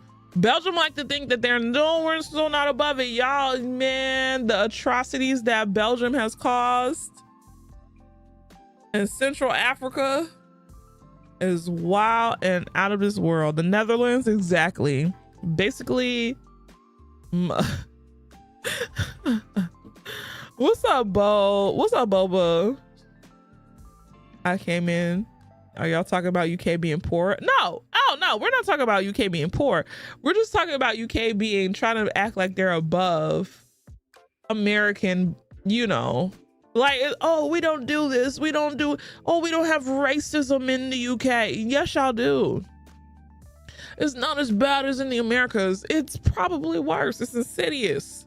It's built into systems just like it is here in America. We don't have this. Yes, you do. Like, stop. Fuck Belgium and they waffles. Right. They too love to act neutral and they ain't. I got some things to say about Leopold. Fuck any country that has a large French-speaking population. And that. How about Switzerland in World War II? The way in class teachers were reading textbooks talking about how mature and emotionally calm Switzerland was.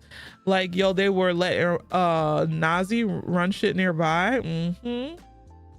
The EU in general, exactly.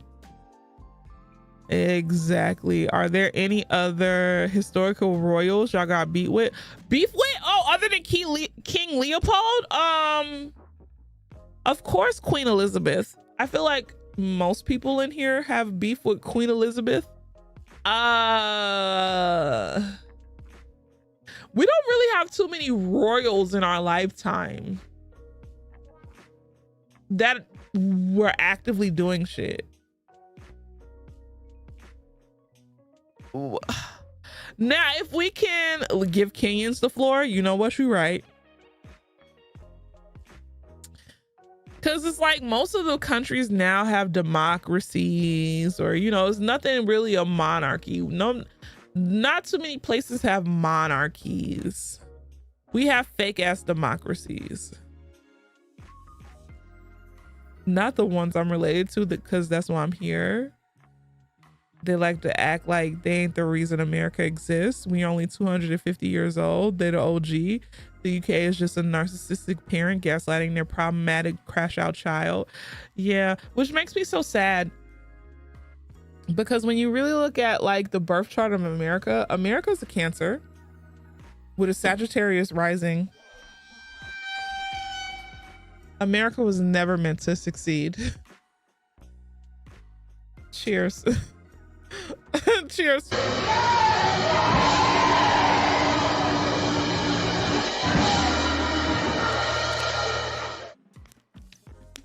It was never meant to succeed. Oh, excuse me.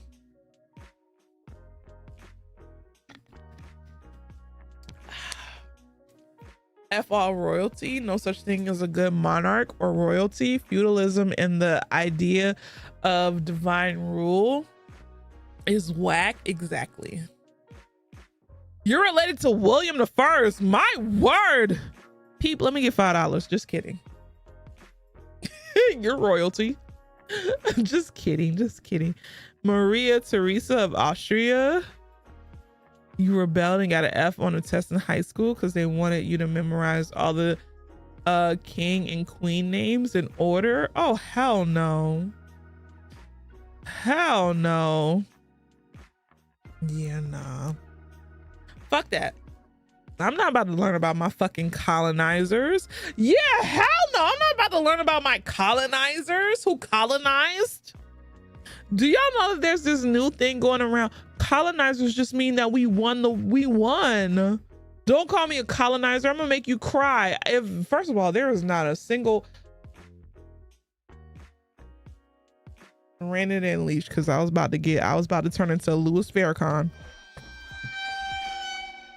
Excuse me, I keep burping. This goddamn cut waters is sparkly. I was about to turn into Farrakhan. Give me 1 second. There is not a singular Caucasian person that will ever make me cry and feel bad about myself, because the first thing I'm gonna say is that you're incestuous.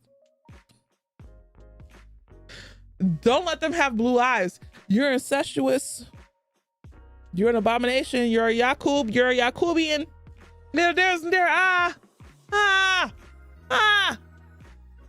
Talk about, colonizer just means we conquered. It means we won a war. We won a fight. No, it means you're a colonizer. And most of the like white people colonizing the United States of America, the land that is not done from fighting. Because if that's the case, the indigenous would have whooped y'all ass. Is that y'all were nasty and then wipe your booty holes. You didn't wash your hands.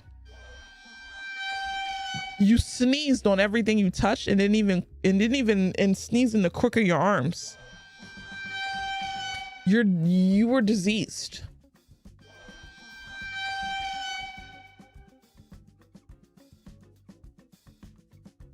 So it wasn't even like y'all fought a good you fought a good fight. You literally just sneezed on people until they died. And yeah. And now we have to learn about you in every history class in America. We have to learn that, oh, people came from Europe. They sneezed on everybody here. All of the people died because the people from Europe sneezes were so dirty that everybody died.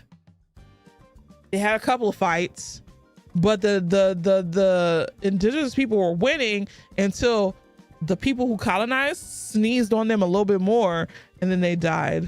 Oh, and then they introduced alcohol to them. Indigenous people probably had their own alcohol, but this is different alcohol. You know, they came here with a promise and broke all of their promises. Man, listen. They literally rocked up to a place and drafted contracts saying they owned it, which they forced indigenous folks to sign. Exactly. So that's why Americans are so moody and defensive of their own country and like acting like they own the ultimate truth. No, first of all, that would be the UK. I feel like Americans, first of all, Sagittarius is, yes, American being moody is fine, but Sagittarius live in their own truth. It's not like they act in their own truth. So they acknowledge their ups, their downs, their downfalls or whatever. Sagittarius will lay themselves out to bear, but they don't give a fuck about what anybody else thinks. Americans are moody and defensive of their own country only when it comes from the Europeans. Most of the time we don't give a fuck about what, like, I mean, I can't talk from white America, but when it comes to, I feel like most black Americans get really defensive when y'all motherfucking Europeans over there in Europe start talking shit, because it's like, you can't talk shit when you're the reason why this shit is happening in the first place. We only get defensive when y'all motherfuckers in Europe start talking shit. Okay, but I can only speak as a black American. Okay, now white people, they have their own beef with Europe. They have their own beef, but as a black American, man, that's the only time. That is the only time I get patriotic is when the motherfucking people from Europe start, oh, you Americans, you lot, you're so this, you're so that, oh, you lot, fuck you and your lot. You're the reason why this happened. You lost. You lost, and now you harbor resentment, and now you just feel like America is the dumbest nation, when honestly, really, truly, we have some of the best colleges in the world. Now, is that accessible to everybody? No. But a lot of people come to America to learn because we have some of the best colleges in the world and some of the best learning in the world, just depending on the state, because everything is state here because, you know, America is big. So no, I don't give a fuck about America, the country. But when a European comes in here and tells me shit about America, I'm like, whoa, you're the original colonizer. England, Portugal, Spain, France, all of y'all original colonizers colonizing should shut the fuck up. And now I have to go pee. Europeans, if you're from England, Portugal, Spain, France, shut the fuck up and don't talk about America, because you're the reason. And don't talk about North America. Don't talk about South America. Don't talk about the West Indies. Especially don't talk about Haiti, especially if you French. Don't ever fix your mouth to talk about Haiti. I'm not even Haitian, but I know you better not never fix your mouth to talk about Haiti if you from France. Because y'all the original motherfucking colonizers. So yes, are we a little emotional and moody about when Europeans talk about us? Yes, because fuck y'all. And I have to go pee now. I'll be back in 3 minutes.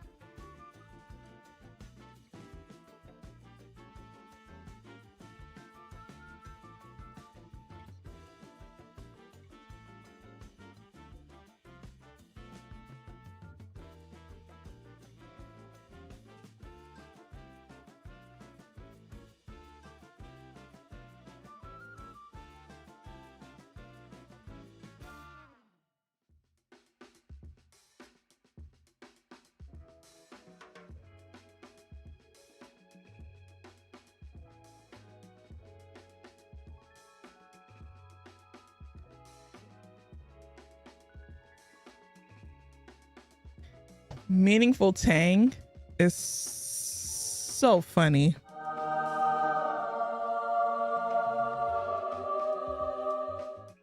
Do I have more water? I do. We could take one more shot.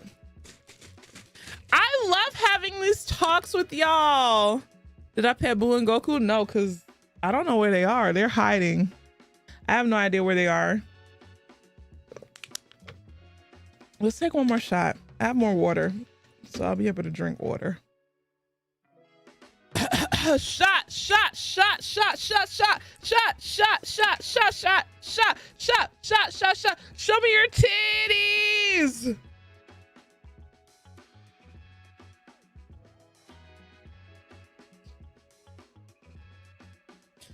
No. Nobody's gonna show me their breasts. Listen, if I could show you my breasts, I would right now, but I can't. I'm on Twitch, you know. But if you want to show me your breasts, if you want to show me your breast, not you got your titties out, please, please. It's 3:46 a.m. Do you know where your pussies are? In the bag. Where's your pussy at? In the bag? Put your pussy in the bag. Put your pussy in the bag. If BT were still here, my titties.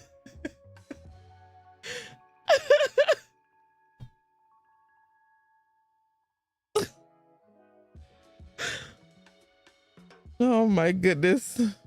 All right, choose your favorite. Oh my word. Look at the mess you made.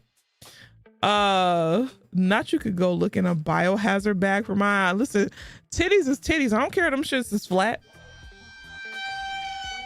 I call everything titties. I don't care if them shits is flat. I don't care if you ain't got no booby meat. Them shits is titties to me.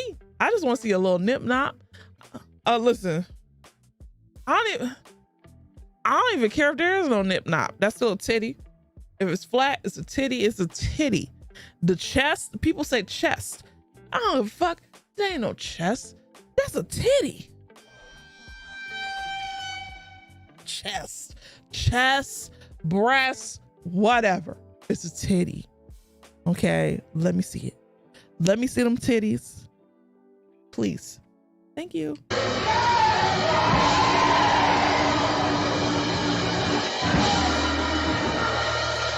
Take them titties out, cause you know I'm trying to see them.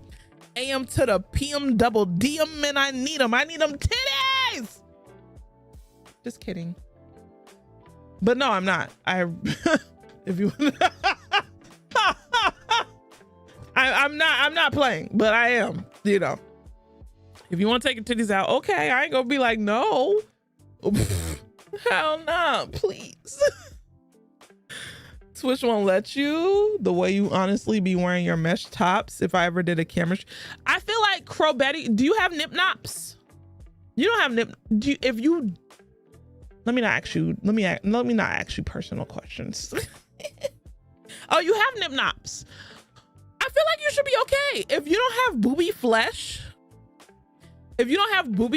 then you should be okay, because I've seen. I know you're non-binary. But I've seen male streamers on here stream without shirts. So as long as you don't have titty flesh, you should be okay. But you never know with Twitch though. Whenever you go to a drag show, you wear mesh or lace tops and actually feel like a whole person. Ooh. If we keep saying titties, we'll summon the lady from Barbarian.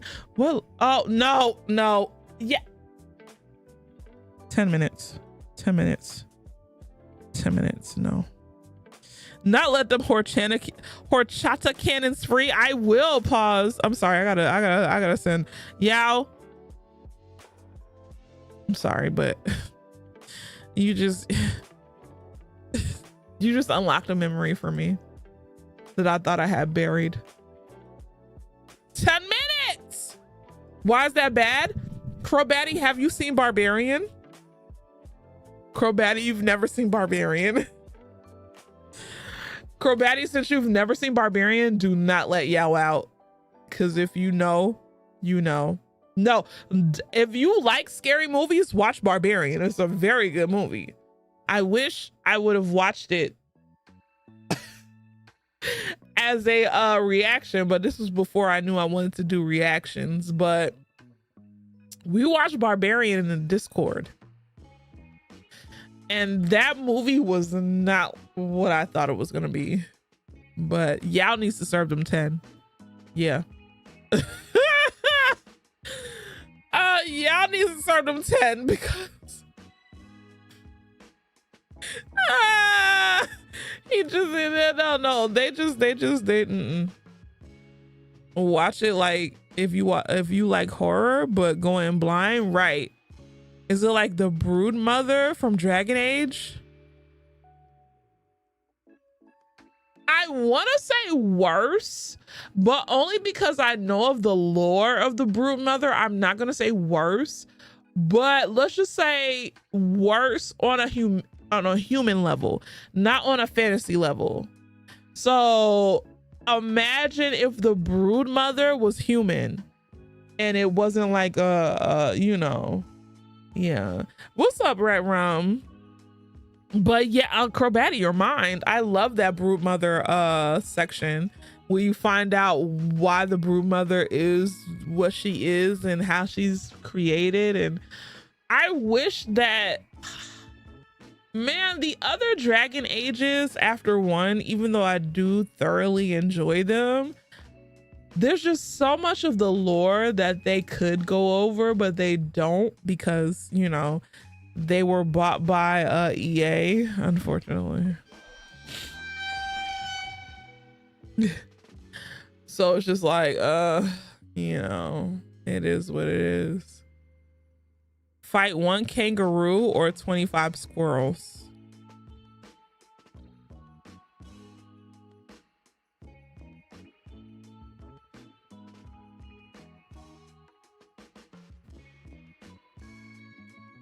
I'm really thinking about this because I'm like, can I really fight 25 squirrels? Or can I give a really good fisticuffs to a kangaroo? Now, okay, if I fight the kangaroo, I'm just fighting it fisticuffs. I have nothing that I can like beat it with. If there's stuff around me that I could pick up and beat the shit out of the kangaroo with, then I will do the kangaroo. But if it was regular, like I just only have my hands and nothing else, then I would have to take the squirrels. Even though I would really love to believe in myself and say, hey, I could fight a kangaroo. I don't think I can because kangaroos are strong. But if I had like a brick or a big ass log or something, I'll beat the shit out of a fucking kangaroo. Can I pick up a brick? Yeah, kangaroos are jacked. If I could pick up a brick and beat the shit out, and I'm not saying this lightly because animal life deserves to live, but I do too. So if I could beat the shit out of a kangaroo, I'll beat the fuck out of a kangaroo. Okay. With no remorse. Kangaroos will eviscerate your ass. Give me a brick. Give me a fucking brick. Okay, kangaroos have muscle. And that is true. Like, yeah, can I get a gun? Can I get a gun? Not even a brick. You know what? You're right. Even though I'm like, I could throw the fuck out of a brick. I just, yeah. But then it would just do nothing but make it mad. And it was chasing me. I feel like a kangaroo could take a brick to the head. Can a kangaroo take a brick to the head? I don't want to be the first person who finds out. You know what? Yeah, I need a gun. Can I get a gun? Can I shoot it? If I can shoot it, then sure. Not kicks the brick midair. I think they could. Yes, including the baby ones. I'm almost positive it'll get back up.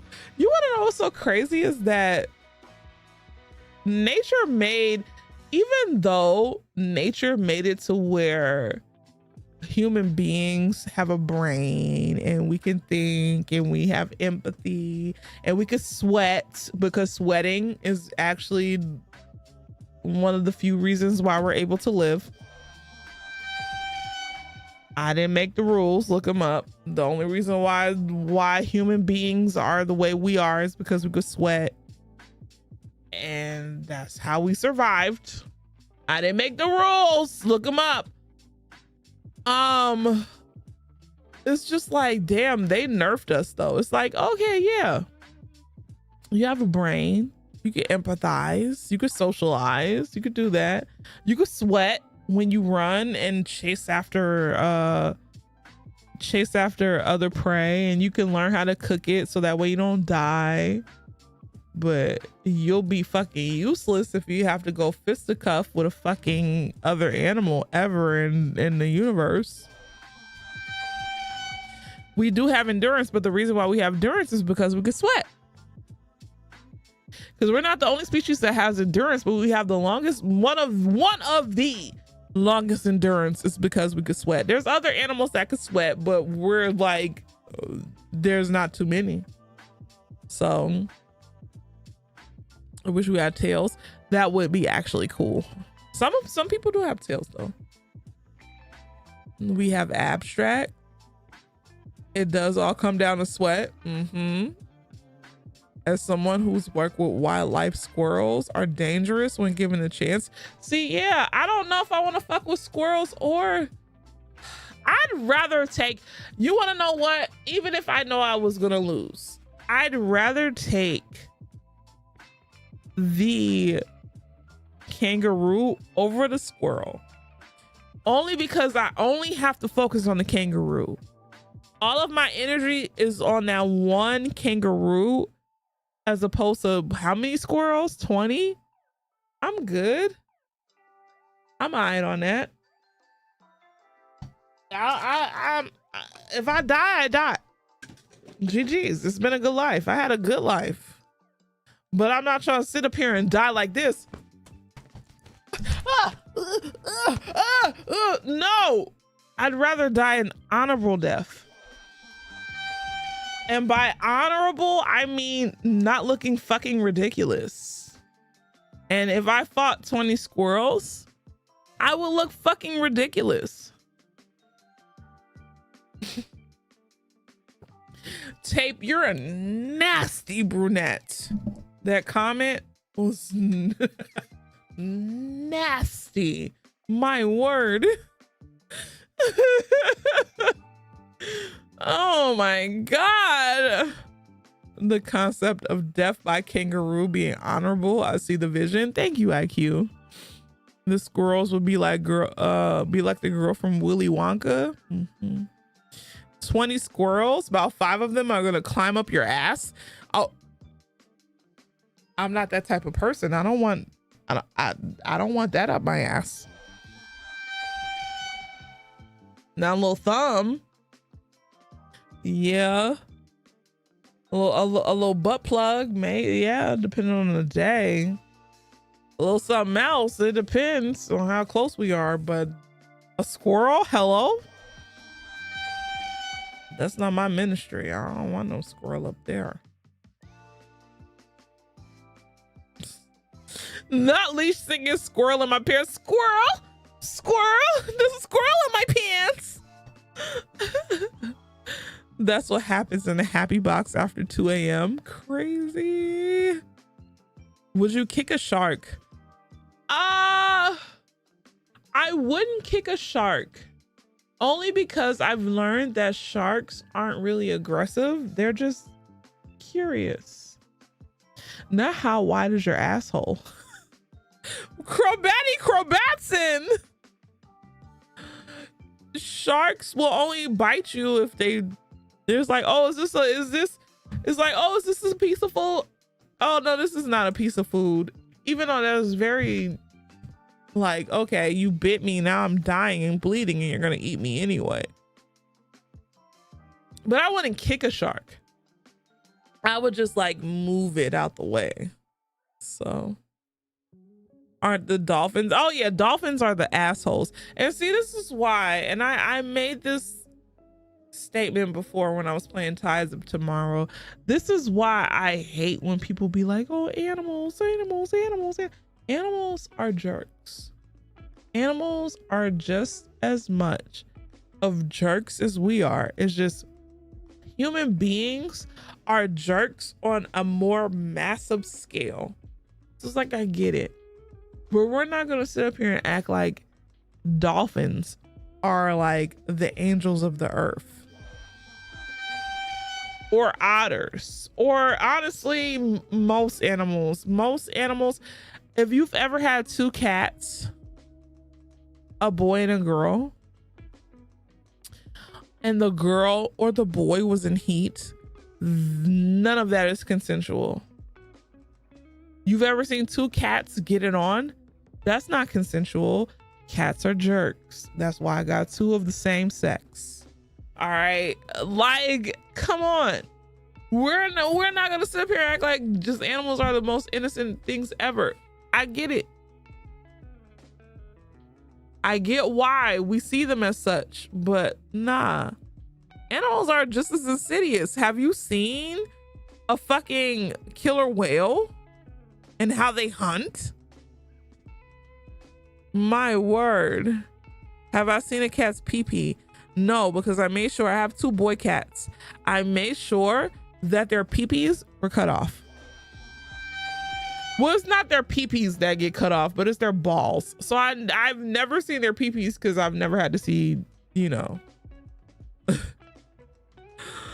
But I've never seen their pee-pees in the flesh. Thank the Lord. Oh man. Mallards are brutal too. And then let us not forget, most women animals, not most, but there's a good portion of women animals who eat their babies. Guinea pigs, hamsters, fucking all those little rodent ass fucking creatures. They eat their children alive. But animals, they're just so innocent and pure. They're not. They're evil and sinister just as much as we're evil and sinister. They don't have brains. They have brains, but it's not like they don't sweat and they don't walk upright. Oh, cat penises have barbs on them. And that's why I got two boys. Thank God. In The Wizard of Oz, when Dorothy falls into a hog pit and the farmhands scream, it's because they could eat her. Exactly. And they will eat you. Y'all, animals are mean. Animals can be mean-spirited and hateful, but that's just the nature of animal, and we just accept it. Humans can be the same way, because at the end of the day, we're animals. We're just animals with a brain and a conscience. But who says other animals don't have consciences though? Because we've seen it happen before. We've seen other animals save other animals that are not a part of their species. So who's to say that animals don't have consciences? It's just maybe ours is more widespread. And it is what it is. What time is it? I'm starting to get hungry. Y'all know that's my time to stop when it's time for me to eat. Wildlife is brutal and unforgiving. Half of the reason we survive as humans is because of our advancements in medicine, housing, and farming. Exactly.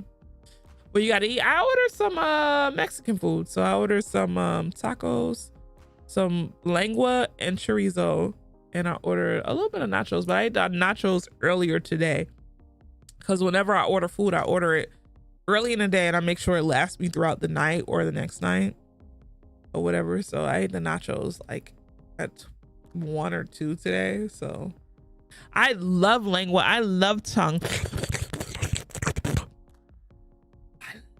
I love. I used to have good night. I used to have 2 tongue rings at one time. Tay, bring your ass back here. You was a nasty brunette all day. No, talk about you guys. Okay. Lurk. Get out of here. But I love cow tongue. I have one setting. What, nasty brunette? It's crazy. Crazy, but nah, that's what I'm probably gonna eat. You was gonna agree that lengua is good? I can't slurp on my own stream. Y'all are wilding out of this world. Can we play the birthday? Today's your birthday, G-Dubs. Damn, I gotta take a shot. All right, how about this? I'm gonna take a, should I take a piss? Do I have to take a piss? Do I have to take a piss? Do I have to take a piss? Can't gargle balls on stream. I'm not gargling any balls on stream.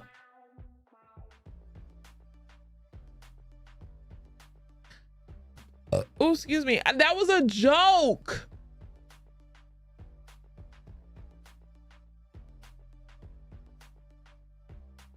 This is crazy.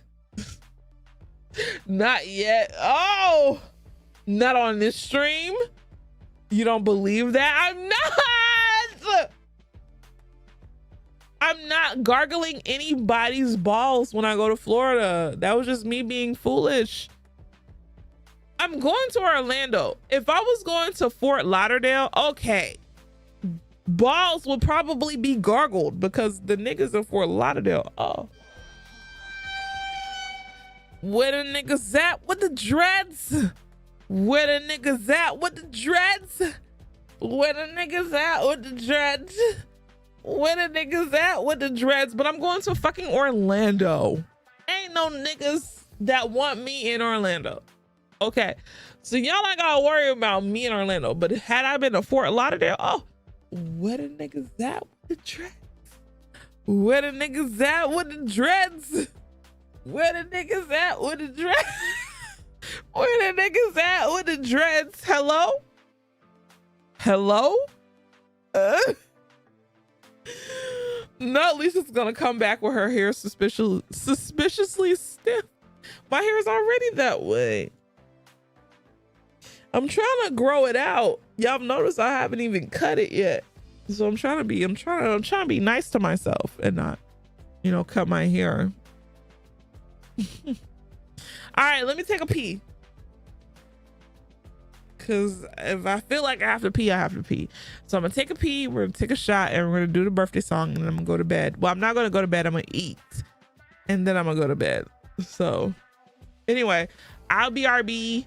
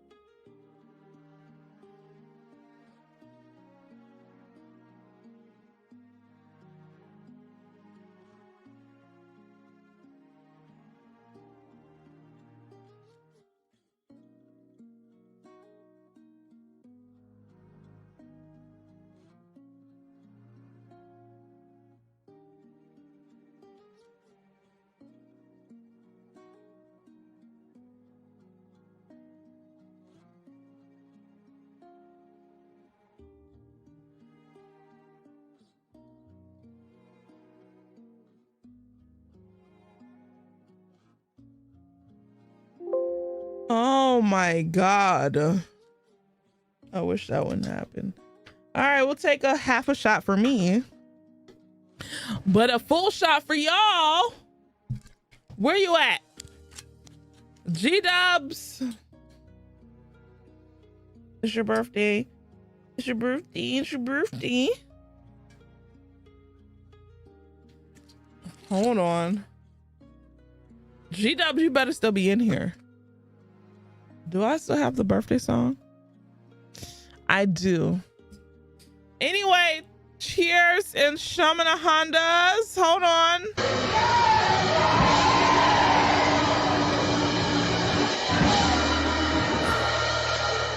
Woo. Okay. I felt that one. Happy birthday. Wrong one. Todo aquel que piensa que la vida es desigual tiene que saber que no es así, que la vida es una hermosura, hay que vivirla. Happy birthday to all my Tauruses. It's also Christine's birthday. If you haven't told Christine happy birthday, what are you doing? Tell my friend happy birthday or I'm gonna beat you up. I'm not gonna beat you up.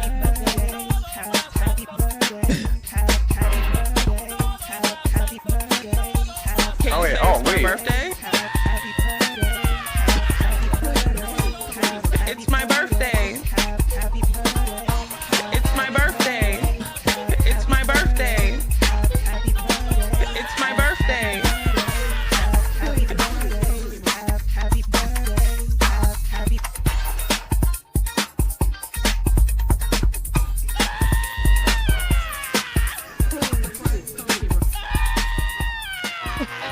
Todo aquel que piensa que está solo y que está mal tiene que saber que no es así, que en la vida no hay nadie solo, siempre hay alguien. Ay, no hay que llorar. ¡Eh! Carnaval, y es más que yo vivir cantando. Oh, ay. ¡Eh! Llorar, que la vida es un carnaval. ¡Eh! Las se van cantando. Oh, ay. ¡Eh!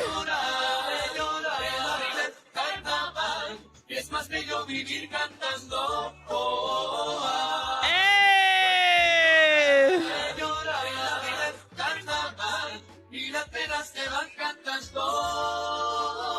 Happy birthday, G-Dubs.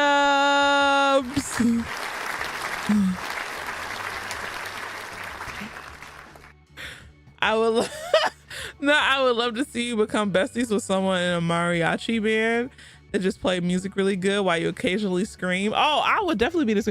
Ah! Listen, I'm a very good screamer.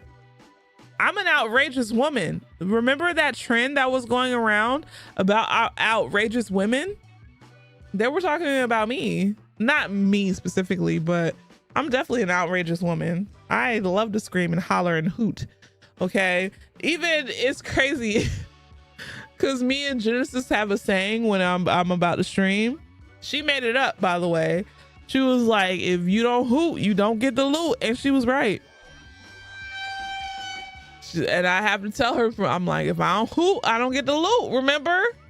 And she, not manager, you would think. If you don't hoot, you don't get the loot. And she was right. So, yeah. You didn't know you shared a birthday with Christine? Well, if your birthday was if your birthday's the 9th, then no. Christine's birthday was on the 8th. I have to call her. But I figure everybody was calling her today, so I'm gonna actually call her like by Monday.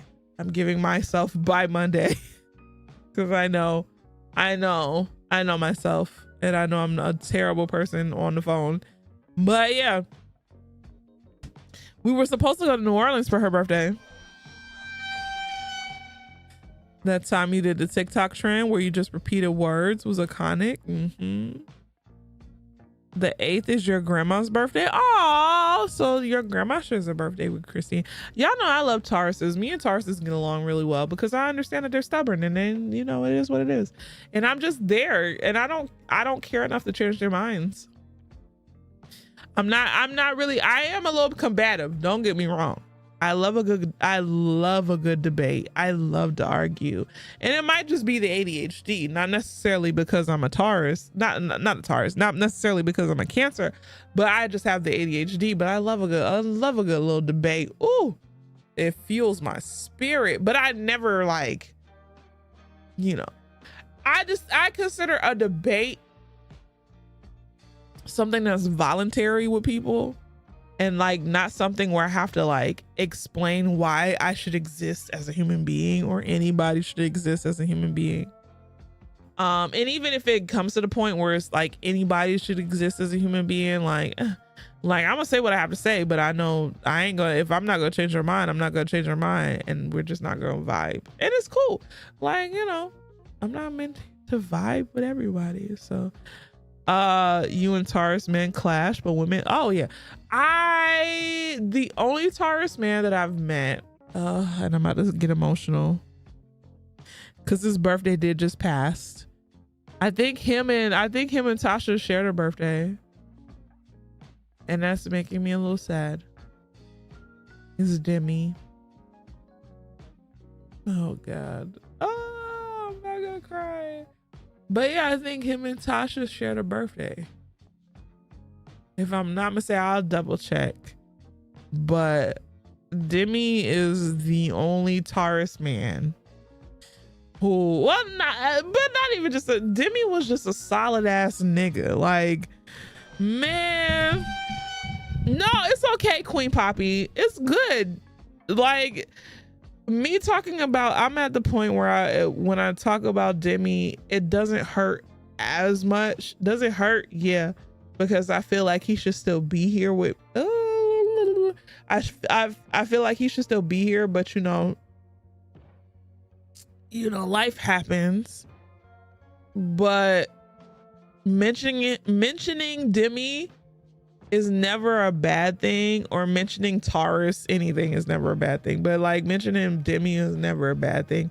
It's always something that's met with celebration, and that's the thing that I like about the spirit of Demi, because whenever I talk about Demi, the people who remember him celebrate him. They talk about just how lively he was, and just how, like, how cool he was, and things like that. So it doesn't make me a little sad, yeah, but not sad in a bad way. Like, how dare you bring him up? I want more people to bring him up, So yeah, like we honor Demi's memory in here. But as a Taurus man, and I know Demi was stubborn, don't get it twisted. He was a very stubborn man.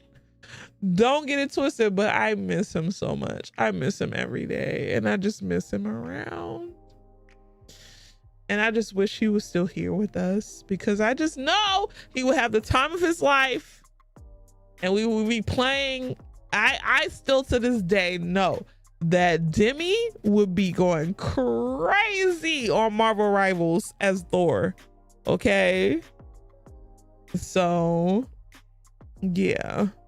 I feel that way about your friend Sabrina, who passed in the last few months, because they'd be glad we're still here, but probably tell us we better be having some fun. Exactly.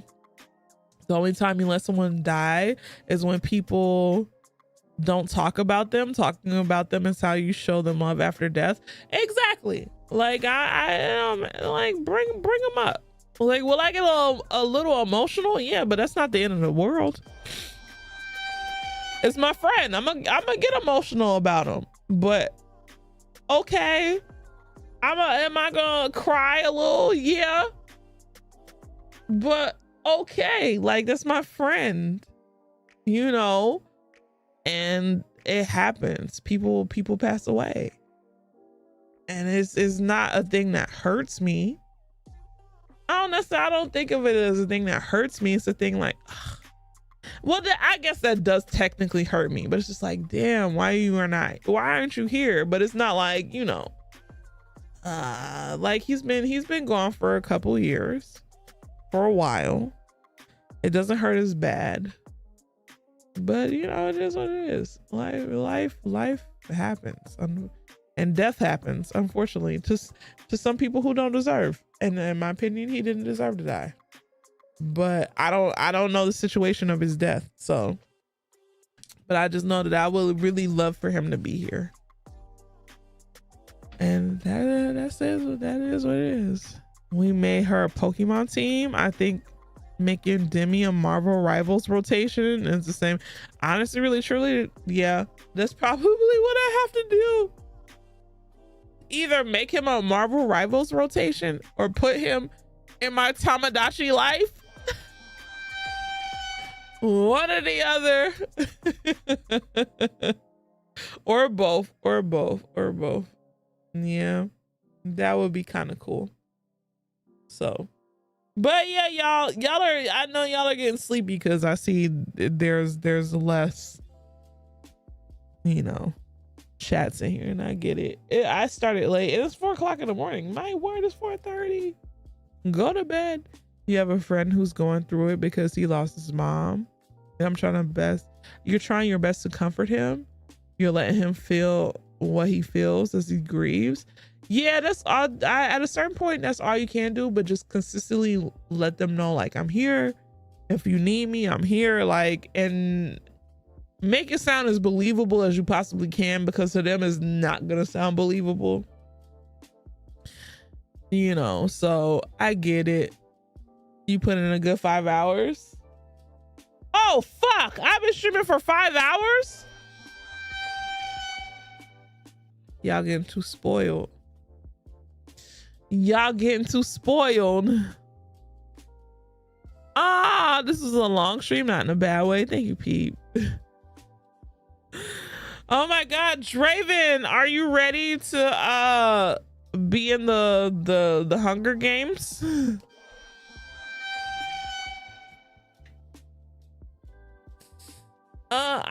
I know it would still be rough to process, but a song I recommend giving a listen while processing grief is Heaven by Akua. I'll take a listen. My song for Demi is I know it together again. I think about us together again, baby, by Janet. And everywhere I go, every smile I see, I know. Oh, I'm about to start crying while singing it. I know you are there, smiling back at me. That's the song I dedicate to Demi. So,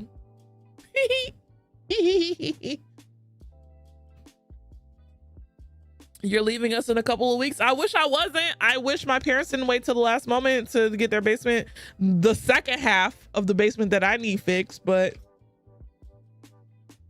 I just respect their decision as long as it's done by July, because I need that shit done by July.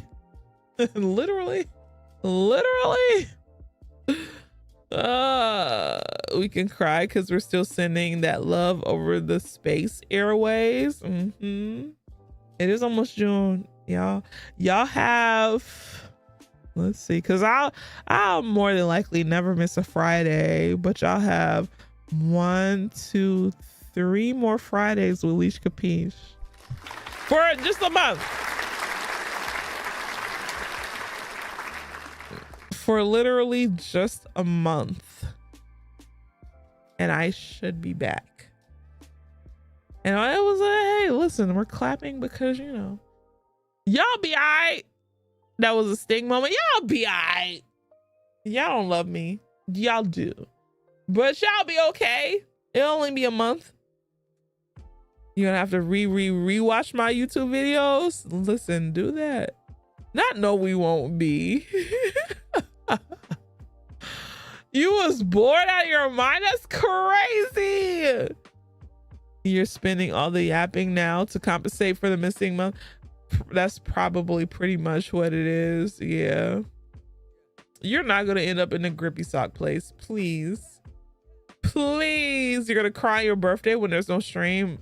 I feel like me not streaming during the month of June and me streaming during July will be so funny. As much as I talk about Leishuary and how I'm erasing Geminis from the whole zodiac, would be so funny. So we're doing Leishuary. Leash hates gays. It's crazy. I might still do some test streams here and there, because after the basement gets done, the half that I need to get done gets done. We still have to wait for the Ethernet cable. So yeah, as long as you come back early July so we can drink. Oh yeah, the goal is to be back. Honestly, the goal is to be back by the end of June, because it's not going to take that long for the dude to do the basement. I'm giving it a little bit more time because of the Ethernet cable, but we'll figure it out. So now we don't talk about Geminis. We don't. Geminis are okay though. My dad's a Gemini and I'm a daddy's girl. So Geminis are all right. On a good day. All right, y'all. I'll do this for y'all because I love y'all. But I gotta go to bed. My sinuses are messing up. I feel like I'm getting a little stuffy. I hear it in my voice. Hold on. I'll give this to y'all. Hold on. Give me 1 second. Oh! Big old red ass up. Got that dookie hole soaking wet. Yeah! Soaking wet. I want to party! You throwing that back and it's gripping and hugging. Hey! Gripping and hugging. Hey! 5, 6, 5, 6, 7, 8, 8! Hey! I want to party! Shake your fucking ass! Hey, hey! Hey, hey! What's up, Nicki Minaj? Squirting fart down the aisle of love. Making it fart. Make it fart for the higher power. Squirting fart down the aisle of acceptance. Making it fart. Make it fart for the Lord, for the Lord, for the Lord. Got that dookie hole soaking wet. Yeah! Soaking wet. I want everybody to reach deep down inside and grip and hug your inner child Gripping and hugging. Gripping and hugging. and tell them Gripping and hugging. Gripping and hugging. it's gonna be all right. It's gonna be okay. Hey, hey, hey, and squirt, and fart, and fart, and squirt, and squirt, and fart, and fart, and squirt. Making it fart and fart and fart. Can we get Shaman a Honda?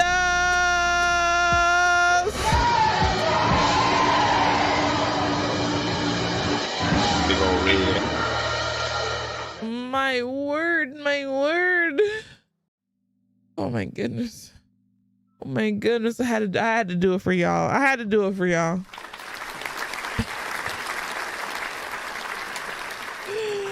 Oh my goodness. All right, y'all. If I will stream tomorrow, not even if.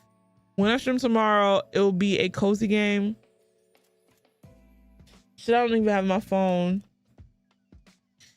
Cozy game. Don't know if I'm streaming on Sunday. I do work on Sunday, but I might call out because it's Mother's Day. Hello? Why you got me scheduled for Mother's Day? I'm probably gonna call out because I'm a mother. Why am I coming to work? But I might not because it's only 4 hours. So it might work out in my favor. But I'll stream Saturday. I probably won't stream Sunday because I work Monday. But I will stream Monday. So I'll stream up until I will stream up until maybe Tuesday, maybe Wednesday, depending. But if you don't see me Wednesday, oh well. But Tuesday will be probably the last day I stream. Then Friday is our 24-hour stream. So I need a couple of days to get my shit together and to figure out what the hell we got going on. So, but I'll try my best to get a little bit of streams in between. So anyway, y'all take it easy, be good to yourselves, take care of yourselves, be kind to yourselves. I'll see you all a little bit later. Good night, and oh my goodness, goodbye. Capiche? Tequila lover, astrology nerd. Demon time sipping on some scissor. Swallowed, beat the ground up, was in the bag, and don't forget the least capiche. Cult leader, rain boots and a thong, boosie, boosie, boosie, all day long. Piss break, ha.